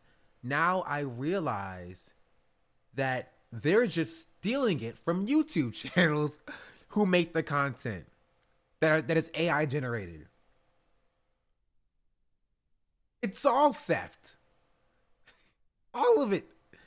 And somebody posts that on TikTok from TikTok onto Twitter.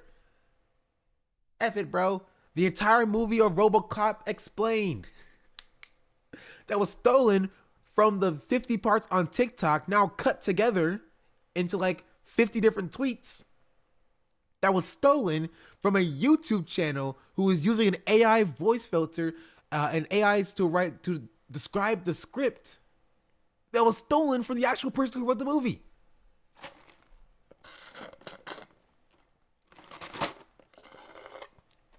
It's wild.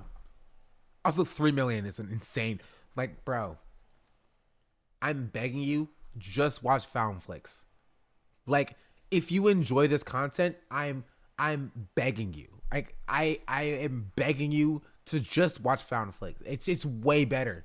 It's significantly better. Matthew started Lotus pick for TL SR1 pistol. Of course they did. Got started. Thank you for the update.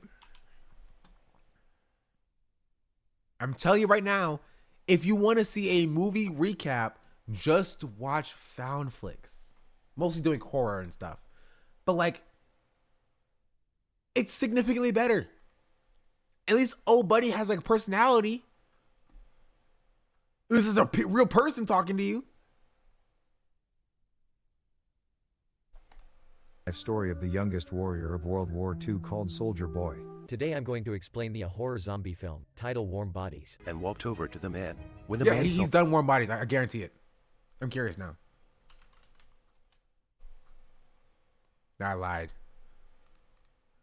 He was still cursing at his wife. The Dog King has gathered hundreds of stray dogs.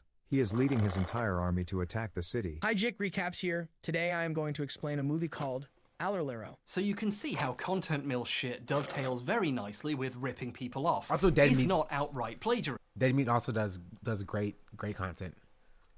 And right in the middle of this ecosystem are reaction videos, where people just upload themselves reacting to other people's videos. Hey, Hassan mentioned.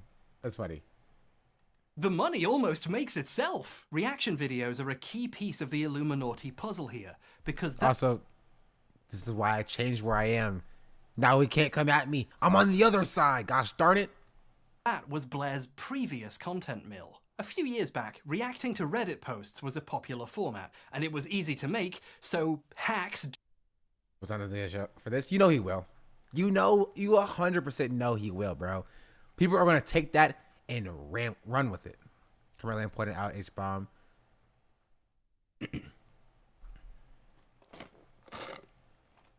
Hbomber showed up in that clip. jumped on it. She used to make videos reacting to popular Reddit posts. It was a funny little meme. Then I saw I made Hbomb a mod. Really? Is that what happened? When was this even? Oh, he was reacting to a different video. reacting to other people's videos, the money almost makes itself. Reaction videos are a key piece of the Illuminati puzzle here, because that was Blair's previous content mill. A few years back, reacting to Reddit posts was a popular format, and it was easy to make, so hacks jumped on it. She used to make videos reacting to popular Reddit posts, and she'd try to add to the jokes, and, you know, not manage it. After all, if I can't trust the President of the United States, who can I trust? And that's, Tricky Dick. Very cool, man. The Watergate scandal man himself. And she's also not funny.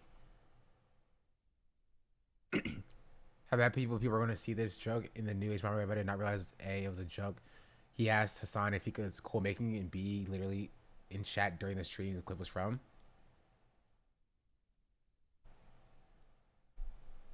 I mean, yeah. People are going to be like, Hassan sharing meme again. It is a meme. It's funny. It's a funny meme. But people are going to usually be like, oh, Hassan doesn't react to anything again. Which is why we can't have nice things. You feel me?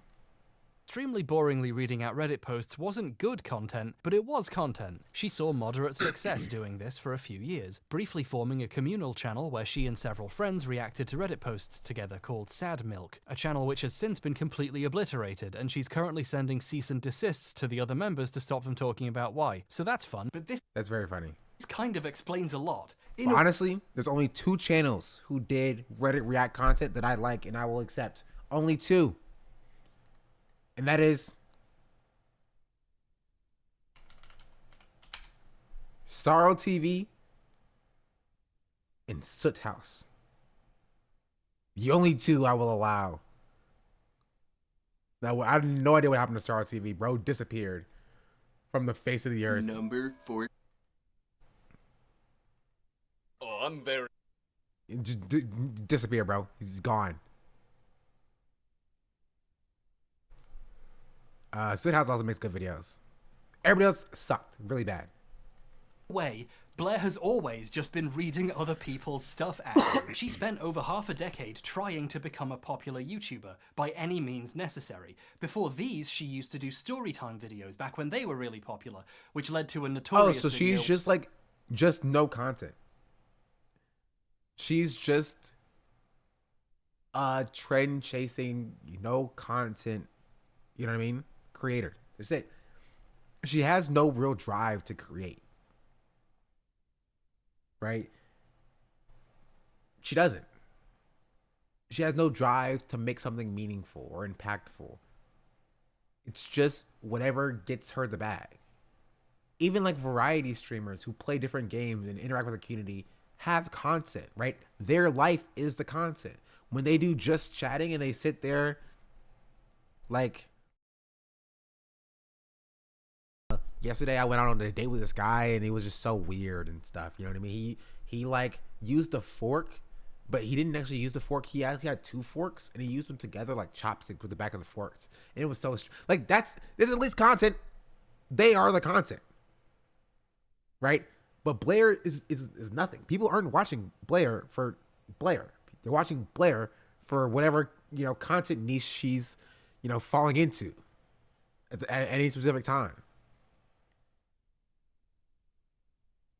Where she talked about clogging a toilet by literally filling it with shit. I didn't even see the hole, so I knew the poop wouldn't go. When video essays started being a popular format, she pivoted again and started making what she makes now.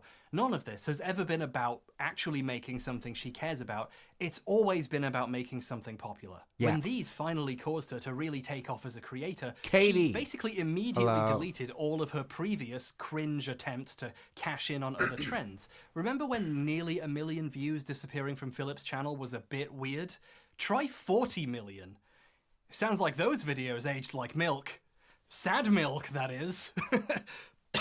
The Illuminati channel is a video essay content mill. She has a team of editors helping to put out videos every other day, and she doesn't need a writer. But like, Wikipedia's isn't that like worse? Isn't the entire appeal of making video essays or watching video essays the fact that you get one as a treat? You know what I mean? Every year, you get a little treat. You wake up one day like, what? There's a new Jabri video? Yes, please. What do you mean? Ace Bomber got dropped? You're lying to me. No, he did not. And that's just the talk of the town for the next 5 days. As it is right now, where H-Bomb is literally trending on Twitter. So, is that not the appeal? You work on a video, you put a lot of thought and effort into this video, and then a month later, 2 months later, 3 months later, you have a finished product that you're proud of. Dropping video essays every week is meaningless, is it not?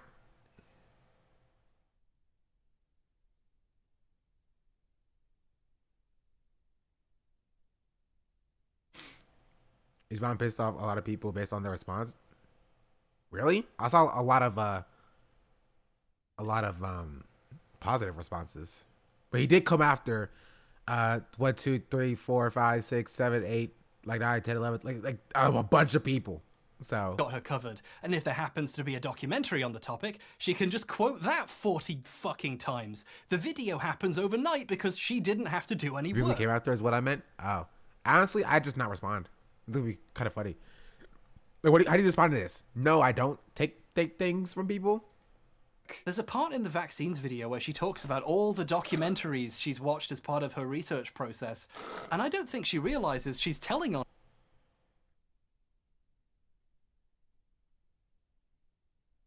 herself here. And I've got to tell you that I've seen a lot of documentaries doing research for these deep dives.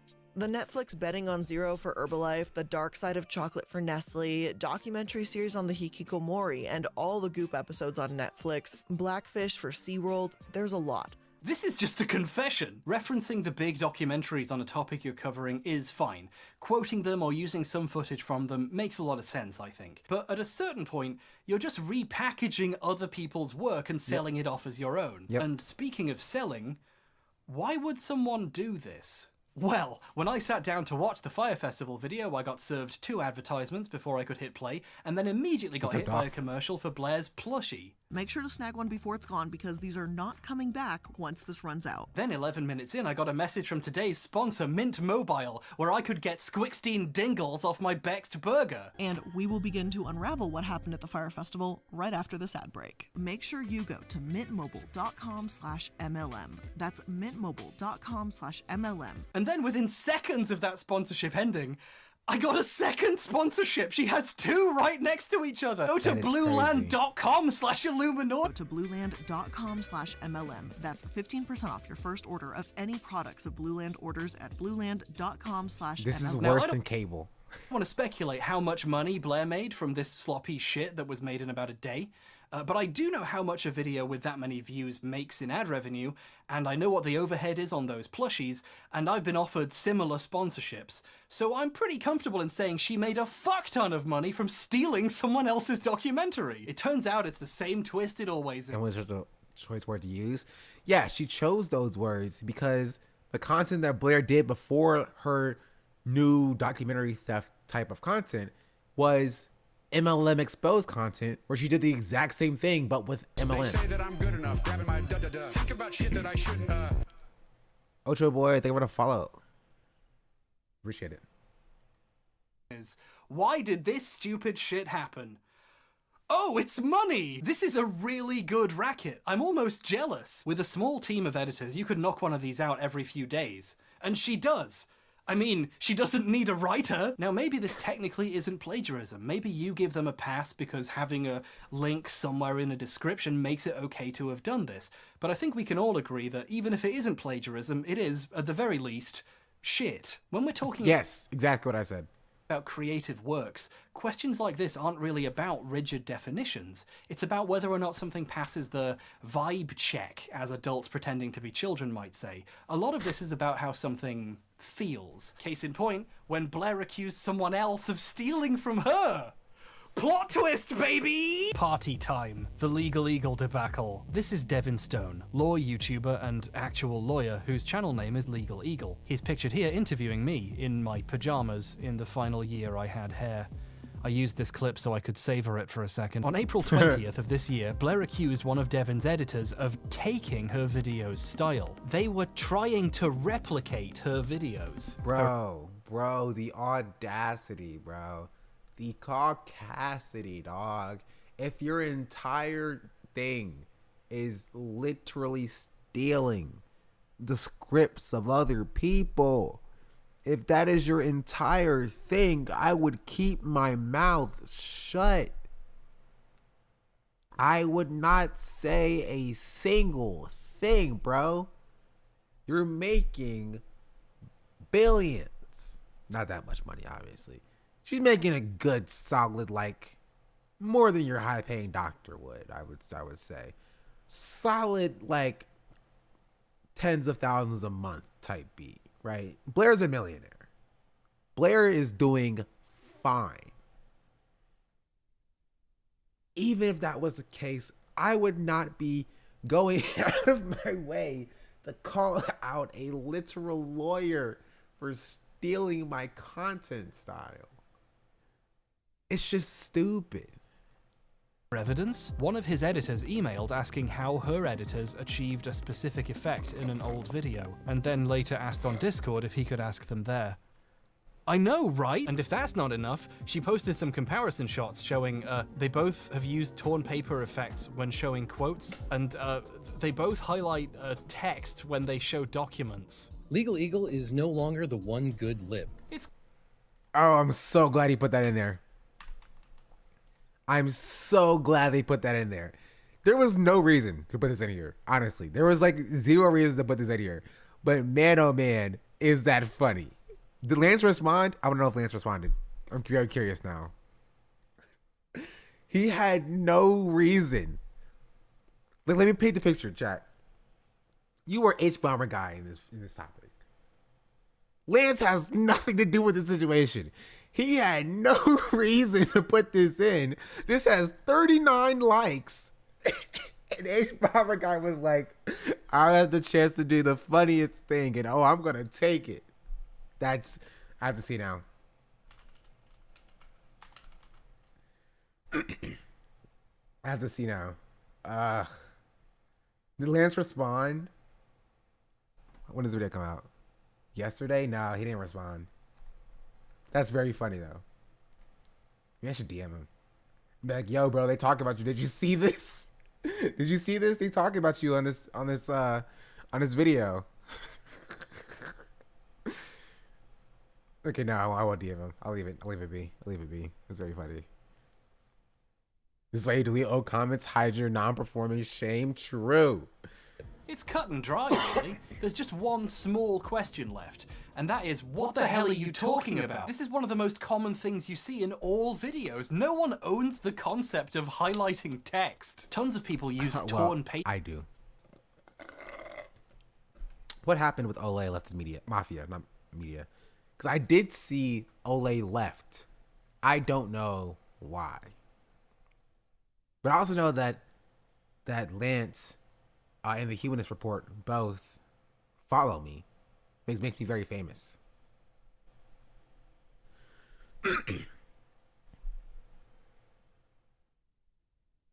I can't find it in the search on his profile with Legal Eagle. I think he probably deleted it after 1.2 million views saw that pop off. He was low-key racist. I'm not surprised, bro. You're talking about a white leftist community? Just because the chat was too racist? Definitely not surprised.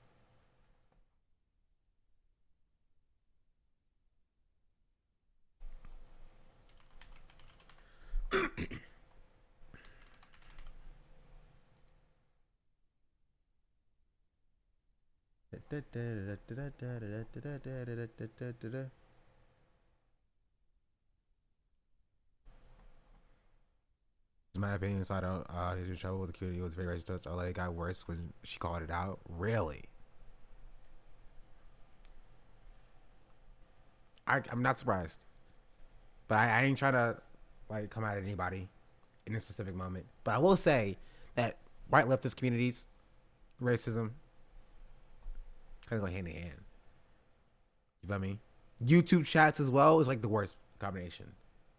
Right? Even like Hassan's chat at some points gets a little rowdy if the mods don't like corral things in. You know what I mean? So,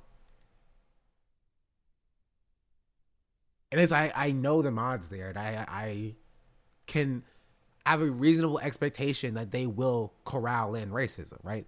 I don't know Lance's mods, so I don't I don't have anything to say about that. That's probably why I left too. They were ignoring the conversation in chat. I don't know. I can't speak on it, but I will say that, like, you know, why left the communities. In their visuals when they're quoting books or newspapers. It's basic skeuomorphism, when the thing looks like the thing that it is. I do the same thing when I'm trying to look professional. Legal Eagle has used these visuals for years, before Illuminati has used them even. Who's ripping off who again? But in any case, it's normal for editors to ask each other how they do things. That's how information spreads. True. You know those transitions that I do occasionally and Philip did literally all the time? I found out how to do those by asking another YouTuber named BobVids how he made his transitions so smooth in his videos in like 2016, and he told me what plugin he used. Almost everyone finds out about it in 2016, and he told me what plugin he used. Is that the plugin? I'm stealing that, bro.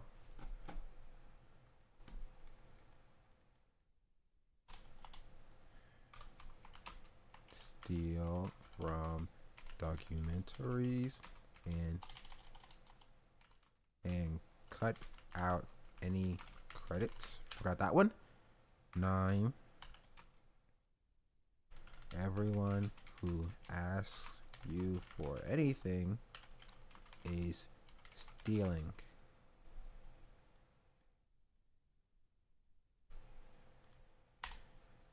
Here we go.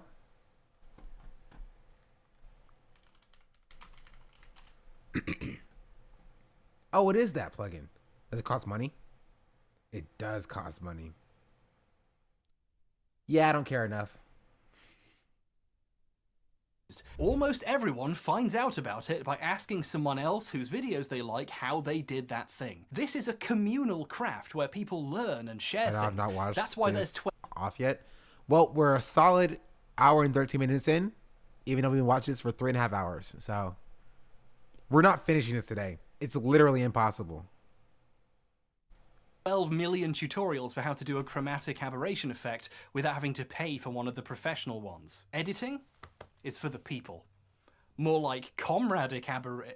No. The accusation wasn't just false, it illuminates, haha, how Blair sees the world. She doesn't really understand the concept of sharing amongst creatives because she's never actually created anything. Ripping people off is her entire business model, so she assumes that's how the rest of the industry works, just people competing to exploit each other's ideas. To this sort of person, the fundamental act of asking questions and talking shop become devious tricks to get you to give away your precious secrets about how you highlight text. Basically, this is a completely ridiculous accusation. This particular thing really annoyed me, not just as a video editor, but because I had a personal history with her videos. Here was someone whose career is built on remaking other people's hard work 3 times a week, getting extremely aggressive that someone asked someone else how they did something. I'd found the Brian Deere stuff years ago and kept it to myself because Team Liquid 3, SR7, Team Liquid's failing to keep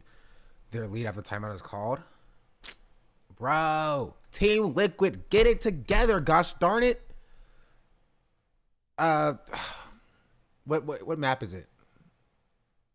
It's Lotus, isn't it? It is Lotus. I don't know, is there comp failing, bro? What is the coach saying, bro? What's going on? They're not winning, bro. They're not winning, dog. Here's a big Lotus. It's like, you know, 5-6 more rounds is over. I know this they need to win this. To believe, I don't like randomly starting fights with strangers, but since Blair seems okay with doing that, and it was on my mind anyway since I was already working on this video, I posted a video with some examples of her ripping off Deer in a quote tweet. A lot of the reactions to my tweets seem to show that this made people rethink how they VCT Game Changers, Valorant. felt about the work of someone they previously respected. And this, for me, confirms my hypothesis that whatever you call this, there's something wrong about it. Realizing how heavily regurgitated someone's work is changes how it feels to watch. Even if you like something call it about another it, timeout? now in the back of your mind you're wondering if it's them But you tell somebody to spill coffee or something. Technical pass. Tech pause. Tech pause. like and not the person they got it from. Plagiarism stains a person's work and makes it tough to appreciate even the original parts, because Unplug you'll their never computers. really know for sure again if they're original. And being the one getting ripped off feels pretty bad too, which I'm sure Blair understands. That's why she posted all of these tweets. Now imagine how those journalists and documentarians might feel. Imagine spending your life doing painstaking research, actual investigation, going out there and interviewing people and physically finding things, not just Googling it and copying what's already there. And then imagine someone reading your words out loud in between sponsorships for dish soap, getting half of the words wrong, and not even making it clear how heavily she's relying on you to make her video. Brian Deere has had a lot of trouble with plagiarism. During the scare, Deere got sued and went to court to defend his findings. He could have lost his home in the fight to get the truth heard. So when people steal his work without crediting him properly, it's messed up. Some entire documentaries have come out which don't credit him. Channel 4 did another documentary about Wakefield recently, and they don't acknowledge that it was his work they were using. They pretend Channel 4 itself made those discoveries. They try really hard to cut Deere out of the story, and it doesn't even work. Articles he wrote and his book keep popping up in the background. Deere has been battling to have his work properly recognized for years, while other— Why? It makes your work more credible, dog. It makes your work more credible if you actually credit people who know what they're talking about. Bro, if I came out here and acted like I was the authority on Palestinian liberation, you'd laugh in my face. You'd laugh in my face. If I came out here acting like I was the authority on— what else do I talk about? $2 million. On like respectability, without quoting the people that I get my information from, you think I'm stupid. Because all I am, at best, is a stupid little YouTuber. Does a little Google search and does a little bit of analysis with my brainicles. You don't really watch me for my journalistic abilities, because I don't got none of those. You watch me for my ability to take information and come to my conclusion. That's why people care what I have to say. I don't care what Blair has to say about a topic, about the research that Blair has done, right? If I'm interested in Blair's thoughts, I want to know her analysis. Based on the information that you've seen from these things, what conclusion can you come to? I think Blair is insecure about how people will view her analysis. You know what I mean? It's in a way similar to something that Philip DeFranco does, in that Philip DeFranco is a news channel in that he offers the news but offers no analysis, right? None of his own takes. And that works if you're doing breaking news. It introduces people who are looking for news to that news. But if you are Blair and you're talking about Fire Festival that happened 4 years ago, thank you. I don't care about it. You're not news anymore. That's not news. That's old. Gosh darn it. Old.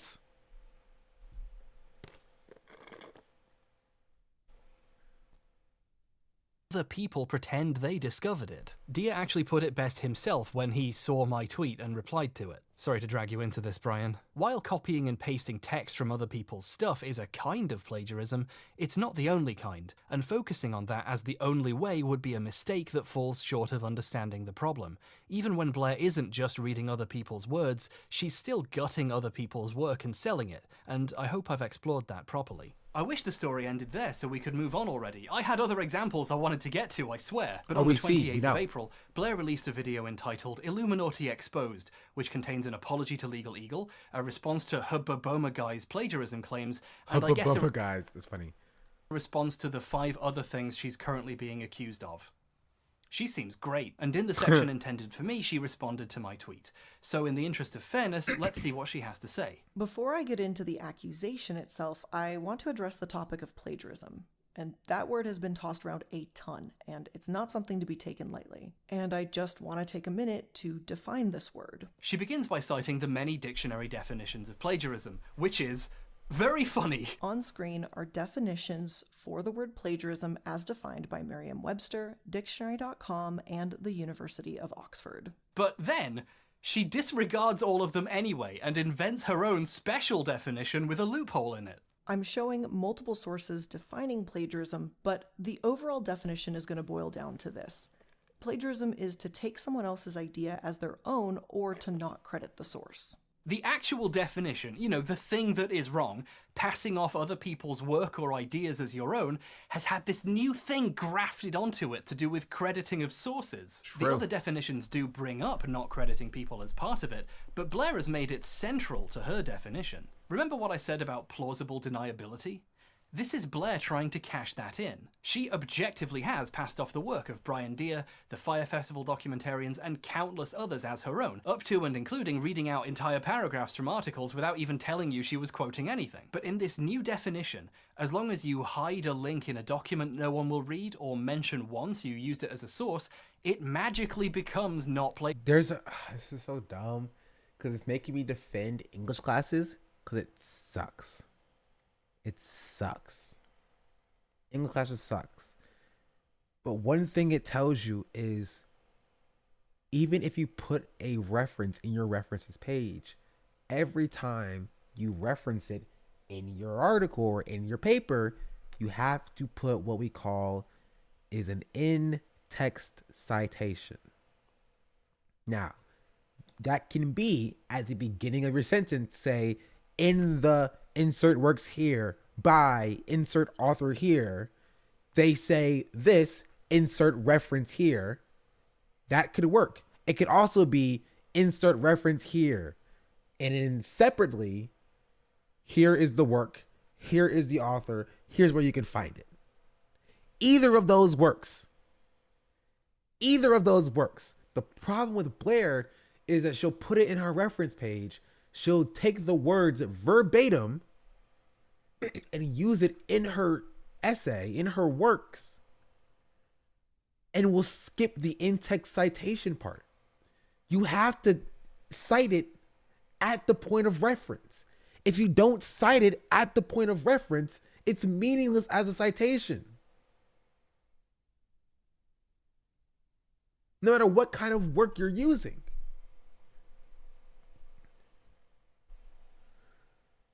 Do they think it makes their work less good if you cite? Yes. Yes, they do. They believe that it makes them, dumb or, not a good researcher or not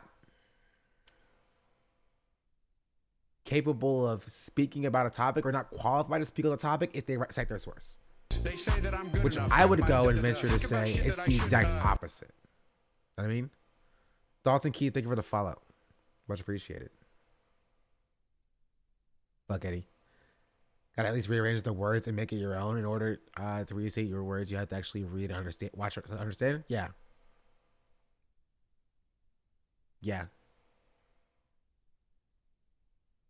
Plagiarism anymore. She then gives the defense that she did cite Deere in that paste bin of hers, but her video demonstrating this actually shows why this is a cheap trick. When you go to my sourcing page for this particular episode, you can also see that the documentary is listed as a source. Illuminati's paste bin full of disorganized links is embarrassing to watch her scroll through. I assume she was trying to show how easy it is to find the documentary in her list, but then she couldn't find it. She cited it as a contextless YouTube link, so she has to have text appear on the screen saying which of these sources was the documentary. That's very funny. What really surprises me about the response is how deliberately manipulative it is. She makes a big show of how... to say because then we know you aren't relying on your intuition or whatever. It makes you more credible. It makes you more credible. And people just refuse to do it. And I understand it. As somebody who speaks off the cuff for hours at a time, you kind of want to be able to come off as understanding what you're talking about, right? Being able to draw conclusions and make connections to things as well.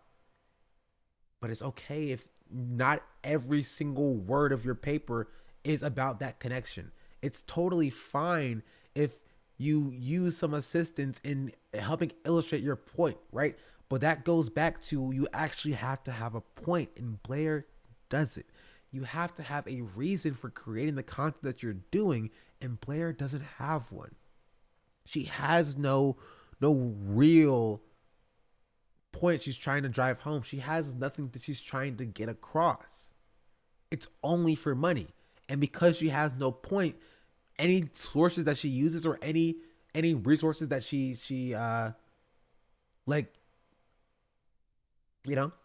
references in her work is not supporting a point because there is no point. So the references becomes the work itself. Everyone's singing again?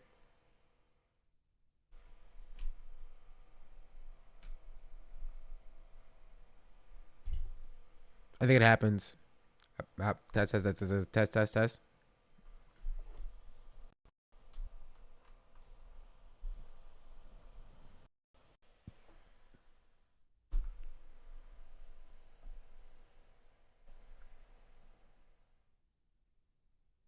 I think my computer is getting overheating a little bit. Also doing a lot of help academics when you're citing the number of citations or gets as a key metric in determining how influential you are, and in turn adding citations can help you get cited more later, because when people do cross references they will see your work and also cite you. Yeah, for that you need to actually have something unique to say though. How thorough she's being in her response. With that definition being clearly identified, let's go ahead and take a look at what Harris brought to the Twitter table. She shows my tweets about the situation, obviously, and she reads them all out, which makes sense. She's used to reading people's words for a long time, but she doesn't show the video she's actually responding to. Harris posted this video saying, and I quote, "Personally, at Illuminati, I would define plagiarism as something a bit more specific. For example, copying someone else's documentary directly into your script." End quote. After slowly and painfully reading out the entire surrounding context, why doesn't she show any of the video? Well, because it would make her look really fucking bad. If she showed the video directly comparing her with Dia, she wouldn't be able to defend herself at all. It's obvious what she did was wrong. Instead, she shows this one screenshot, which just happens to be the part where she's technically quoting something on the screen. And then she gives the defense that, look, you can see I was quoting it. However, in his own video, he shows where I'm audibly quoting a direct line from the documentary, and even visually you can see it on the screen with the quotation marks. Yeah, thank you. But even in this screenshot, it doesn't say anywhere where she's getting it from. That's the main problem. That's the primary issue, right? Contrast that with an actual decent quote, I would say, to toot my own horn. Government officials to protect individuals. Where is it at? I meant this one. Right? In quotes. Check Discord. What does it say in Discord?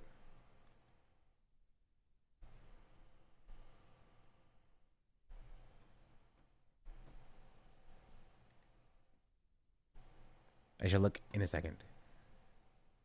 But it says in quotes, right? The actual quote. And then it says who the author is and what the works is, right? Which I do also reference at the end of this. I specifically say it out loud. Referred to many as the reincarnation of slavery. Angela Davis, our prison's obsolete. Now, that's a quote. That is a citation. I reference a specific line of the work, reference the author, and reference the work itself. This is not that. Quote, stop injecting his autistic child patients with blood products. Lawsuit with FDA in 1989. That's not a quote. That's not a citation.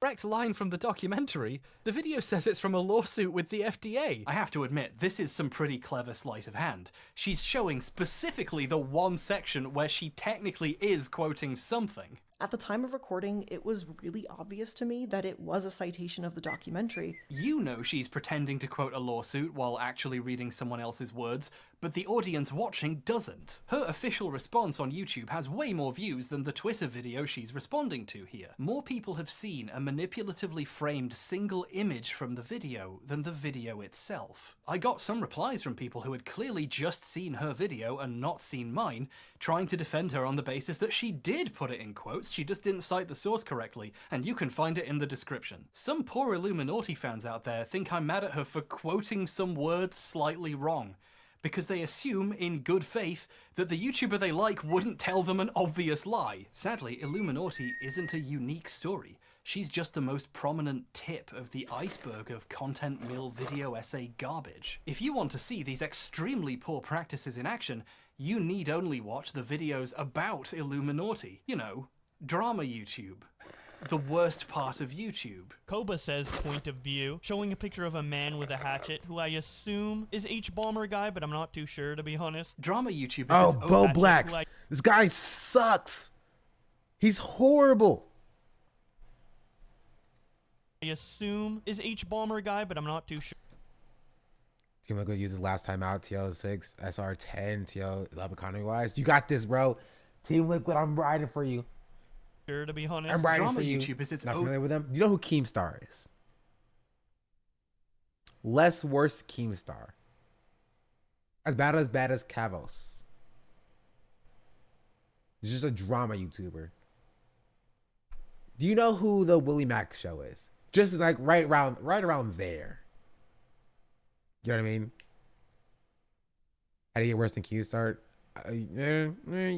Not really. It's very hard to get worse than Keemstar. He's less worse than Keemstar. So Keemstar is like worse. He's like down here with like Kavos being right here and Willie Mac show around them. And then you get down to like Turkey Tom and like Optimus and like then you get down to like Mudahar and Moist Critical and then them. Least worst like drama channels.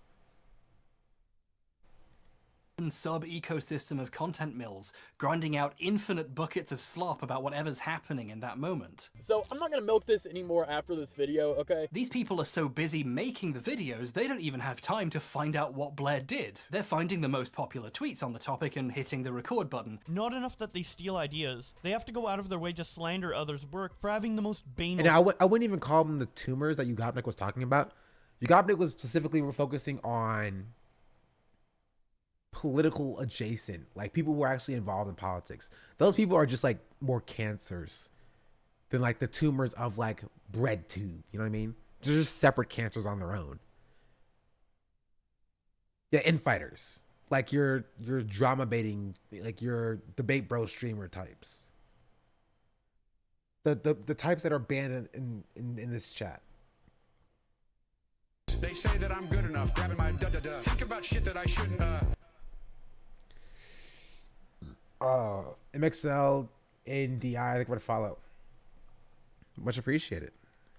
Similarities. Yeah, that's right. Wait, banal? And in their most evolved form, they're not even doing that. They're watching other drama videos and making their own version. I've seen the compilation I made of Blair copying Dia in like 40 different places at this point. But what's really amazing about it is that it's now crossed the drama mill event horizon. So instead of being credited to me, it's credited to the other drama YouTubers the current drama YouTuber got it from. In this instance, the previous drama YouTuber's name isn't even spelled right. That's the level of research we're dealing with here. I don't really care about getting credit for a video I made in 5 seconds. The point I was trying to make was that Corner's foreskin, they were to follow.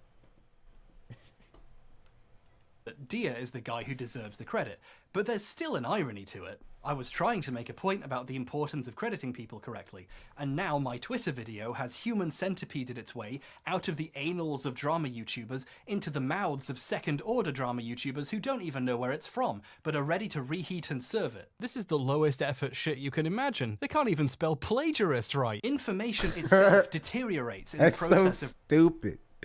That's so dumb. And now we're talking about it here. So like, who's really the loser here? You know what I mean? Who among us are really like the person who's losing? And I'd argue to say it's all of us. We all lose. We all lose. I just try to speak for yourself. That's funny. Producing industrial quantities of content. The mask has fallen and the gears of the mill spin naked before us. No, the site's open. You guys are free. No, don't go back to A. No, go B. B was so free. It was so free and so clear. And now, so stupid. Sorry. As they wheel and crunch, all meaning to dust and Raid Shadow Legends sponsorships. Go to audible.com/repent Harlequin. Hey, I have one of those.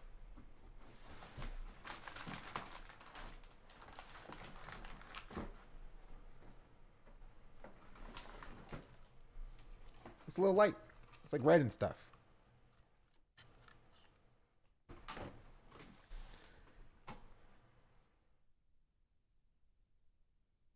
Gosh, darn it. Come on, TL. Team Liquid, you better win this. Enter a coma and escape this madness. Anyway, thank you for taking the time to reply, Blair.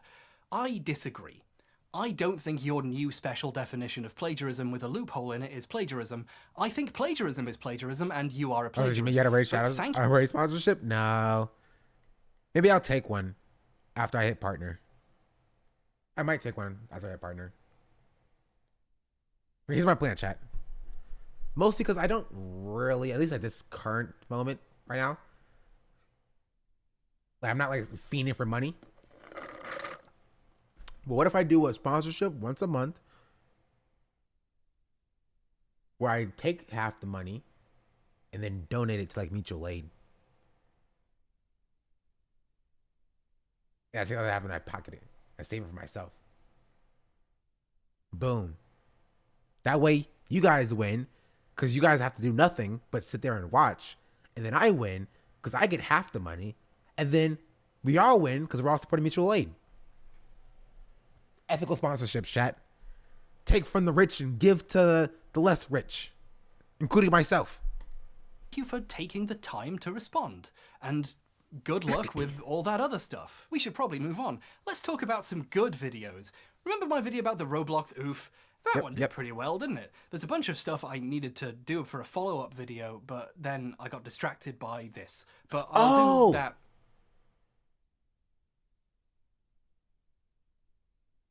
It's best of 5? That actually makes a lot of sense. I'm so glad.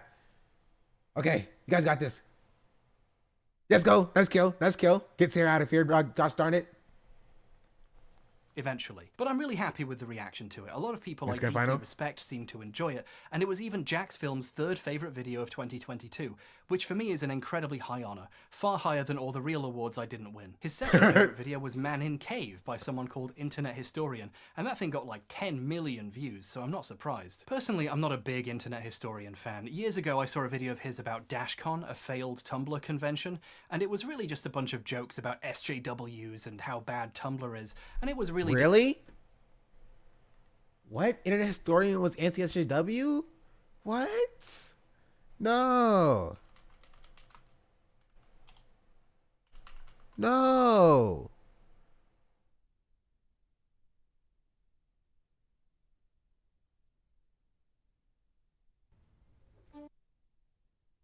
But the Costa Concordia. The Costa Concordia. That was a good video. I love that video. I've seen it like 3 times.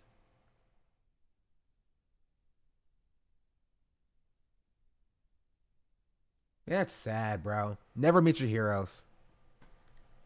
Disappointing. Working clock moment? I guess. Internet Historian has also been quite racist. Really? No, he had the opportunity to talk about a really interesting moment in history, and he just used it to post cringe. But that video was eons ago, and I don't like to judge people by super old stuff they made, and a lot of people I really respect seem to like him, so I'm sure he's way better now. Anyway, let's finally watch Man in Cave and see what the hype is all about. No, I mean it. Pull up your phone, open up Man in Cave, and let's watch it together. No, just type Man in Cave. It's the top one. It's got 10 million views. Oh, you can't find it? It's not there? As of present recording, Man in Cave mysteriously disappeared months ago and has yet to reappear. What happened to Man in Cave? No.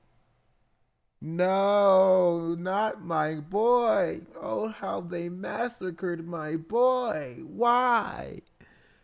No, no, no, bro. He makes such good videos, dog. The Costa Concordia is such a good video. It's literally top 5 videos I've seen on YouTube.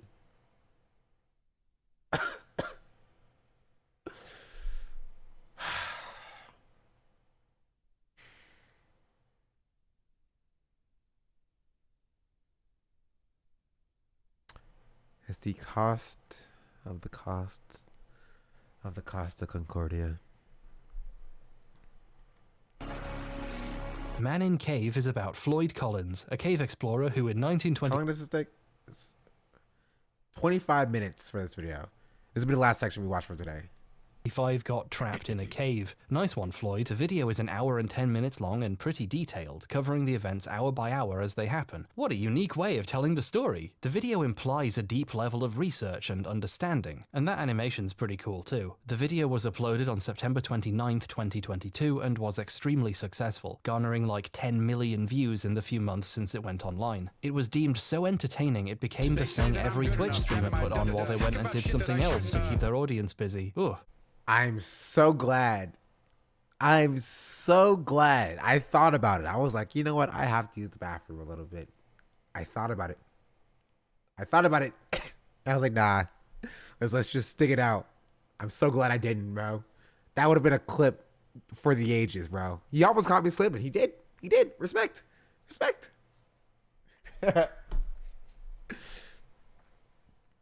Emperor Swagrog for the follow. Much appreciated.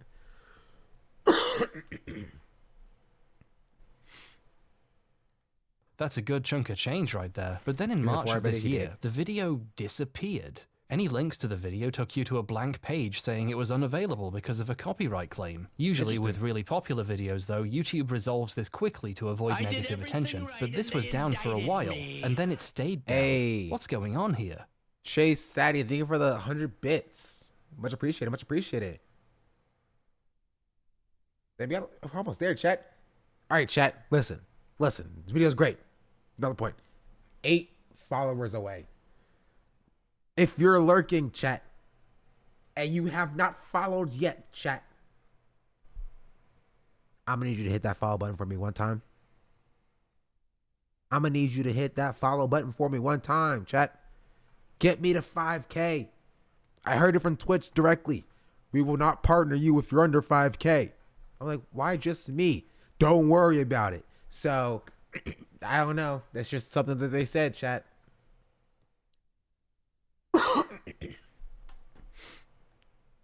They say that I'm good enough. Grabbing my Hey, it works. Think about shit that I shouldn't. Zedalots, thank you for the follow.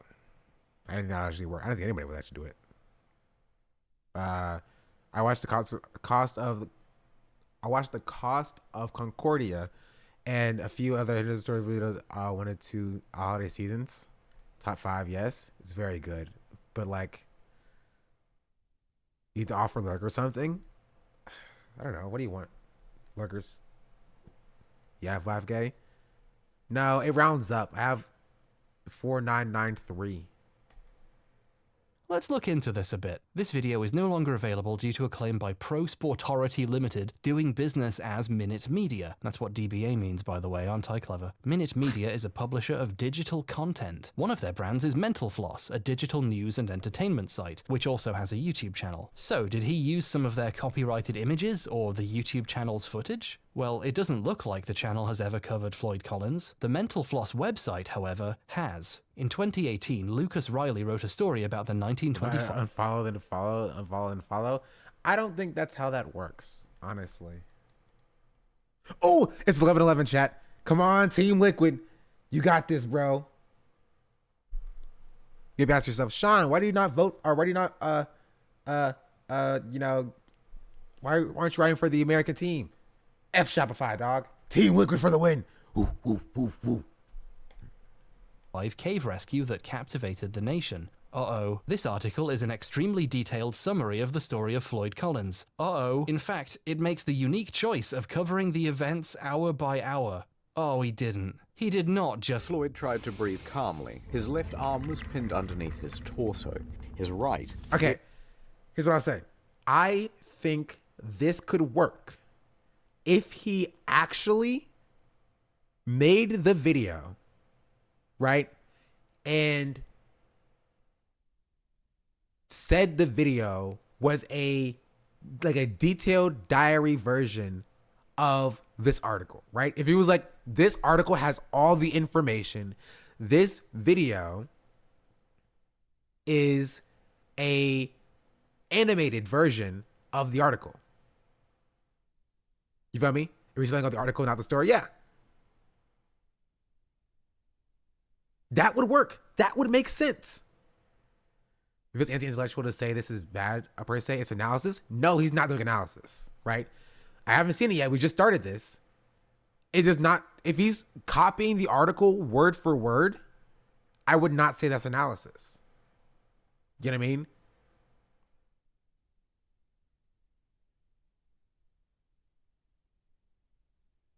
There's that he doesn't do more analysis than the article. If the article is his only source, he should make it very clear. Again, I haven't seen it. He should make it very clear that he is not doing research, but instead doing a direct retelling of, or a visual description of the article itself. Edged by the rock ceiling above. You know what I mean? Beneath him, sharp crystal shards dug into his skin. When he did attempt to shuffle, more gravel and rocks would tumble from above and pile onto his feet. He should try untying his shoes, said one. No, we should send him down with a contortionist who's got a mallet and a chisel. Hey, how about using dynamite? One clique formed, insisting that it was a great idea, till they started arguing about gas torches. But by far the most common suggestion, of course, was amputation. So he removes his suit. He would also need to have express permission to effectively, or be able to retell this article from like a visual perspective. You know what I mean? Comments gun, what's up? Hello. Cool emote.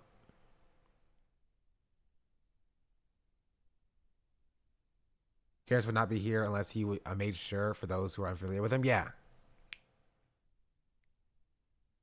I don't think I want to live in a world where you need to adapt history, educational materials. Teachers do that constantly. That's not what he's doing, though, right? You think the internet historian is doing this specifically to educate people? I think it is. No, it's not. No, it's not. It's content.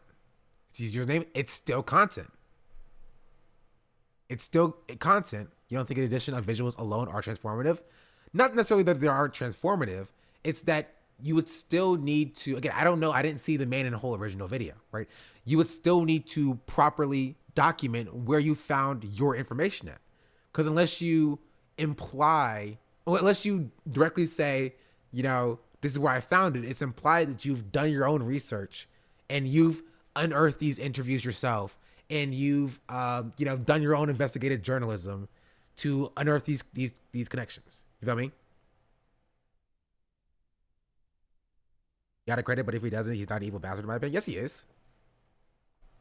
Just generally not properly crediting material makes you a bad person and a bad creator. I'm not giving people a pass for, because again, keep in mind, this internet historian got a lot of, if not even monetarily, which he did because he got 100 million views, got a significant amount of clout from this upload. And actually, I'm curious. I want to see what sources he included for the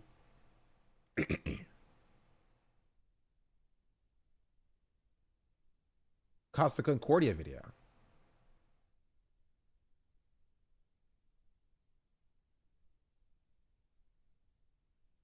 Yeah.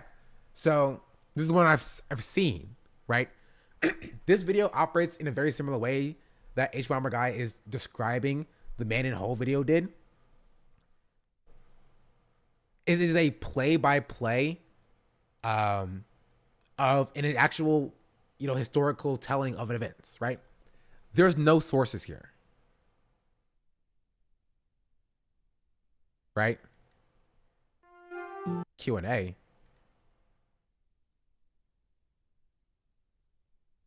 But there's no sources here. So this leads me to believe that the internet historian did ample research of collecting articles not written in English, and some that are, effectively put together a timeline of events from start to finish of what happened on the Costa Concordia, right? And then animated it, and then, edited it together into a story, into a cohesive retelling, made a video about that, and then put it out there. If that's what he did, I think that's fine. I think that's good. But if he took an article that was like, here's what happened step by step, animated that article, and passed that off as him doing all the research, I think that becomes a problem. He has to give, if he does that and gives proper credit, I'd have no problem with that either. But if you can't do both, you can't put a middle ground where you don't credit the person properly and also imply that you did all the research but never actually do the research. You know what I mean? If someone stole a script and made a banger movie, you still have it over the writer? Yeah.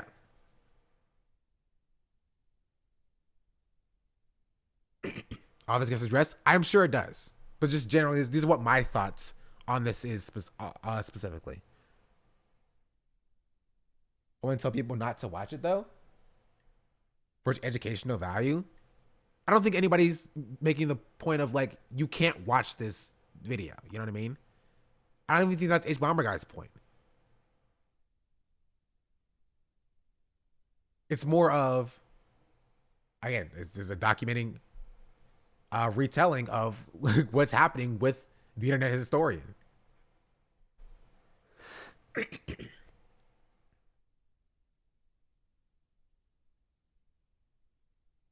could just read the article in the classroom. Why would you normally do that? It is visually a good video. It is a very good video to visually understand what is happening going on. This is true. I'm not gonna sit here and lie and say that it's a bad product now because of how it was created. It is a very good product, very well done.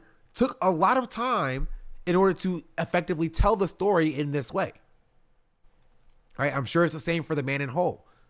The problem with it is that he didn't do the research, and he should not get credit for doing the research.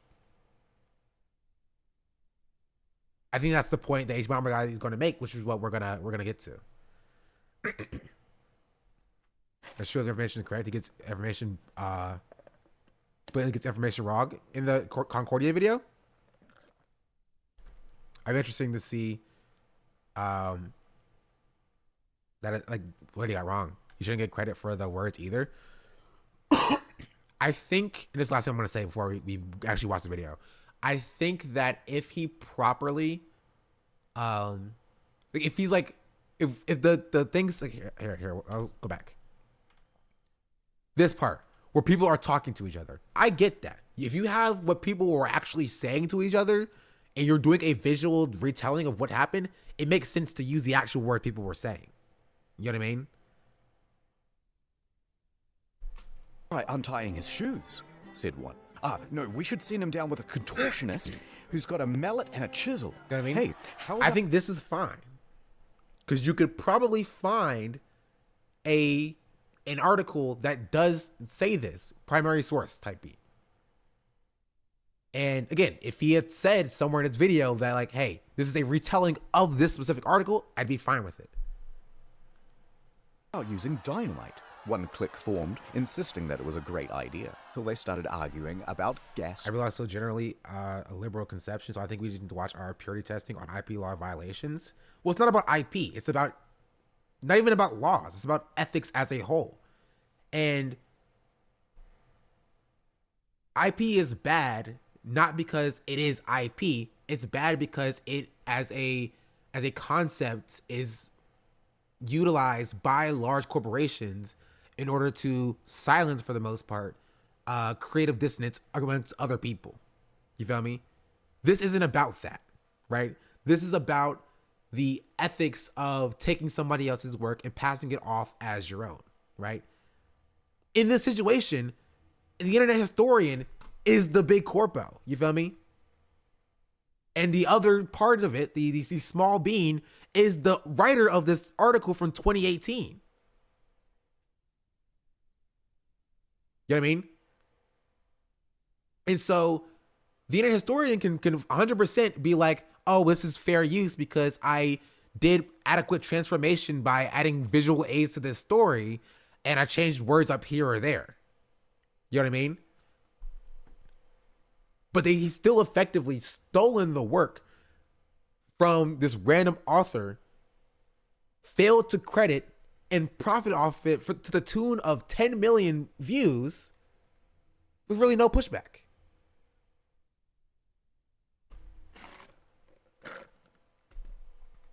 Tortures, but by far the most And again, common. none of this would be a problem if he properly credited the article. I don't think it's too much to ask to be like, yo, if you're going to do this, you have to give proper credit for doing it, right? Being anti-IP doesn't mean that, like, yeah, everything is, that you can like steal somebody else's work and pass it off as your own, which is essentially what, again, from the 2 minutes that we watched this, you know, it seems to be doing.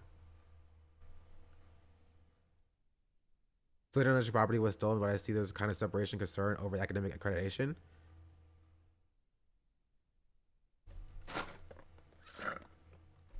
Suggestion, of course. And I don't even think it's necessarily about intellectual property per se, more as though, because intellectual property is a legal term. You know what I mean? I'm not tackling this from a legal perspective. I don't care about the law, just as a whole, generally. The point that I'm making is that ethically, morally, it is a bad thing to do. I mean, it's not the 2016 author was on the ground doing interviews with the cave, right? They were referencing primary materials too, right? Yes. The thing is that the internet historian was not referencing primary sources. The internet historian was referencing the secondary sources of the author. If the internet historian did actually reference the primary sources, then I believe it would be fine to do, for the most part. But when the telling the internet historian is saying, the narration is, you know, very clearly like 90% similar to what was documented in the article, it's very clearly been lifted. But I will watch it because apparently he gets into it. We'll watch it. We'll see what happens. Amputation. So he removes his suit, drapes himself in coveralls, and grabs a lamp. Whoa. But Floyd didn't really answer any of his questions. In fact, he was incoherent. So Miller took a few mental notes, and he left. Somehow, Homer mustered the strength to altogether wrench the cord from the other men's hands. The rope went slack.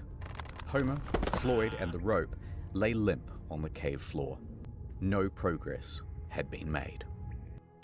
For the first time in YouTube history, a copyright claim is real. Internet historians stole Lucas Riley's article, used it as a script for a 70-minute video, gave him no credit, and uploaded it for money. But let's consider an alternative explanation, just to be fair. This was a real historical event. Was reporting on the ground outside of the cave. They're both telling the same true story, so of course they're going to be similar. That's a good point, you're very smart. But there's a difference between using the same sources or recounting the same history and telling the exact same story in the same way using the same words. And if going hour by hour didn't make it obvious, the fact it copies the rest of the structure makes it blatant. The opening, which covers Floyd entering the cave, even uses the same image used at that point in the article. Soon after, when Floyd first becomes trapped, the article flashes back to Floyd's childhood. The video copies this narrative framing and does the same thing, flashing back after he's trapped, and even tells the same anecdotes about his past. Floyd has been exploring the caves of Kentucky. Yeah, again, this would be totally fine if the video itself was not presenting itself as its own narrative, like retelling of the events, but instead of a visual representation of what the article was saying. But it's not.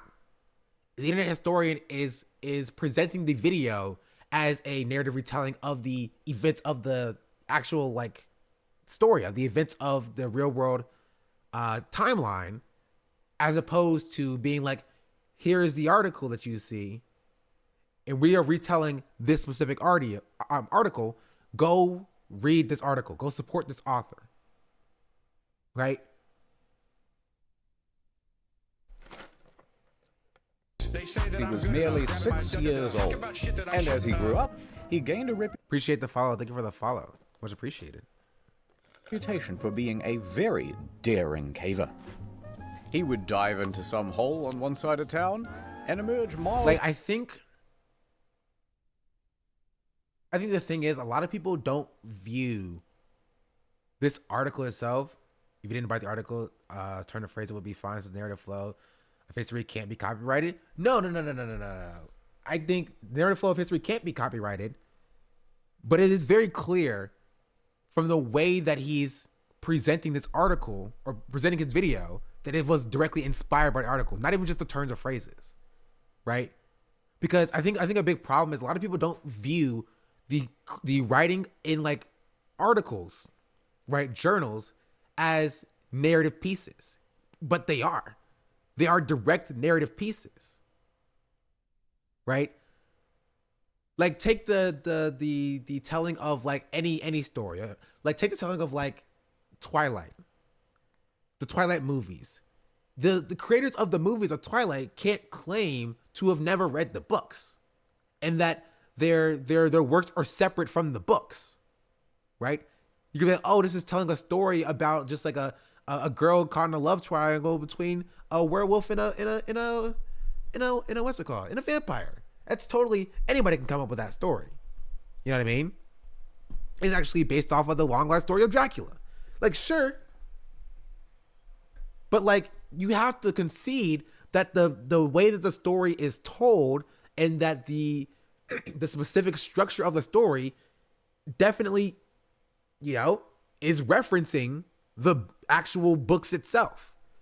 And in a very similar way, again, okay, here's what I'm saying.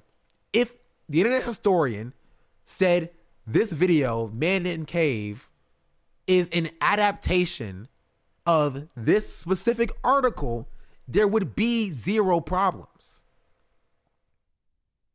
You know what I mean? There would be absolutely no problems if he was like, this is an adaptation of an article of this article here. You feel me? But he didn't. He is, again, it doesn't necessarily work as like a YouTube video because YouTubers like to do this very often. But there's a reason why he's not doing it, right?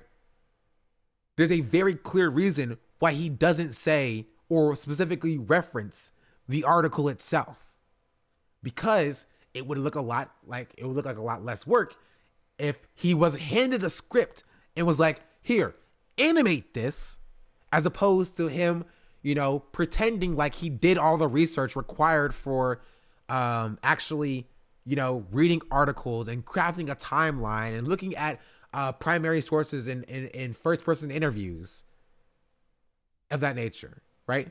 It seems like a lot less work when you realize all of that work was already done for him, And all he had to do was like, you know, make it sound a little bit better for a YouTube script and then like animate things. Still a lot of work, comparatively less work than having to do all of that. You know what I mean?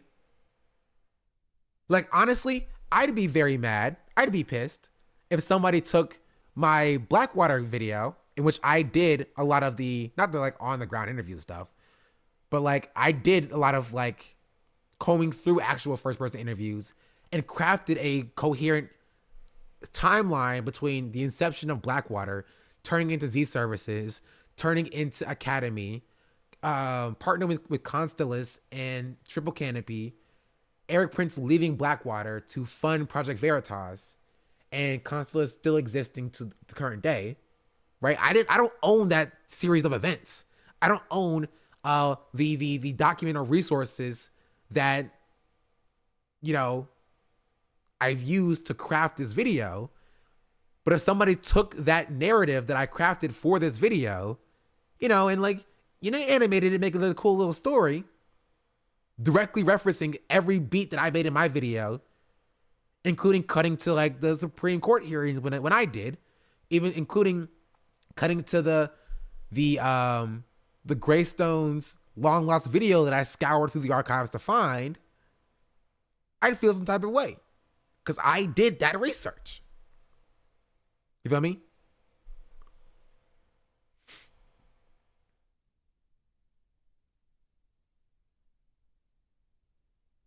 Well, by the way, I guess someone did this. Some of my published history journals. I still would have been thrilled to have my educational materials were having reach, but that's just me. But it's not about that, right? That's the same thing where people are like, "Oh, you should be happy when like X about a person reacts to your video because it's getting more reach." Right? Sure, you could be happy about that, but it's totally within the right for the person who wrote that article to be like, yo, I wrote this. You feel me? I would like to have been reached out to for this work. You know what I mean? I think they're well within their right to feel some type of way. They could also be ecstatic about it. They could be like, yo, I love this, and it's totally kind of cool and dandy, right? I still don't think that would change the overarching message of it's not a great thing to do. To pass off like doing the work of actual research as your own if that's not what you've done. You know what I mean? Away on someone else's property. This one's interesting because the words are quite a bit different. Instead, it's copying the article visually by having him literally pop his head out like a gopher. You know how in the previous segments I've been showing all the really obvious examples to get the point across? Man in Cave is over an hour long. If I showed the funniest examples, we'd... Us journalists, historians aren't paid per view like YouTubers are. This is also correct. And so the internet historian just saying his name probably would have done wonders for his own from the article writer's own like image, his brand. Because that's kind of like what you need as like a journalist. You need people to take you seriously and to be like read your works. Be here all day. Gerald knew more about cave rescues than most. In fact, just that summer prior, he had helped untangle Floyd from a different snag. Everybody was shaken by the experience.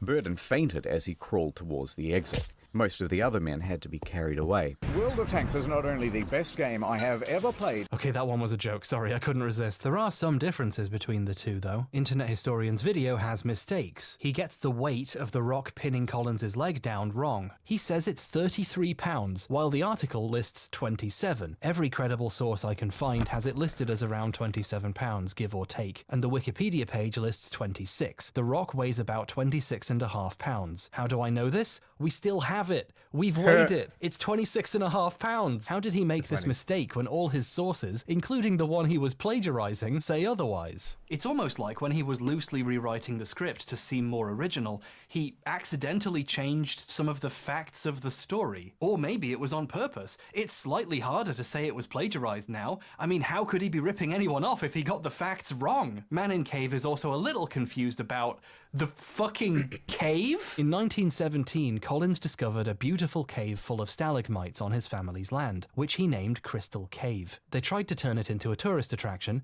but this didn't pan out. He then tried looking for a new cave on his neighbor's property, and this is the cave he got trapped in while clearing out, which was later named Sand Cave once he became trapped. This is covered in the article, as well as being common knowledge about this story. Internet Historian treats them like the same one cave and calls it Sand Cave. So now the story has insane shit, like Floyd advertising Sand Cave to tourists, which literally never happened because he died in it before it could open for business. That's what the story is about! This isn't nitpicking. Okay, it is. But this is the cave in Manin Cave. It would be nice if he got the cave right. This is the place most people my age are going to learn about Floyd Collins, and it's a shame they're learning history that's not true. Here's a funny thing. Okay, well, this is weird. The reason why it's weird is that if he changed the facts purposefully in order to tell a more dramatic story, why even tell that story anyway?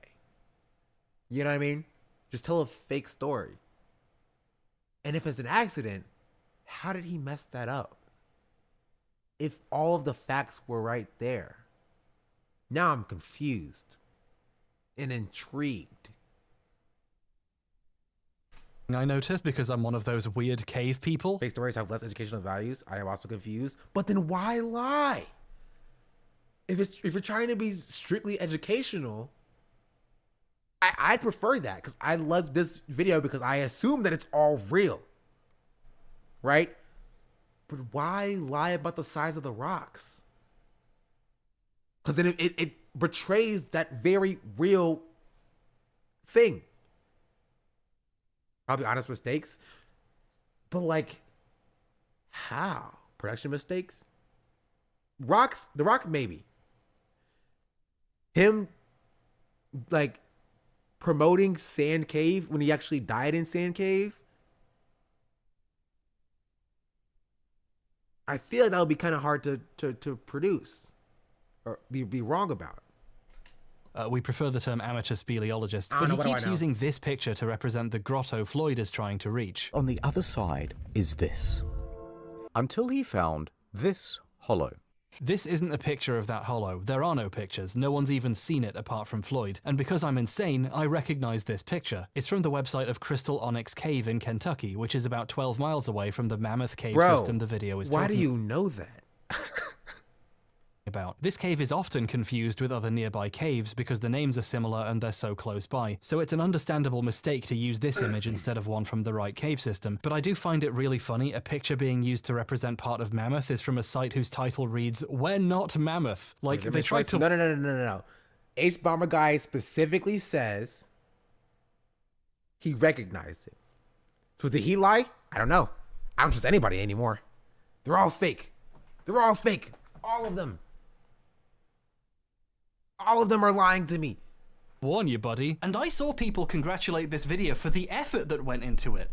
I assume they're talking about the animation, which is pretty decent. Internet Historian's team did a good job with this, especially considering its length, a compliment I've received myself many times. That's one reason why this is all so disappointing. This could have been good and not been stolen. We can do both. Riley is a really talented writer and researcher. He was the articles editor for Mental Floss back when it had a physical magazine, with folks who worked on it calling him its beating heart. Riley is a very well-regarded, award-winning writer with a skill for telling gripping stories, and I can tell Internet Historian agrees with me, so it's a shame he gave him no credit for his work, even as it contributed to what must have been a huge amount of income for him, doubtless more than Riley ever made for writing it in the first place. Internet Historian sometimes cites his sources when they come up. He'll have text saying where it's from, and that's a good practice.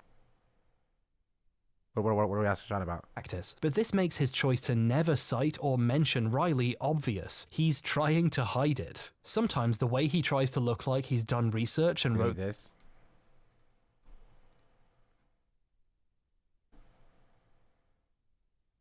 Bro, what? What is he even shaking there?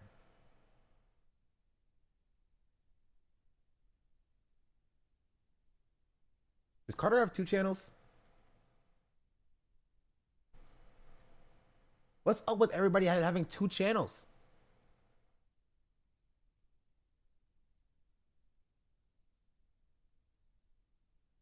I don't know. Ask Katie. Katie's in charge here. This video himself is very funny. There's a bit where he's reading the article out loud, as usual, then pauses and acts like he's about to read something else and just keeps reading the fucking article. Near the final squeeze, large cracks had formed. The ceiling was beginning to droop.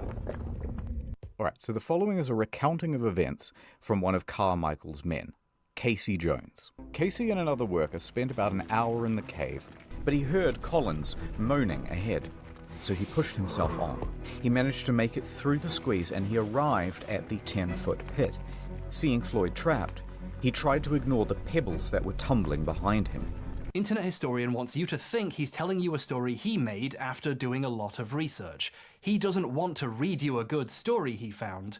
He wants to pretend he wrote it. But this, the obvious fact it's plagiarism and it's wrong. Yes. I agree. He didn't use the exact same words. He didn't say trudge. I think Hbomb Guy is correct here in that there's a specific reason why Internet Historian does not mention, I forgot his name again already. It wasn't Carl, was it? Got started. What was this article written by? Lucas.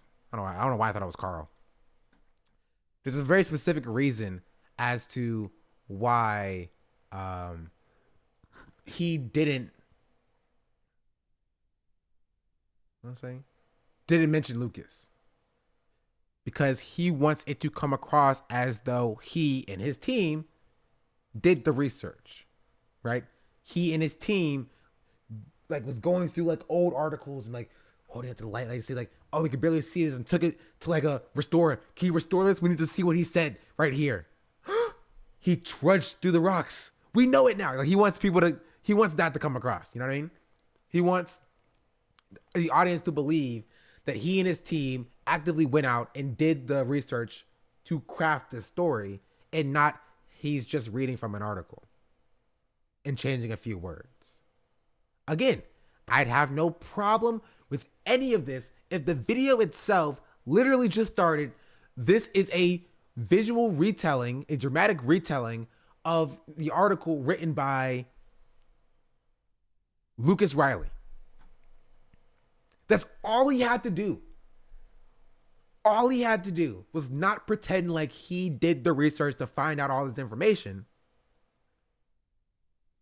and properly credit the article.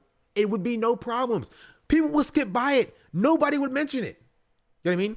He does it for the Costa Concordia video. Look.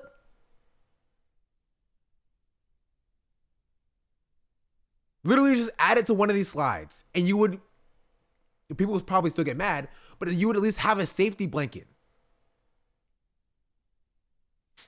You know what I mean? So I know it's like the following is a dramatic retelling, animation done by X, Y, or Z of this article. Check out the article below. Link to the article in the description. It literally would cost nothing. But if he did, people would think it's too close for comfort. So he tried to be slick, so he didn't give credit, I think.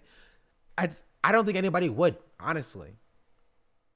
Because the audience wouldn't really care. You have a Discord? I do have a Discord. The audience would not care. They get a good story regardless. Exclamation point Discord for the Discord. That's the easy stuff. What's interesting is what happened next. I've been standing on my feet for ages. I'm gonna have a sit down. That's better. This is my living room where I keep all the books I pretend to have read, and also my board games. Me too. Yes, I'm one of those people. I even have a board game about caving. This is quite hard to find nowadays, so I had to get it from Germany. They love board games there because they're not afraid to look one another in the eye. I can't wait to spiel this cave game. For my money, that's the best joke I've ever written. Hold on, we're doing a video about plagiarism. Let's get this set up properly. But reference, check how many more Perfect Union videos credit the people who are actually doing the journalism. Then, do they not? This is a whole style of video now, and by style, I mean one person did it first and then a bunch of boring people ripped her off. Stealing from lots of places is inspiration. My assumption was that More Forever Union was doing its own, like, journalism. Interviews, on the ground, talking to people and such. But stealing from one place is plagiarism, They're unless taking you call it the bread tube style, and then it's fine. I don't even Right. know what a bread tube is. I just woke up one day and was told that I was in it and that people hated me for being in it. I don't even know what it is. Anyway, when someone from Mental Floss noticed the plagiarism and filed a copyright claim, Internet Historian tweeted about the video's disappearance, but in a kinda suspicious way. He obviously knew why it got claimed, but he chose not to say why, so his audience could freely... That's an issue. They don't have like a... How do they not have like a credit section? Movies do it, bro. It's so simple. Just have a scrolling credits at the end, dog. You can't even manage that? Man, YouTube production studios are kind of suck. Speculate amongst themselves for hundreds of posts about all the ridiculous reasons YouTube takes things down. Some of them noticed Pro Sportority is based out of Israel and got anti-Semitic about it, but ironically so it's fine. What an interesting audience he's built. All this needless speculation has helped to create a smokescreen. People assume the video was taken down for a bullshit reason and there is no clear explanation, when there is one and he didn't give it to them. You can see how it's, even now its audience doesn't care, so why would they FE credits it correctly? Yeah, but you should at least, as a creator, just be like, you're a creator. You understand it. You know that, like, it kind of sucks when people don't credit you correctly, right? The entire problem, like, around ReactGate was about, like, not being properly credited for your work. You know what I mean? Or Sniper Wolf. The entire point around her thing was, like, people, like, she's not properly crediting people. But some, like, people just, like, very easily jumped on the, you know, hate Sniper Wolf train. Rightfully so. I don't really care about that lady. But like now when it's, you know, an historian could very easily just put something in the description. Literally one thing. A link. Is this worse than the Illuminati? You feel me? Who at least had like a sources page. On purpose. Internet Historian has taken videos down before. A lot of them, in fact. Like, dozens. None of these seem to be because of plagiarism. He says he just doesn't think they're very good anymore. I think he got a bit of what we in the business call troll's remorse. Like, oh, maybe this video was inappropriate and normal people would judge me for it. And he got rid of that video that's just a bunch of Tucker Carlson clips and reading a hentai in an extremely racist Japanese man impression. That's not advertiser friendly. And we want those World of Tanks bucks, don't we? But since his fans are, you know, normal, cool people, they saved all those old videos, and there are several channels dedicated purely to re-uploading all his old inconvenient stuff. And some of them tried to re-upload Man in Cave, and instantly got hit with a copyright claim as well, because the video is in YouTube's system now. Here's a screenshot that was posted of one of these claims. The infringing video blatantly and unlawfully plagiarized verbatim text from our article, and the placement, pacing, and presentation of content is almost identical to the article. Speaking... Yeah, that's what it is. Right, it's not just the text itself, which is why what like internet historian fans are be like, look, you changed the text a little bit, right? It's everything surrounding storytelling,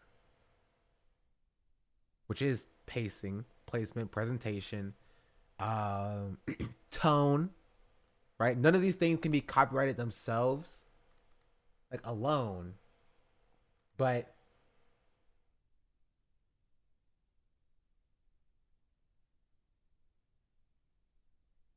sorry, I was gonna say something else. Structure, yeah. But together, they had goals to tell a cohesive story, and he's just very much been unable to properly address that. You know what I mean? From experience, normally claims aren't anywhere Like, near... all he had to do was be like, yeah, I you know, took a lot of inspiration from this article. The end. That's it. That's literally it. This detailed. The article's owners are not messing around. This is how we found... Sorry. Team Liquid won last match. W Team Liquid. out about the plagiarism. Kat was browsing her drama Reddits, as she does a lot, and she saw a post with this smoking gun in it. It's amazing how easy it is for a story like this to not get spread to a wider audience, even when it's for a video this popular. The furthest the story has got so far is a thread proving it, just sitting in a random subreddit with like 90 upvotes. If Kat hadn't seen this, I wouldn't be talking about it, and you wouldn't know it happened either. So, thanks, Kat. You're so cool. I love you. Most YouTubers in this situation would fight a copyright claim publicly without anyone noticing. Yeah, that's precisely what it is.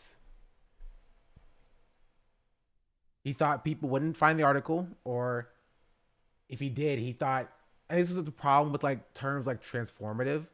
He thought his work was transformative enough that like, oh, this is like mine now. You know, I don't have to give credit, which is kind of the wrong way to think about things, which is why I hate the entire copyright discussion as a whole. Because people are like, oh, look, now that I've done X, Y, or Z to this clip, now I don't have to give credit. I'm like, you should want to, right? Do you not want to? Do you not want to give like more of a shine to people who have inspired your work? Like, I don't care if somebody has more subscribers than I do, somebody has less subscribers than I do. Regardless of what it is, I'm giving credit to the work. Why are we pitting the video? The video has been on for like 4 hours. It probably expired by now, honestly.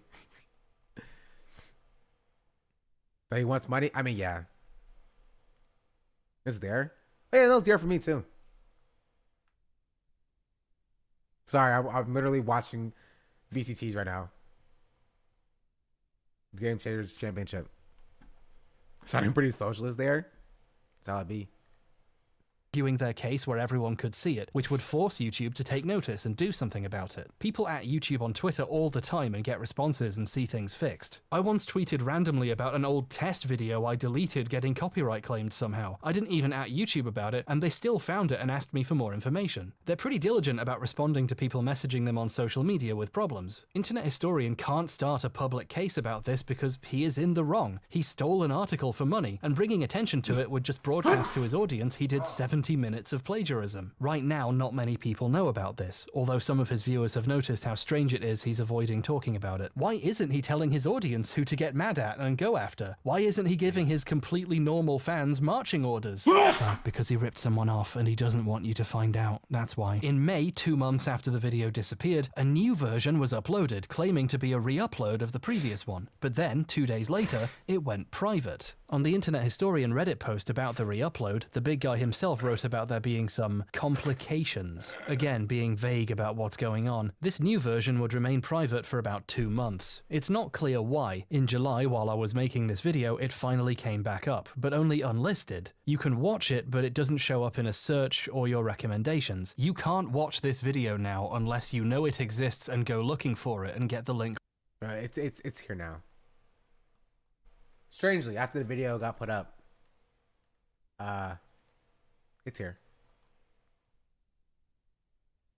Sorry for the re-upload, fellas. The original got copy struck. RIP. But don't worry, we are working on new main channel videos. Here's a sample of the timelines. In the meanwhile, incognito mode, which has a new video about every... Oh, look at that.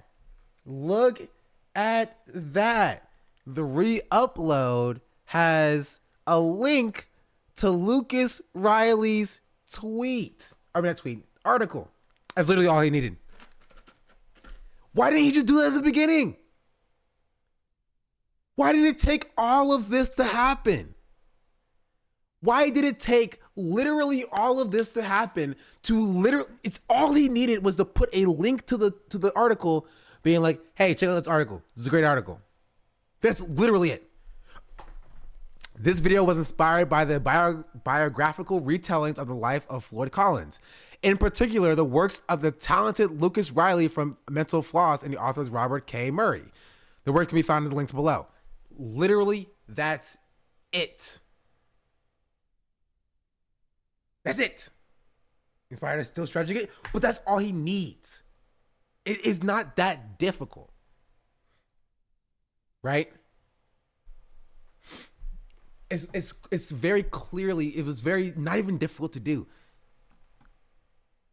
Everybody says I bet Lucas Riley might be been flattered too. Like I was saying, like he now he started off so antagonist. Yeah, if he reached out, like he literally video could have been done. Reached out like, hey Lucas, I saw your article. I'm working on this like visual retelling of your article. I'm wondering if it's cool if I do that and like I can add you and stuff like that. Lucas probably would have been like, for sure, go for it, dog. Go for it. I love to see it. And just I don't know why he's so averse to doing that. Right? He could have also said nothing, put Lucas in the description, then reached out to Lucas being like, yo, Lucas, this is what I did. Look at this. It's cool, right? Got 10 million views on your story. Right?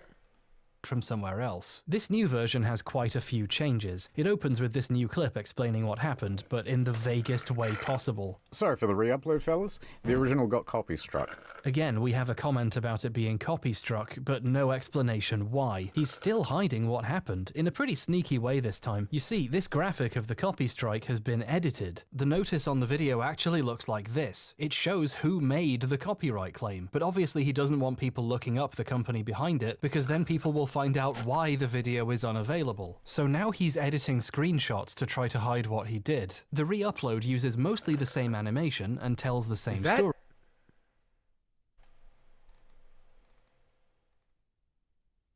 To try to hide what he did. The re-upload... Is that Ordinary Things, chat? Am I wrong?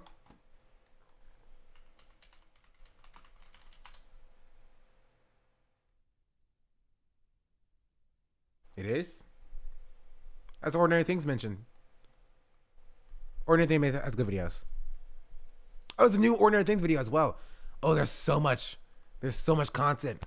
Uses mostly the same animation and tells the same story, but lots of the voiceover has been rewritten to try to sound less like the article. Here's a section I showed you earlier. His left arm was pinned underneath his torso, his right wedged by the rock ceiling above. Now here's the HD remaster. His right arm is wedged against the roof of the cave, and his left is stuck in place underneath his torso.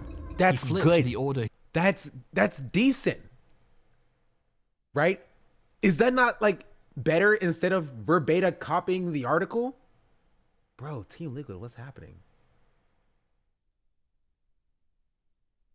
Is it not better to like actually have a retelling instead of a verbatim, like basically text to speech with animation going in the background? It's literally school level copywriting, but it's definitely better. Man, I think it's better. At least it shows a level of effort. He talked about the arms and reworded how he talked about them. He hasn't really solved the overall plagiarism, he just changed the words more than last time. Beneath him, sharp crystal shards dug into his skin. It's still better. You can feel the sharp crystals on the ground poking into his back. Floyd tried to breathe calmly. Floyd took slow, steady breaths, so he removes his suit, drapes himself in coveralls, and grabs a lamp. Miller thinks for a moment, then says, yeah, all right. He grabs a lantern. In the past, we've seen people reword stuff they stole and hope they don't get caught. But now we're getting a special treat. We get to watch someone go back and try to change it even more. Like, no, we already know you stole this now. You can't take it back and pretend you didn't. But Floyd didn't really answer any of his questions. In fact, this is also in a... Don't make me ban you, Troy. I will do it. I will do it. I don't like you here that much.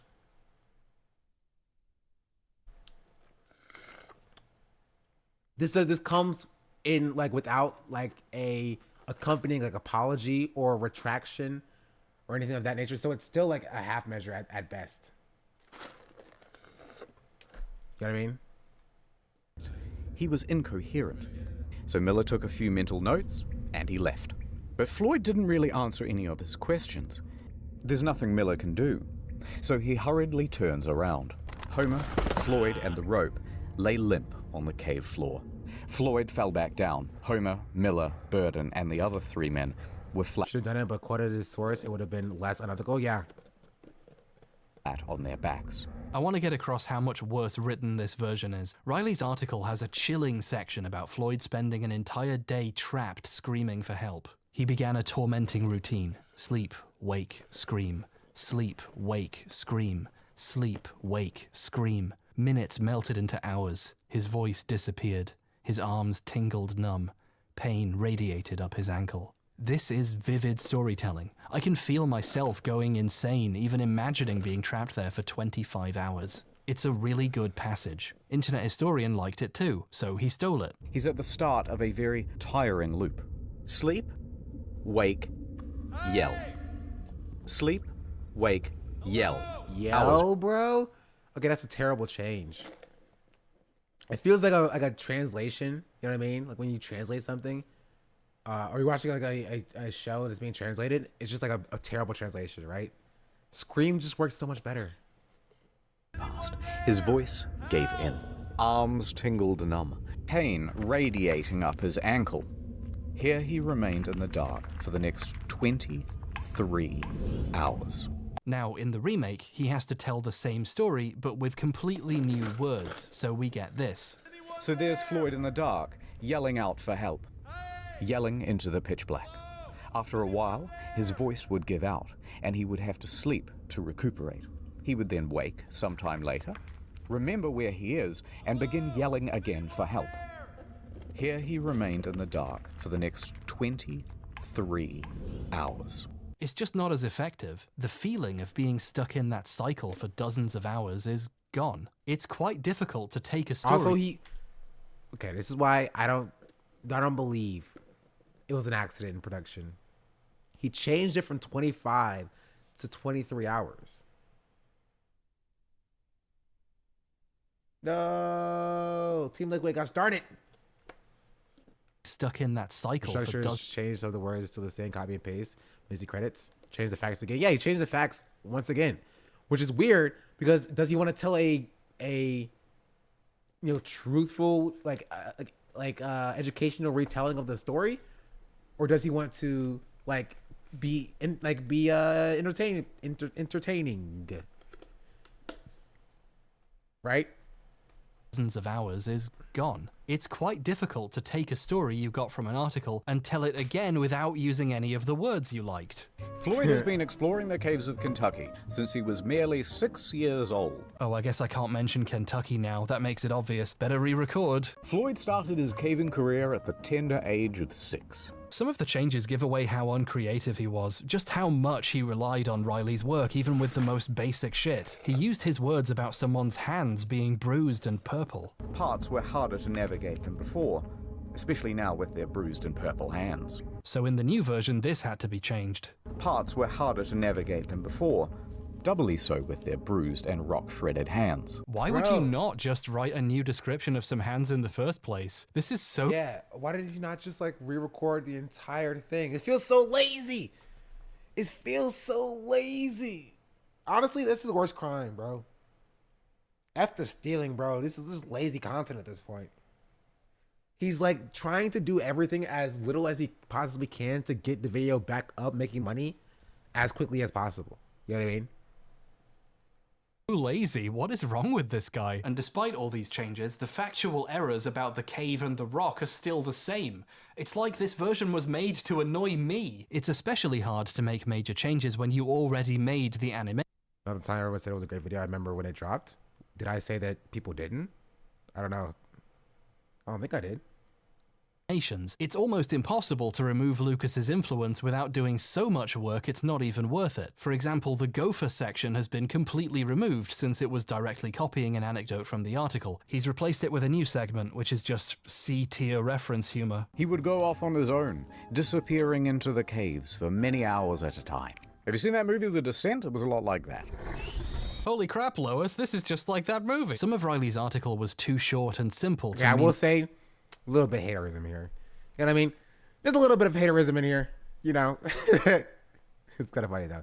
I live for haterism. Meaningfully change, so those parts have just been taken out. And all they could do was leave for now and reassess.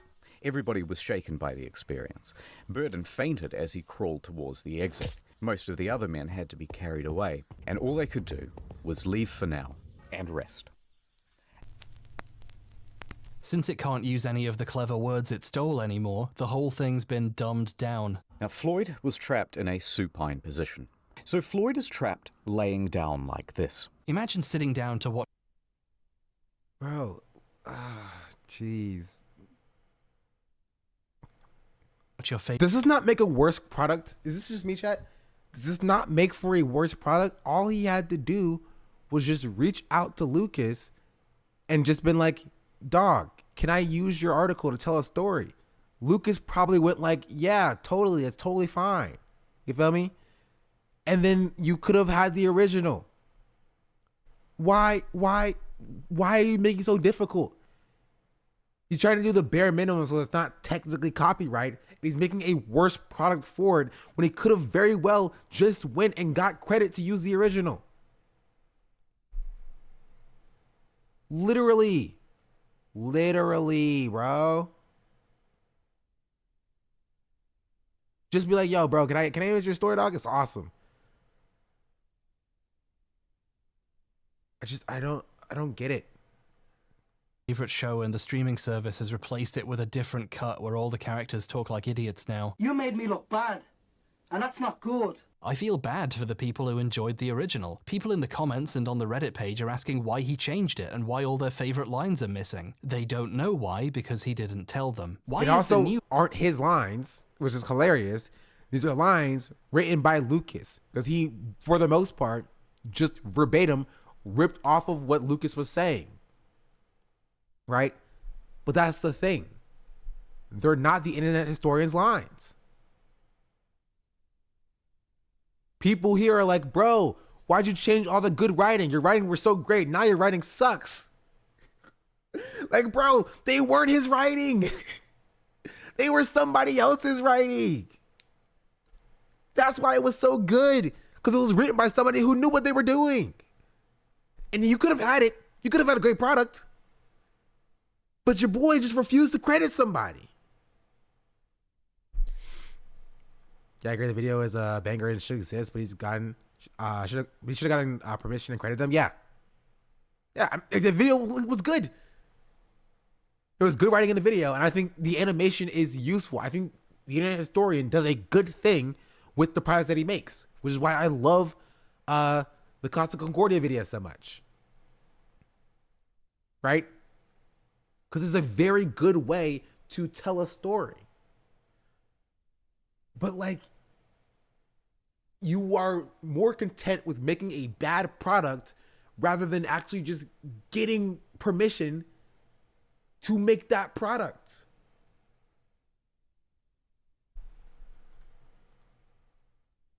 Version of the video unlisted and not public. Well, it could be because it's a lot worse, but mainly, by being so much worse, it kind of gives away what he did. This video's fans obviously want it back up, but if it goes back up and it's obviously much worse written now, the 10+ million people who saw it the first time, potentially even more than once, will wonder why it's different and look into why and maybe find out. But if it stays down, people will wonder why it's down and look into why and find. I'm not surprised he linked it again, because the video needed to go back up because sponsorship obligations. Video cannot be down forever. So he had to do something. Find out. And when he found out he sold an ad spot to World of Tanks or whatever. And when you find out that the entire part of your video is being, called out for plagiarism, and you can't fundamentally change the structure of your video because the video is already made, animation's already done, you make one video a year, you got to do something. This was the happy compromise. He's trying to delay the inevitable wider discovery of what he did by letting the video exist, but as quietly as possible, so no one wonders where the video went, but not too many people see it and notice the differences. It's a precarious situation, and I don't envy him.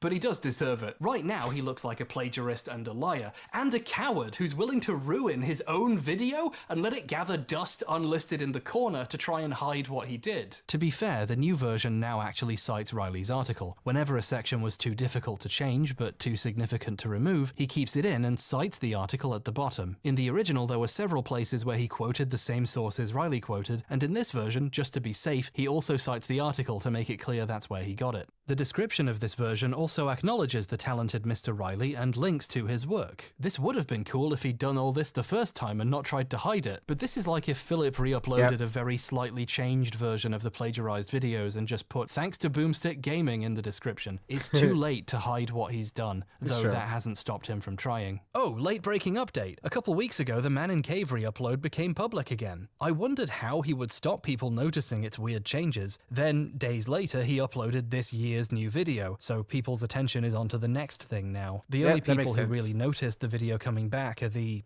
hardcore fans. This was a real clever boy move. If I wanted to sneak my weirdly changed re-upload back out without too many people noticing, this is how I'd do it, and all I'd have to do next was hope no one ever makes the video I'm making right now.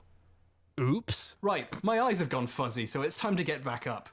Ah, my knees really hurt too. Okay, I threw out an IKEA poang to make room for this beanbag chair, and it's rubbish. I love sacks full of balls, but not this much. Don't get a beanbag chair. Ayo. Oh, God. Jesus. Hey, the mic's still out of frame. That's nice, that never happens. I don't know, a proper apology would be nice, and maybe an explanation for why it happened. As far as I can tell, this is the only video where he's just ripped something off like this. I hope. You know, why did he do it for this one? Really, I just want to know where he got £33. I'm a simple man with simple needs. Yorkshire puddings with a little bit of gravy on top, and explanations for discrepancies in numbers. My parents never took me to see a psychologist, so I assume that's normal. In the meantime, I'm very happy to accept the award for Jack's Film's second best video of 2022. The version from 2022 is gone. Get it off the list, Jack. Bump me up. Now, what's the first place one? And how do I destroy it? Oh, it's the steamed hams one where an animator did like a million different styles. That one's really good. And it even tells you which styles it's doing and when in the description. This cartoon cites its sources better than half the stuff I covered in this video. Whoa. Well, I guess I'll settle for second place.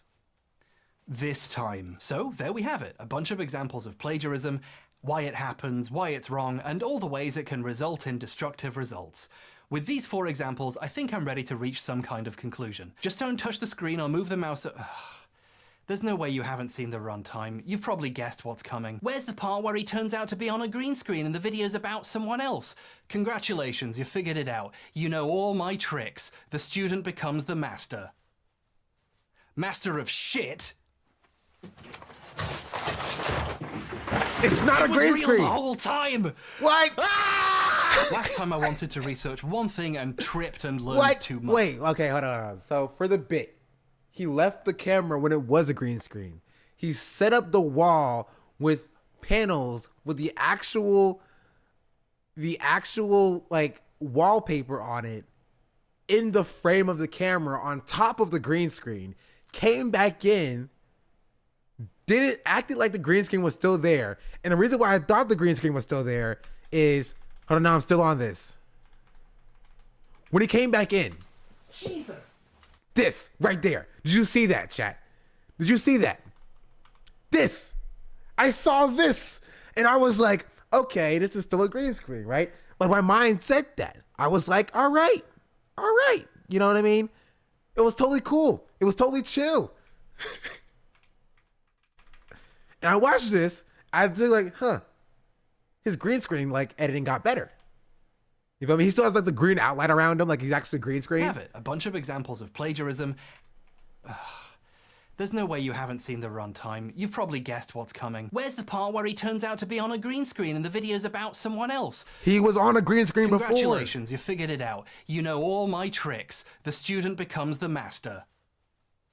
Master of shit?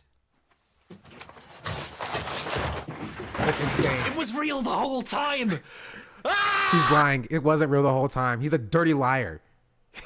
He's a dirty liar. He's lying to us, chat. Last time I wanted to research one thing and tripped and learned too much. This time I had the breakdown and worked backwards. We understand why this shit is wrong now and the damage it can do. The piles of money people make from stealing other people's words and ideas and work. But there's one group more important than the original fake out. Yeah, I saw this. We watched it all. As well. Go do whatever it is you do in your fun house. I'm just chilling out. Actually, no, we didn't watch this on stream. I saw it myself. See ya.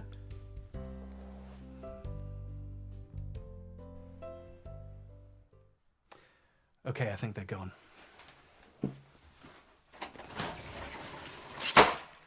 This video so is being filmed at confused. an undisclosed location to avoid being traced. Also, Mum went on holiday and she locked the garage so I can't get to my set. And no, I have no idea why the back wall of this room is also green. The last guy who lived here had terrible taste. Anyway,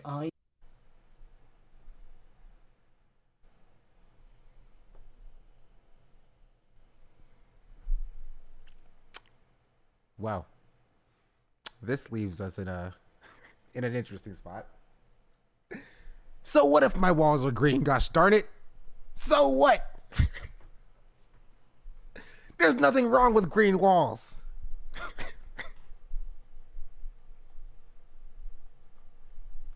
They are? Yeah, they are. You can't tell? You maybe need more light. I have no light. Where's my... Here, I'll turn on my flashlight. See? They're green.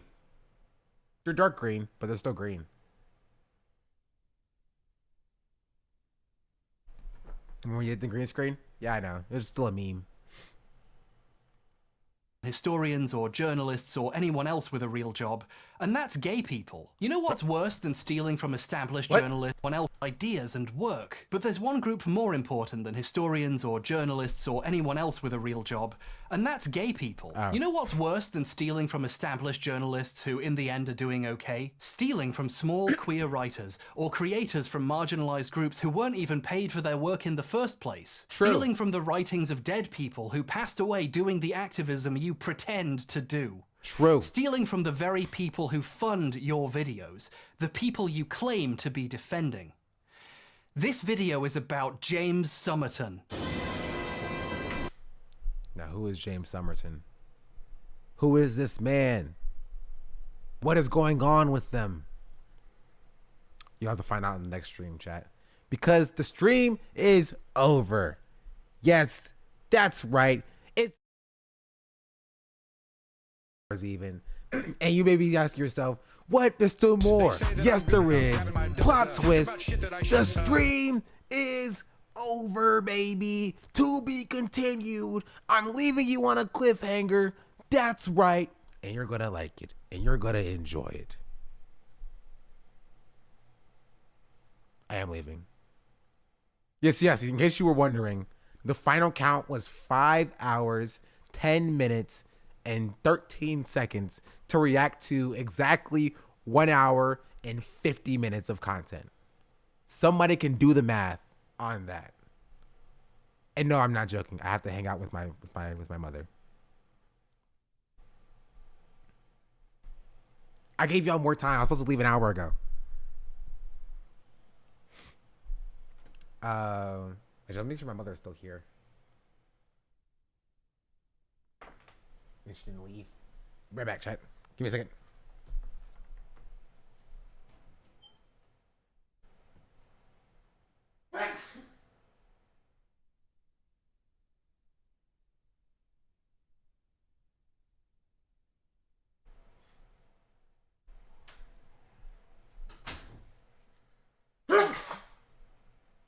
Oh, jeez, Louise. Ugh. Gosh darn. Yeah, I gotta go. We'll watch this tomorrow. And I promise to not watch any of this right now immediately after I end the stream. I totally promise.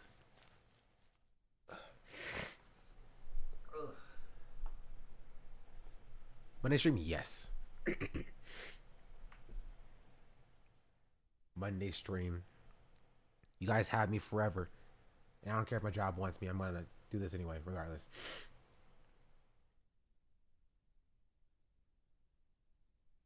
No.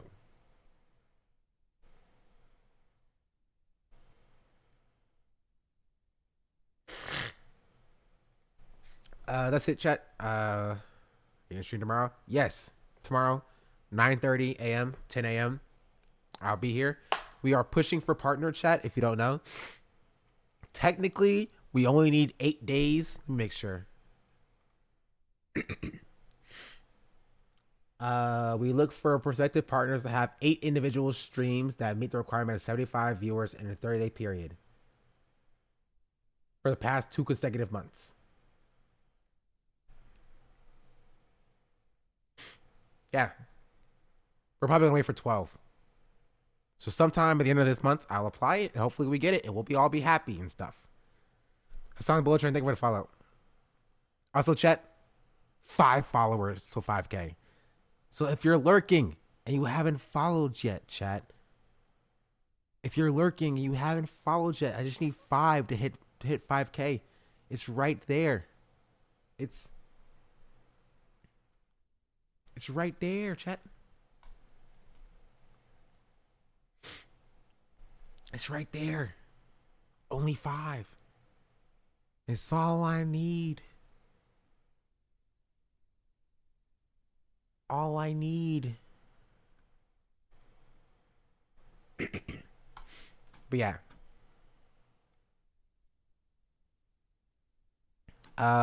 So close. We'll get there eventually. No worries. Yeah, I have to go hang out with my mother and watch lots of VCTs. Shout out Team Liquid. I hope you win. I'm on Team Liquid's side for this.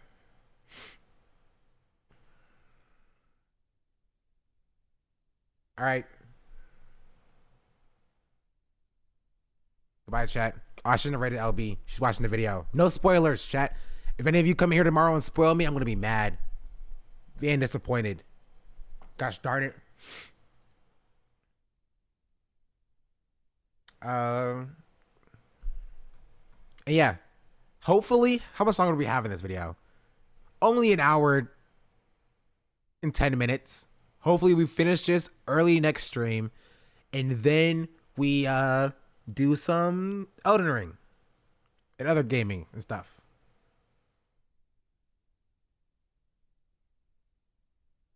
So yeah.